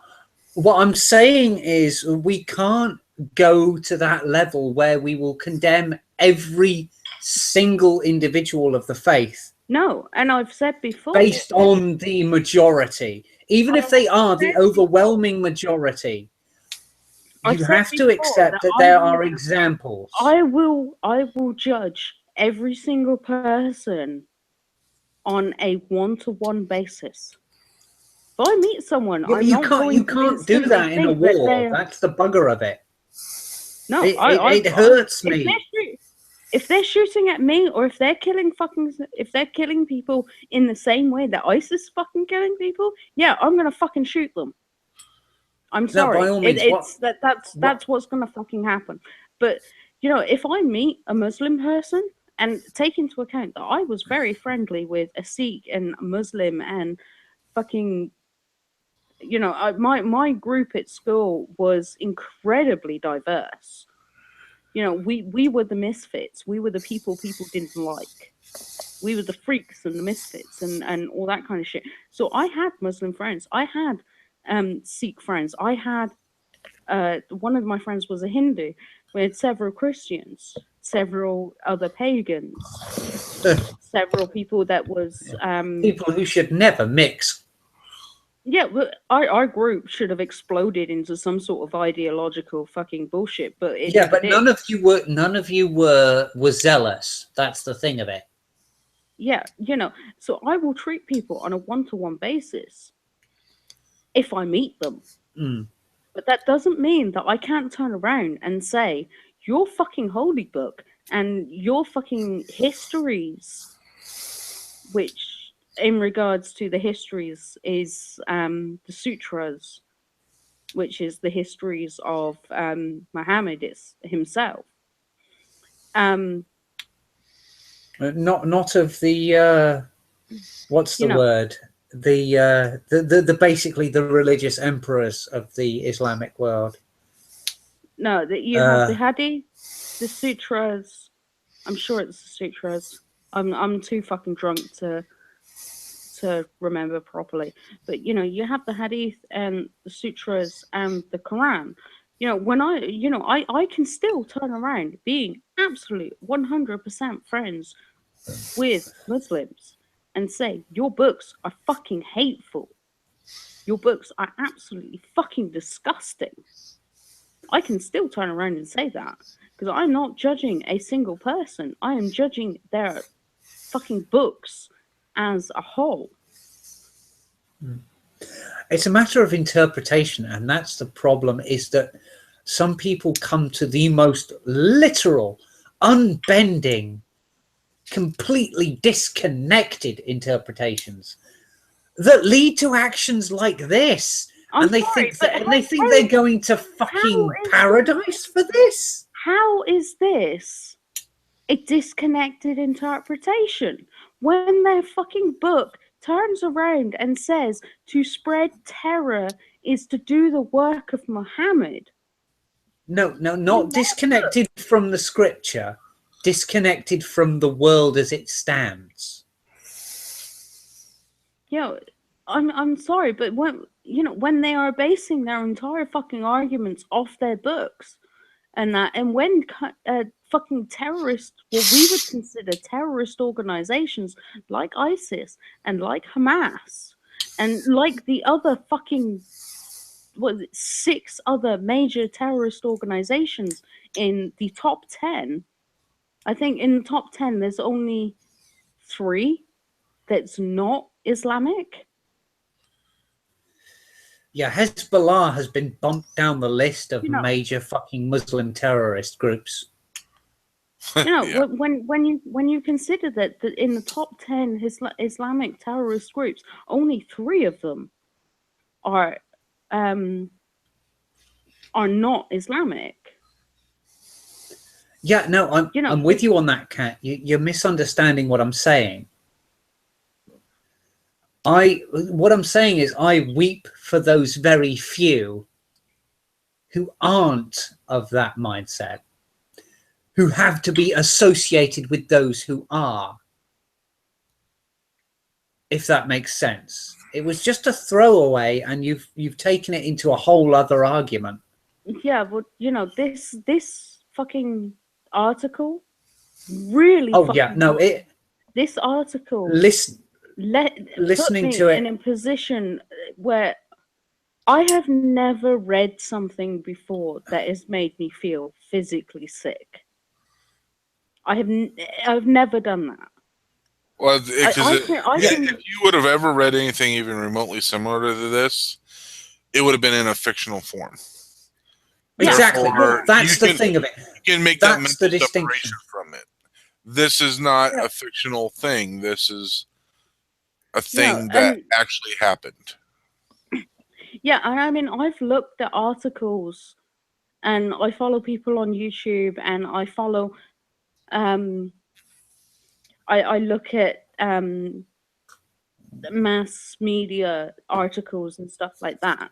You know, it's I have done it a lot of times where I have looked at things, and I'm terribly sorry, Di, I'm seeing double, so I can't read that. Uh, you know, and I do try to get both sides of the story, and you know, I do try to get both sides of a position and look at it and see how it works and stuff like that. You know, that's one of the reasons why I love debating people that are religious. That's one of the reasons why I love debating people that have a completely different way of viewing the world than myself, is that I love finding out the other side of the story. I don't like to. Yeah, but there is no other side to this. A fucking terrorist group fed children into a machine that killed them. Yeah, that's it. That's cut and dry. The biggest problem that with this is that ISIS, Hamas, and the other fucking 5, 6 terrorist organizations that are the biggest fucking terrorist organizations in the world are the ones most closely following the Islamic books. The worst of our own cultural faith were the ones following.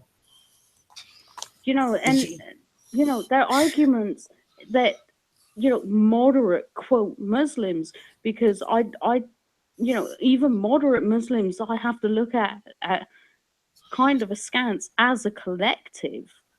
Not talking about them as a one-to-one basis, because as a one-to-one basis I will judge them on a one-to-one basis.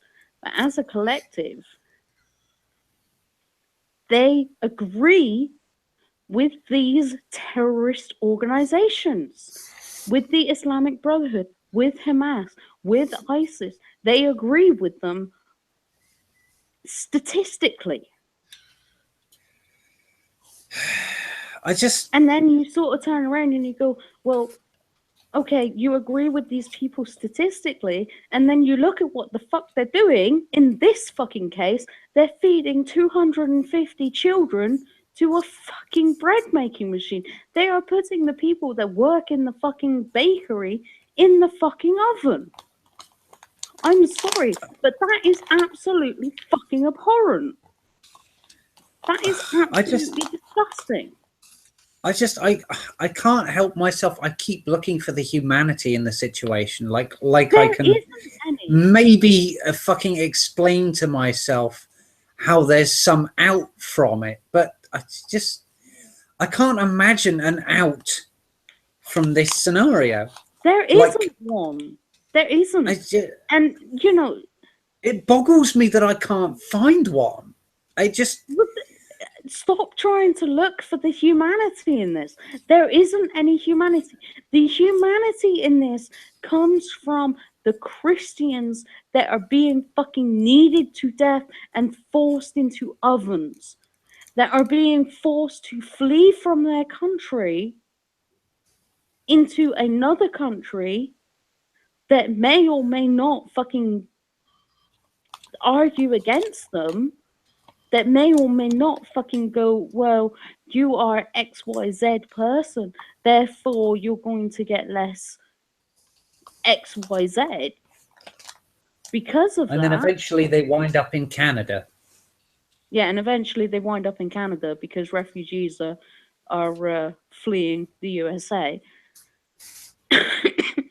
Yeah, because they're gonna get treated horribly Yeah. here. Trump will put So them in the furnaces. I would fucking happily, being injured and fucked up as I am, and I'm in a situation where my back can give it at any fucking moment. I would happily pick up a fucking rifle and take these fuckers out. And you know what? The only reason why I'm fucking not is because my back is fucked up and the fucking army won't take me. That is the only reason.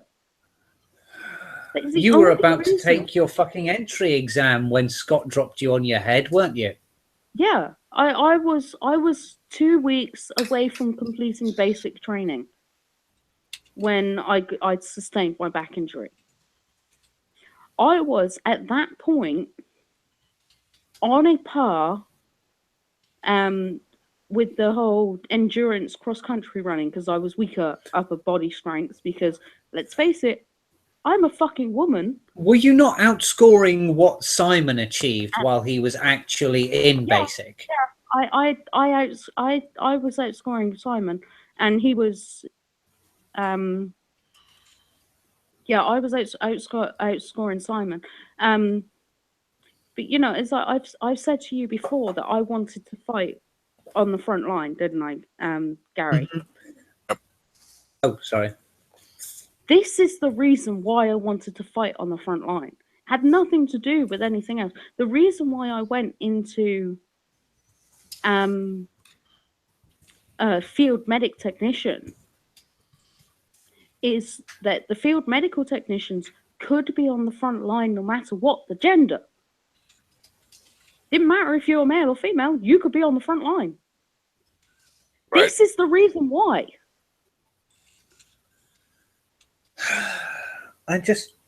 Sometimes I hate my own leftist leanings because the whole time I'm trying to fucking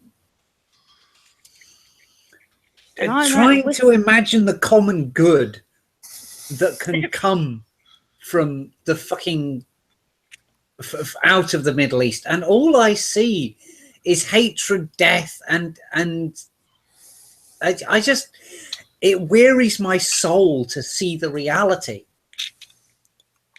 And you've been quiet for quite a while. You've allowed me to rant, I'm sure, because I really went off on one there. The whole thing for me, this is an example that makes it very difficult for me to not lose my cool and start arguing with feelings instead of facts. Yeah. With people like Dolly, and I bring her up because she specifically used this argument one day on Twitter, basically saying that she showed a picture of Libya before um, before they discovered oil, supposedly anyway. Libya before they discovered oil, and then what Libya looks like after. Because after they discovered oil, we went over and bombed them and took all their oil. And I'm like, no, they got bombed because they did a terrorist attack on the Marine barracks and killed a bunch of Americans and civilians and everybody else. And we said, fuck you, that's it's not right. And we bombed you. And then they backed off. We left them alone for a long time. And then uh, Muslim Spring or whatever the fuck they called it, the when the Brotherhood of Islam or whatever come into power and all that shit in Egypt and then into Libya and all that. That's when all the fucking bombing and all that kind of stuff happened. Not because of oil. We haven't been drawing oil out of Libya for the last 30, 40 years. And we're probably not drawing any oil out of it now. The whole argument of right, and the whole argument of, oh well, the only reason why the West is going into the Middle East is for the oil. Fuck you. The reason why we're going into the Middle East and fighting the terrorists and the Muslims is because they're fucking terrorists and evil. That's the only reason. If we happen to get some oil because of reparations, great, whatever, fine. We also charged the shit out of Germany for reparations after World War I too. Look what happened. It kind of fucking slowed them down for a few years until Hitler come along and said, you know what, we can't have this shit anymore, and it started another thing. But you can't just fucking let them go. And when you try to accuse America and our allies, the West, let's just say the West, when you try to accuse us of going into someplace like Iraq or Afghanistan or Libya or Syria or any of these other countries and try to say that the only reason why we're there is to get oil, you are that person that's using that argument is so disconnected from the actual evil and terror of this type of a story. They don't understand and refuse, and that's the problem. That's why we can't go biblical and we can't do the things that we need to do, because there's people out there that put on the blinders, stick their head in the sand, poke their fingers in the air, and they say, la, la, la, la, la, I'm not listening. They refuse to accept any of this as actual and factual, and they say, nope, you only went there because of oil, or you only went there because of this, because it was money, blah, blah, blah. Well, fuck you. Sometimes people do things for the right fucking reasons. And there's no conspiracy behind it. It's because it's the right fucking thing to do for humanity. Yeah, and when you've got fucking companies like the Clinton Foundation that has been proven to be to be funding terrorist organizations. And I'm not necessarily saying ISIS itself, because I'm not 100% sure. It doesn't have to be fucking ISIS. They're all on the same moral plane. They would all do that. But when you have things like the Clinton Foundation that is funding Islamic, particularly terrorist organizations, you have to sort of look at things and go, well, no, fuck you. I'm not going to stand for this. I cannot stand for this. It is completely against my morals and against my ethics and against my own ideology to stand for this.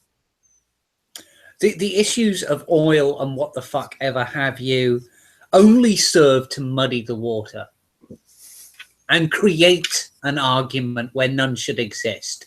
Right. I tell you what, if this shit were happening in fucking Siberia, where there's fuck all but trees and snow, it would have been bombed back to oblivion. Oh yeah, it'd be well, not enough sand to make a glass field, but it would, there wouldn't be a tree for, thousands of kilometers in any direction. I just and I struggle with this because on the one hand I am so fucking furious that human beings, rational beings, who by virtue of God or random chance, take your fucking pick, have decided that this is the reasonable thing to do, can be allowed to exist. And on the other hand, I'm trying desperately to retain some faith in my own goddamn species, you know? That's the balance that I have such trouble striking, and it bothers me that I even try, because as Kat said, there's no defense for this. There's no rationale for this. It's just pure hateful murder in the first degree.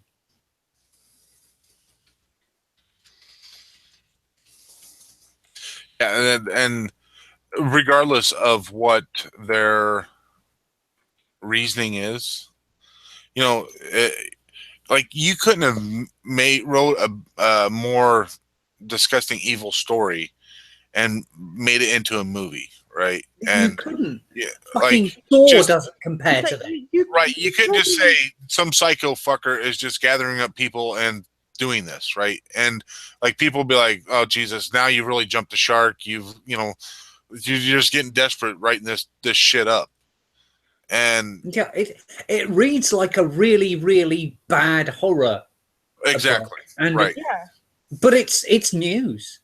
Or yeah. rather, it's There's old because it's not fucking new at all no, Right. and in any way, shape, or form. the website that I got this off was marinerepublicalert.com. So it's kind of very much An on the ground report. what I honestly don't know if it's an on the ground report, but it's very much conservative leaning from what I've seen with the other articles, and that it's a very conservative website. Well, I don't yeah, have enough You know, alcohol for it's this. very New York it's Times, the very Washington Post, L.A. Times. None of those guys are going to ever report this shit because it no, would and contradict all the other bullshit that they've reported in the past. It doesn't make good breakfast reading either, which is what people get newspapers for. Exactly. yeah, and I still don't think that people should boycott the mass media. I don't think people. No, by all means, fucking read it, but understand that you're Don't reading the necessarily. output of a business. Yeah, don't necessarily pay for it. You can go onto their websites, and you can look at you can look at their shit and see what they're reporting on their websites. So you don't have to pay for it. Apart from us in the UK who need to have we pay basically a tax in the form of a TV license To use the internet at all. to use the internet. Which we have to do that. It's the price we pay for the BBC, which, in my opinion, might well be worth it. But that's besides the point. Right. That's next week's rant. Don't make this funny, man. It's not funny. No, I think funnies kind nothing. of need to be interspersed with this because there has been so much anger over this article, and like I said, this article is absolutely fucking atrocious. The people that dreamed this up is absolutely fucking disgusting. But the people that turn around and go, well, we feel such and such for this, citing this fucking article, and where's the outrage from X people? They're just as bad. That not okay. I fucking not as bad, but no, but it's taking. It's taking a terrible, terrible, incomprehensible event and using it as a political tool. Yeah, and Welcome to the it's like I'm, Clinton camp. you know, but that's meant to be, the people that were doing that, like the whole "where's the outrage" people that were fucking posting this article up on Twitter, and I got it like 4 times from 4 different fucking people. Where's the outrage? Where's the outrage? Now, fuck you guys. Fuck you. Where's your fucking outrage? Why are you using this as oh, well, they won't fucking report on this because no, no, no, no, no. No, No, you where's fucking your report on fucking it. outrage on that?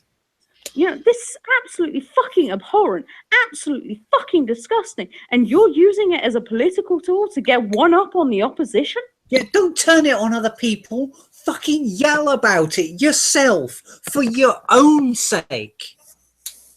Because it hurts you as much as any person who is still alive. Because those poor fucking kids ain't. Right. Yeah, it's like, It relates to 250 all of kids. us. Anybody that 250 is kids not endured one of the most disgusting and hurtful and most painful deaths they can possibly endure. And your fucking argument is, well, where's the feminist outrage on this? Nah. there should Fuck not be you. there should not be a human being, ISIS included, that doesn't find this absolutely disgusting. To me, if you can't find this disgusting, then you've got a chemical imbalance. You've got brainwashed issues. You've got like a whole slew of things, probably all combined together. You have a chemical imbalance. You've been brainwashed. Your daddy didn't love you enough when you were a kid. Your mommy raped you. Whatever. All this shit. Like, because that's the only way that you should not and could not even possibly find this absolutely disgusting and You have wrong to be and evil in so many different ways. sociopathic. Exactly. I mean, like you had to have a mental break. Everything. Like it's not like one of these little parts of this puzzle. It has to be like all of them because there's no way that anybody should not just this should not cause outrage and disgust, and it shouldn't be political. It shouldn't. It shouldn't have anything to do with any of that shit. Um, It should amount to basic human feeling. Right. And not to, I don't know, trivialize this at all, but I listen to audiobooks when I drive to work. And there's this one book series that I'm listening to now, and I'm halfway through the final, I think it's the final book in the series. And the series, it's a sci-fi series called Odyssey 1. And 150 years or whatever in the future, we just get done having World War III, right? And it's the bloc, which is China, India, and some other East Asian countries, and then it's the Confederacy, which ends up being the U.S., Canada, and Mexico after we merged into one big nation, and along with European allies, all fighting in this huge world war, and that is like the backdrop. That or not really the backdrop. That was an event that set up where this book takes off from there, and so the Confederacy beat the bloc, and now they're like, okay, we've been in space, but we've never left the solar system. It's time for us to go explore. We have the technology. We can go explore, and we're going to go out and explore. And throughout the first 3.5, 4.5, 3.5 books, there's still that animosity between the bloc and the Confederacy, right? It's not one human thing, if you were to think of, say, Star Trek as, a federation, and, it's Earth and we're just like one global deal, right? But it's still that bloc versus Confederacy, it's still the animosity, all that kind of stuff. Then this big, bad, evil enemy comes along. and they don't just come and fight and try to dominate. They come and they're like a virus. Their whole goal is to kill everybody and literally destroy the planet. What the goal is, nobody knows, because it's not like they kill the planet and then leave. The creatures themselves kill the planet and then they die in the doing this process. So like there's nothing to gain other than just their sole purpose is to destroy and kill. Well, after this happens, after Earth has to fight to defend itself against these creatures, all of a sudden they become this one kind of thing. This one, there's still kind of a separation, but now everybody's collectively working together. And until everybody can collectively work together to destroy this evil, heinous, viral type of thing, because that's what it is. It's a viral thing. It's a virus, it's an illness, it's a sickness, it's a disease. Until we can eradicate the disease, we're doomed to continually, have, where you keep, talking about the, humanists and all this stuff. We're doomed to keep having this struggle constantly until we can eradicate the disease that is this thing in front of us. This radical form, which is, you know, from everything I've seen, the majority of one religion is radicalized. So, but it's that whole religion and their way of thinking and their actions. Until that can be wiped out, um, it's not ever. We're never going to have anything even remotely close to world peace. Um, easy sleeping at night every night for the rest of our lives. Nothing. It's just all for naught. And people that deny shit like this,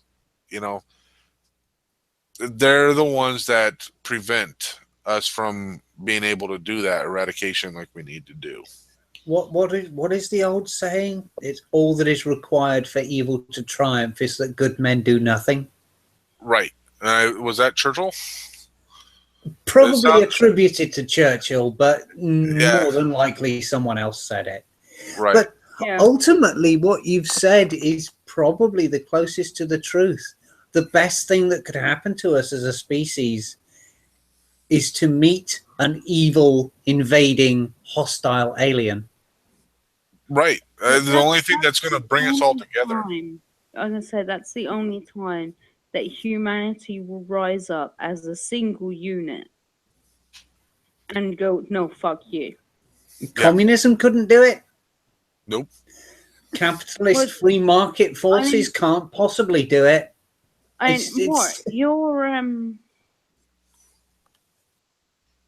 You think that communism is the perfect system, in which case adding humans will fuck it up immediately. Communism is perfect. The moment you add a human element to the system, it fails from the top down. Communism as a system, absent human influence, is perfection. But it was created by humans, so doesn't that automatically imply that it's imperfect because humans imperfect? Well, there is the paradox. But yeah, I will admit, as a thought experiment, even in the absolute abstract, communism can't work.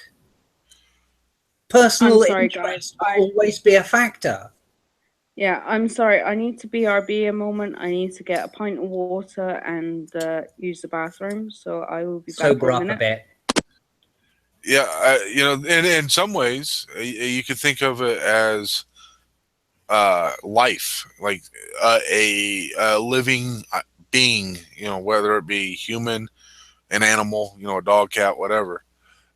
In a lot of ways, you could look at it as ourselves as being a form of communism.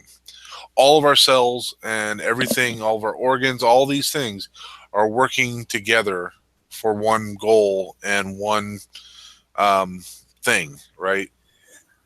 Yeah, but the We've difference is taken they the don't human have element any out. will of their own. Right, exactly. That's the only way communism would ever work. Remove all will, you know, that's why the moment you introduce, you know, people into the equation, because people, not only do they have human will, they have desire.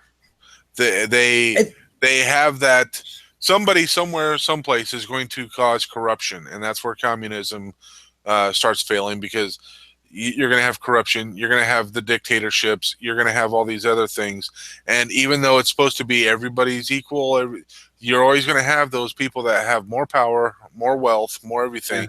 and then the other assholes that are lucky if they get a loaf of bread to eat for a week. You know, so it's Yeah. not. Every, It's never in practice has ever worked, and there's no way it ever would work because it's not possible because, like you said, humans and people will fuck it up. everybody is equal, but some are more equal than others. Right. But that's the thing of it, and that's why my essential ideology is a paradox in itself, because I want so desperately I'm back. to believe Welcome back. in the essential humanity and goodness of individuals, and yet human beings in aggregate keep proving me fucking wrong. Right. Right. There's there's I've had enough, seen enough things in my life to just know that if at all possible, I'm going to be let down when in regards of humanism. You know, Yep. there somebody I'm just going to get let down, and even though I would love to give the benefit of the doubt and see the best in everyone, You uh, can't afford to. And I no, wonder no, why I keep trying. I sometimes right. I wonder why I fucking try. You know, maybe you go into it initially as you know I'm going to give you a shot, but you better be in it skeptically, right? If you don't go in skeptically, You kind of willing to have the success and have that person be one of the good ones, right? If you don't at least allow it to happen, then you're never going to see it happen. But at the same time, if you're not going into it skeptically, you're going to get destroyed. You're going to be the one that gets burnt and the one that gets destroyed. well, you kind of have to be skeptical. You have to, in any situation where someone is asserting something, and I think it was our final thoughts in the last one where we were saying, um, Be skeptical, basically. yeah, be skeptical. Don't believe something that you're told. Go and do your own research. You have to be skeptical. Doesn't matter what it is you're talking about, you have to be skeptical. You have to Yeah, go and do your own research. You have to go and look at things your own way. You have to um, impose your own views on something and look at both sides of the situation or at both sides of the argument to really get the truth. And I think that's something that it's really fucking difficult to do with this particular article is to quote be skeptical, because to be skeptical with this article would be to think that potentially this isn't true. And That the would be the immediate way. reaction, sadly, is of course it is. This makes too much sense in the worst possible way. right.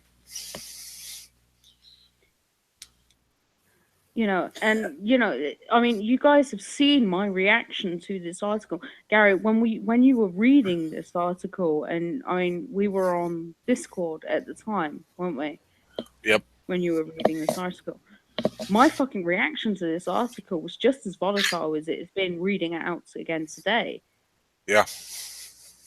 I can You know, confirm, Cat was ready to you know, fucking punch a hole through a wall. Yeah. I had to I learn. I had to learn in the army to really control myself.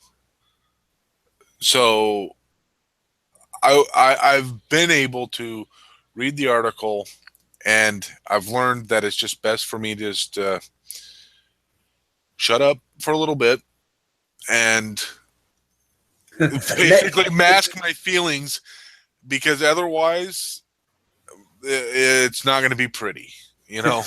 let the civvies yell. Right, exactly. So, I just posted in the chat. What type of campaign must we run to end ISIS? What would you all do? My reaction, what I would do to end ISIS is I would take up fucking arms. I did try to take up arms I'd fucking because join her if they'd have me. saw this kind of shit back in, I think it was like 4 years ago when I first injured my back, 4 or 5 years ago when I first injured my back. You know, I saw this kind of shit coming. Not this. This is beyond my fucking comprehension. I couldn't imagine someone doing this kind of fucking awfulness to another person. But I saw, you know, ISIS, Islamic State, you know, Hamas, You saw the power the vacuums and the Brotherhood. splintering of the fucking Islamic Front coming.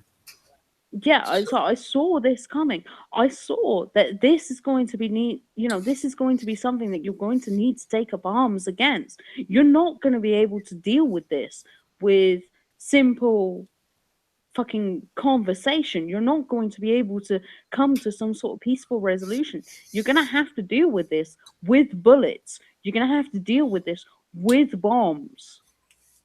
so And I fucking joined the army knowing this. I joined the army with the intention of being on the front fucking line. Because what went in my fucking head was I can do more good being a field medical technician, being on the front fucking line and dealing with the fucking dealing with my companions that have been injured and taking the fucking fight straight to them and actually firing a fucking gun on the front line than I can being sat at home fucking bitching about it like I am right now. And we're forced to because of our current I'm fucking fucking recruitment forced policy. to. I'm fucking forced to for the simple reason I have a back injury and the army won't fucking take me. I would join the army in a fucking heartbeat. Well, excuse you, Kat. In reference to this, I would fucking join you there, but I Yeah, am and partly deaf. I'm not saying that. I'm not saying that at all. I'm not fucking diminishing you at all. It Well, was the I'm not. emphasis on I that did it. I'm sorry, I shouldn't have gotten Yeah, so no, heated. I'm not diminishing you at all, and I know full well that in this situation, if you could fucking save 250 children, no matter what, whether they're fucking Islamic, Christian, or fucking genderqueer, fucking non-binary bullshit, and I have often said that the whole non-binary fucking thing is bullshit. You know, fucking save 250 children, no matter who or what they are. Yeah, I would fucking join in. I would be on the front line and I would be firing my fucking gun at these people. But no, I have a back injury. You're deaf in one ear and you have dyspraxia. We can't fucking deal with it. We can't can't join. be on The army, they won't fucking take us. the UK armed forces would have to be in dire straits before they accepted the likes of us. Yeah, so and Di, you mentioned nukes. You're all for nukes, and Tony, you agreed. The problem with something like nukes is the moment that we drop nukes, then somebody like China, Korea, potentially Iran, if they do have nukes, and Obama just allowed them to just go hide them so that nobody could see them, because that would never happen. Any of these other countries who are pretty much opposed to us, odds are they would then fire their nukes, World regardless of whether or censure. not, right, and regardless of whether or not they were aimed at them or not. Just the fact that we fired them, like, hey, cool, we can take off the safeties and let ours fly too. Then, woohoo, party time, excellent. So the only way to really do this is, during the first Gulf War, there was something like 150,000 troops. It was like a stupidly large number of troops that went in there just to knock Iraq out of Kuwait. Like, it was a very high number You say 100 and some odd thousand is a high number. Yeah, okay. compared to, Speaking modernly, sorry, that sounded far too acid. right, but compared to, that's a large number compared to, say, what went to Afghanistan. Afghanistan was somewhere around 50, 60,000 total. 30 to 40 of from the United States, and then another 30 or so from other countries, potentially. Um, you know that went into Iraq the second time. I don't even know. It wasn't 150,000. What we need to have is total global assistance and participation. And we need to roll in there like it's D Day, June 1944, all over again. And we need to roll in there with 200, 300,000 troops. Every fucking jet that can fly and drop bombs, ships off the shores, the whole nine yards. We need to go in there and just steamroll everything. That's the only way you're going to be able to go in there, root out ISIS, Hamas, and all these other shitheads that think they're going to try to pop their head up once ISIS and Hamas are gone, wipe them all the fuck out. You go through there and you just, to put it in Vietnam type language, you go and search and destroy missions. You go into every village, you shake, rattle, and roll, and you just wipe out anybody and everybody that you even remotely suspect is aiding terrorists in any way. And you just cruise right through there, and then when you're done, you're like, anybody got any questions? Didn't think so. Now let's try this again, people. You guys can be nice and, whatever. You fuck up and do any of this shit again, guess what? We're coming back. And you leave it like that. There's no ambiguity. You don't ifs, ands, or buts. This is the way it's going to happen. We're tired of, putting the kid on the naughty step. We're pulling the belt out, and we're giving you a whack on the ass and telling you to go the fuck to bed. Period. That's the way it is, and we're tired of fucking around. That's the only way you can take care of this. You gotta let them know that you're not fucking around. And yet we might still make even more enemies that way. That's the fucker of it. Right. Yeah, but if you take out enough of them, there's not going to be enough to that. Even doing that, even turning around and going, right, we're going to pull out the belt and we're going to give you a fucking thorough whipping. But that's racist. Right. Yeah, that's going to. Oh no, we're speculating. We're speculating without domestic resistance. Yeah, no, it's never going to happen. It's never going to happen. I mean, I was personally against the war in Iraq. I didn't at the time. I didn't see any reason why we as Brits should be in Iraq. Well, we were helping George W. II fucking fulfill Daddy's agenda. So I actually joined in a boycott in school because I was in secondary school at the time, and it's like I joined a boycott in school to protest the war in Iraq. Much good it did you. There are, yeah, much good it did us. But yeah, there are fucking a time and a place for shooting a motherfucker, and these people need to be fucking shot. Sometimes you do have to descend to the enemy's level. There are times, no, we don't need to sink to their level, because I am not advocating for throwing them in a fucking bread kneading machine. No, I was talking about the murder level, but you have a point there making the distinction. Yeah, no, we don't need to sink to their level. We just fucking shoot them. It's much more humane. And I would challenge anyone, absolutely fucking anyone, that turns around to me and says we should use their tactics against them. I misspoke. I apologize. I'm all for killing these fuckers. I'm all for wiping them off the face of the fucking earth. But even these fucking monstrous people, I would give more humanity to than they have given to any of the people that they have opposed.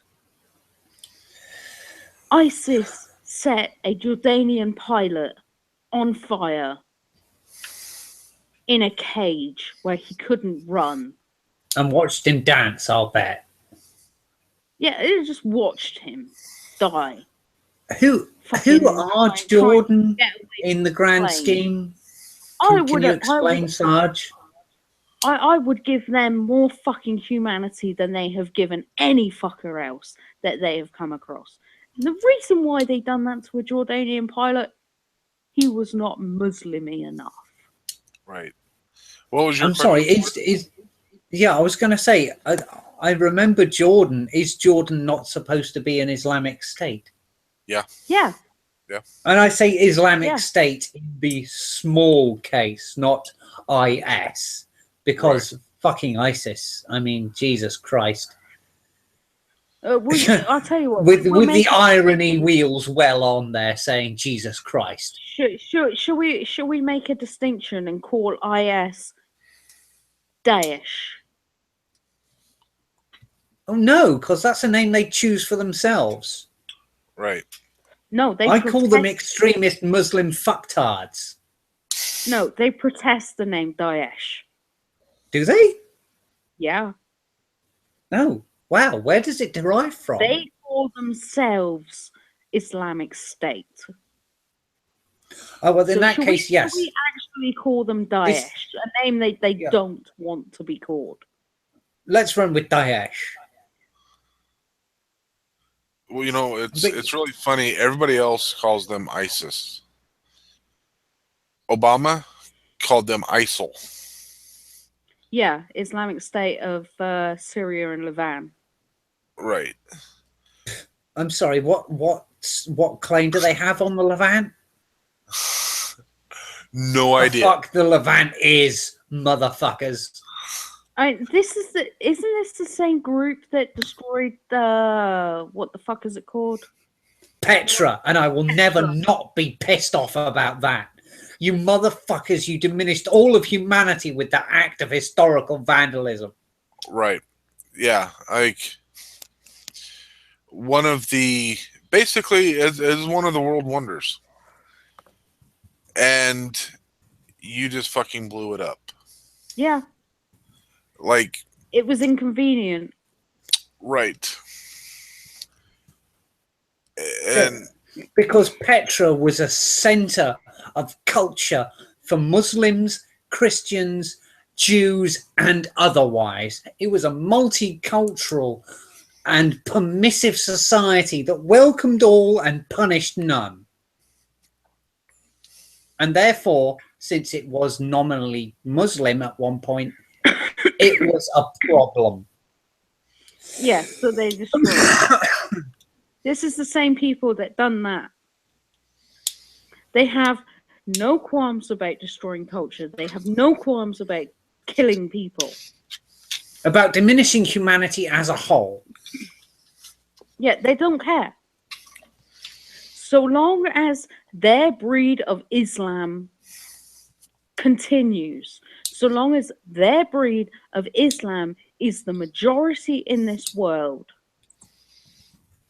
they will be around. Islam needs to go through a renaissance. Oh It yeah. needs to get to the point where it's chilled, like Christianity did, like Judaism did, like Hinduism did, like Sikhism did. It needs to chill its fuck out. And I'm fully aware that I'm butchering sentences, Perhaps we but should I have start had moving towards 5. final thoughts because we have beat yet another horse to the point of death and beyond. Well, there's one article left. No dare. The last article is actually a funny one. Oh, good. I need some relief from this Daesh bullshit, Cat. I really do. Well, we're still talking about Hamas, but it's still funny. Oh, So, would you like me to read this one out? go on then. Let's get some funny. I think we all need it. Okay, so the title of this article from legalinsurrection.com is Hamas explosives chief accidentally blows himself up. What? How do you even? He was primed and ready to go. Clearly primed in the sense of cordite. Wannabe suicide bomber over here. Was he trying to practice? I think he successfully he got that practice down perfect. I'd say. You know, I've seen him do it twice. Yeah. All right, read the article. Mohammed Walid al-Qada, the explosives chief of Hamas, reportedly blew himself up in what is commonly referred to as a work accident.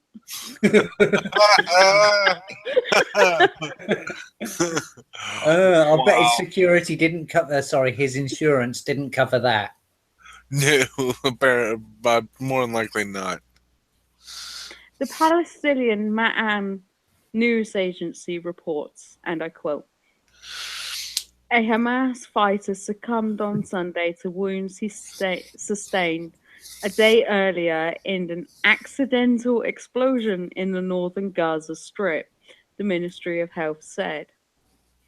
The Gaza Ministry of Health spokesman Ashraf al-Qaeda. Ashraf al-Qaeda.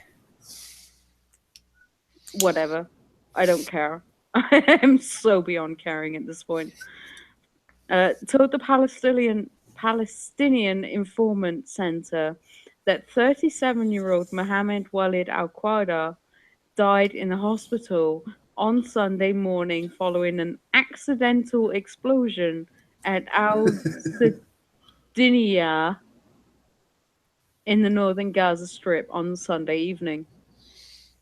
The East al-Din al-Qassam brigades, the military wing of Hamas, said in a statement that al-Qada was killed during preparations without giving details.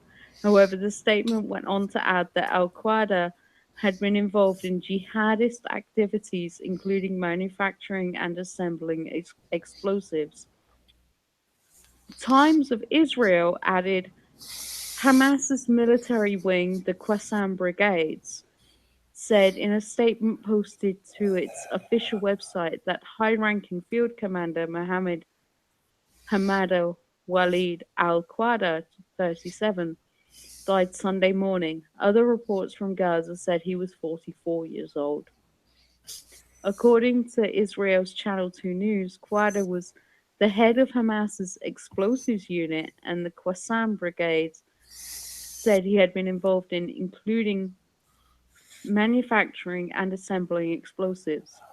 The Palestinian website Al uh, Rasala said his affiliation, sorry, which is affiliated with Hamas, said the explosive that killed Quada occurred in the Sudani area in northern Gaza. Sudani. Okay. The report quoted medical sources who said the Hamas commander had been brought to the hospital with his arms and legs blown off.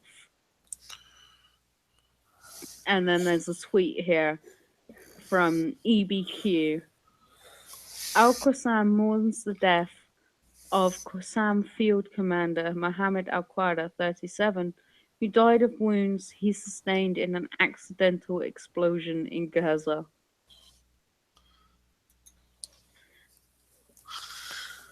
Is that the end of the article? That is indeed the end of the article.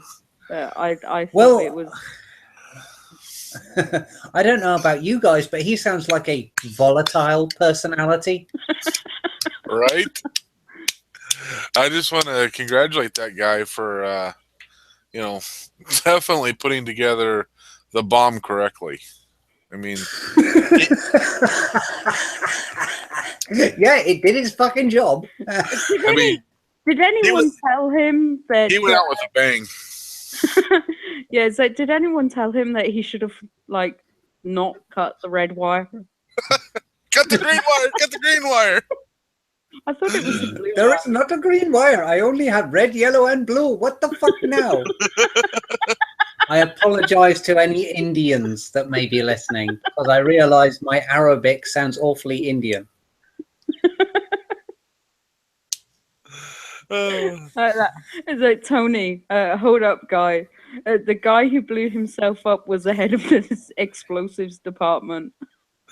Yep. Well, it's He was demonstrating how to pack 8 pounds of C4 up your ass to avoid detection. well, it's like the demo man in Team Fortress 2 said. One stray pinch of potassium nitrate, one errant twitch. If I was a bad demo man, I wouldn't be talking to you about it now, would I? It seems that Mr. Bluey was a bad demo man in the end. Yeah. So much for being an expert. It makes me laugh that he's fucking... he's meant to be like the lead dude. Yeah, he's like the explosives chief. With enemies like these, who needs friends?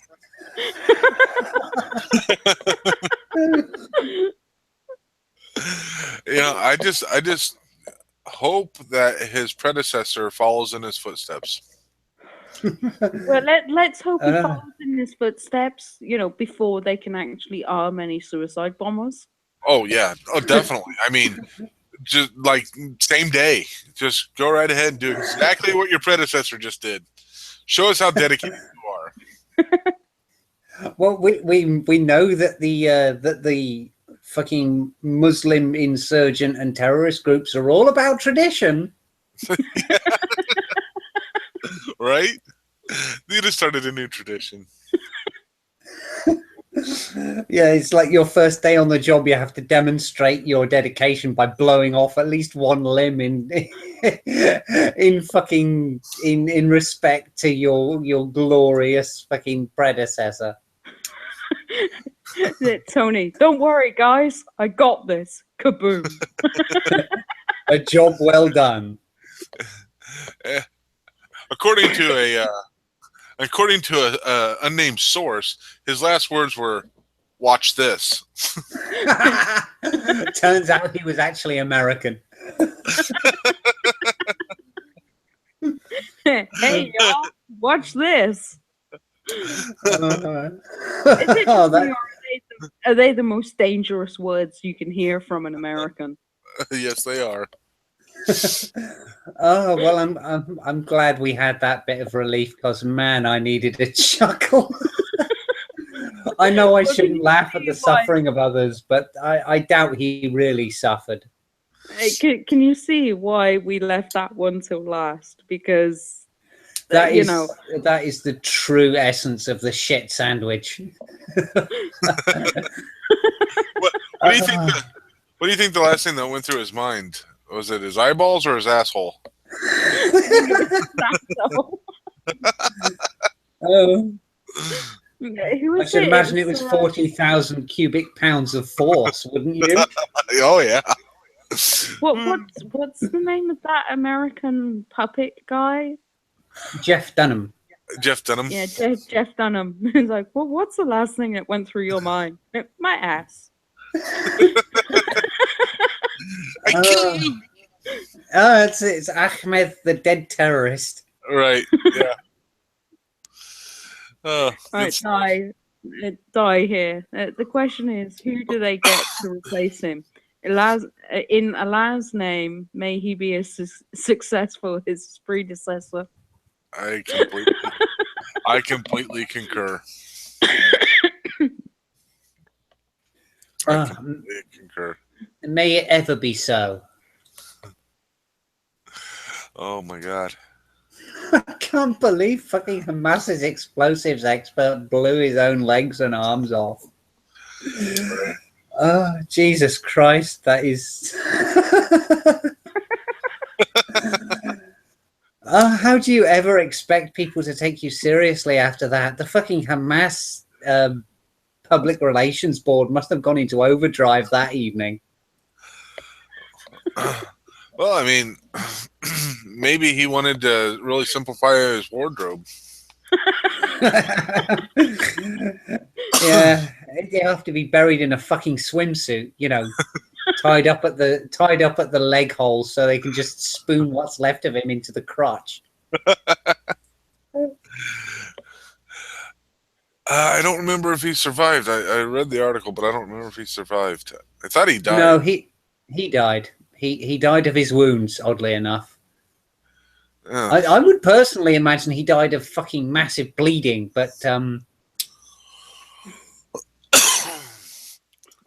yeah, you'd No, have yeah, to because expect him to. he died the day after his workplace accident. I fucking love that description of it's it. like he He had stubbed a his toe beside workplace the. accident. It's like they're saying he died of like stubbing his toe next to the water cooler while talking to fucking Mehmed Al Jahazi. What they didn't tell you was how pissed off his boss was that he had to take that, the sign that said so many days since the last workplace accident. He had to put it back down to 0. Like, fucker. If he would have killed himself, he'd be fired. Yeah, that's Die was a true. 9 to 5 job. Die was it a 9 to 5 job? 9, 8, 7, 6. 5. Boom. He couldn't even get the fucking timer right. Maybe that was the problem. It was supposed to be a 10 to 0 job. And the funny thing is, we use Arabic numerals, so if anything, he should know better than we do. All right. His people invented it. That's good stuff. God, I needed that after the last 6 hours. Yeah, Who the hell is? It's not been a short stream this time round, has it? No, I think the last one was like 3 hours long. Yeah, we had a pretty light one the first time around, but this was it was much heavier because the news gave us heavier material and we had to dwell on it, something awful. Yeah. Yeah, definitely. Yeah, Monkey wanted us to cover the bulletproof barrier around the Eiffel Tower before we left as well. Um, That may have to wait for a catch up right. because I don't think we could end on a better note, to be honest. And And we're showing Yeah. our partisanship, but if we haven't already, then I don't know what fucking stream you've been watching because our colours have been nailed to the flag post so bloody obviously. right. Yeah, there's we threw ambiguity right out the window and just called it out. Again, I'd like you all to remember skepticism. Don't take us for our word. Half the time we're talking shit, and the other half the time we're being partisan. I thought you were gonna say half the time we're talking shit, and the other half of the time we're making shit up. I only wish that were the case, Sarge. I really do. You and me Yeah. both, brother. Oh man, So for my final thought, I'm going to end my final thought just on 2 words. Fuck Islam. you took my final thought. Now I have to come up with a new one. So yeah, I'm sorry, but between the guy turning around and saying, "Well, our laws and Sharia law is the word of God, and therefore higher than your laws in your country that we're coming to," and ISIS fucking needing people to death. Yeah, fuck Islam. That's my final thought. I'm sorry, but if anyone wants to call me out on that, fucking go for it. I will defend my position. I don't think Guest you'll get gets second pick. Yeah, guess Well, gets second pick. as my final thought, I would say that we need to have some mothers out there get very angry about Islam because hell hath no fury like a angered woman, right? And we need more women to get pissed off like Cat and die because if we can get the women behind it and not just a bunch of testosterone charged men to want to go out and end shitheads' lives, then we could get so much more accomplished in this type of fight. And trust me, this is not. It's not just a fight of, um, the West versus radical Islam. This is a fight against not even good versus evil, normal fucking people versus disgustingly evil people that they don't want to understand you. They don't want to negotiate with you. They don't want to. They don't even want to convert you. They just want to end you. What the thing that And I until have people with understand that, it's going to be a never-ending battle. the thing that I have with the whole idea that they don't want to convert you is a lot of their arguments comes down to your men will be dead and your women will be ours. Right.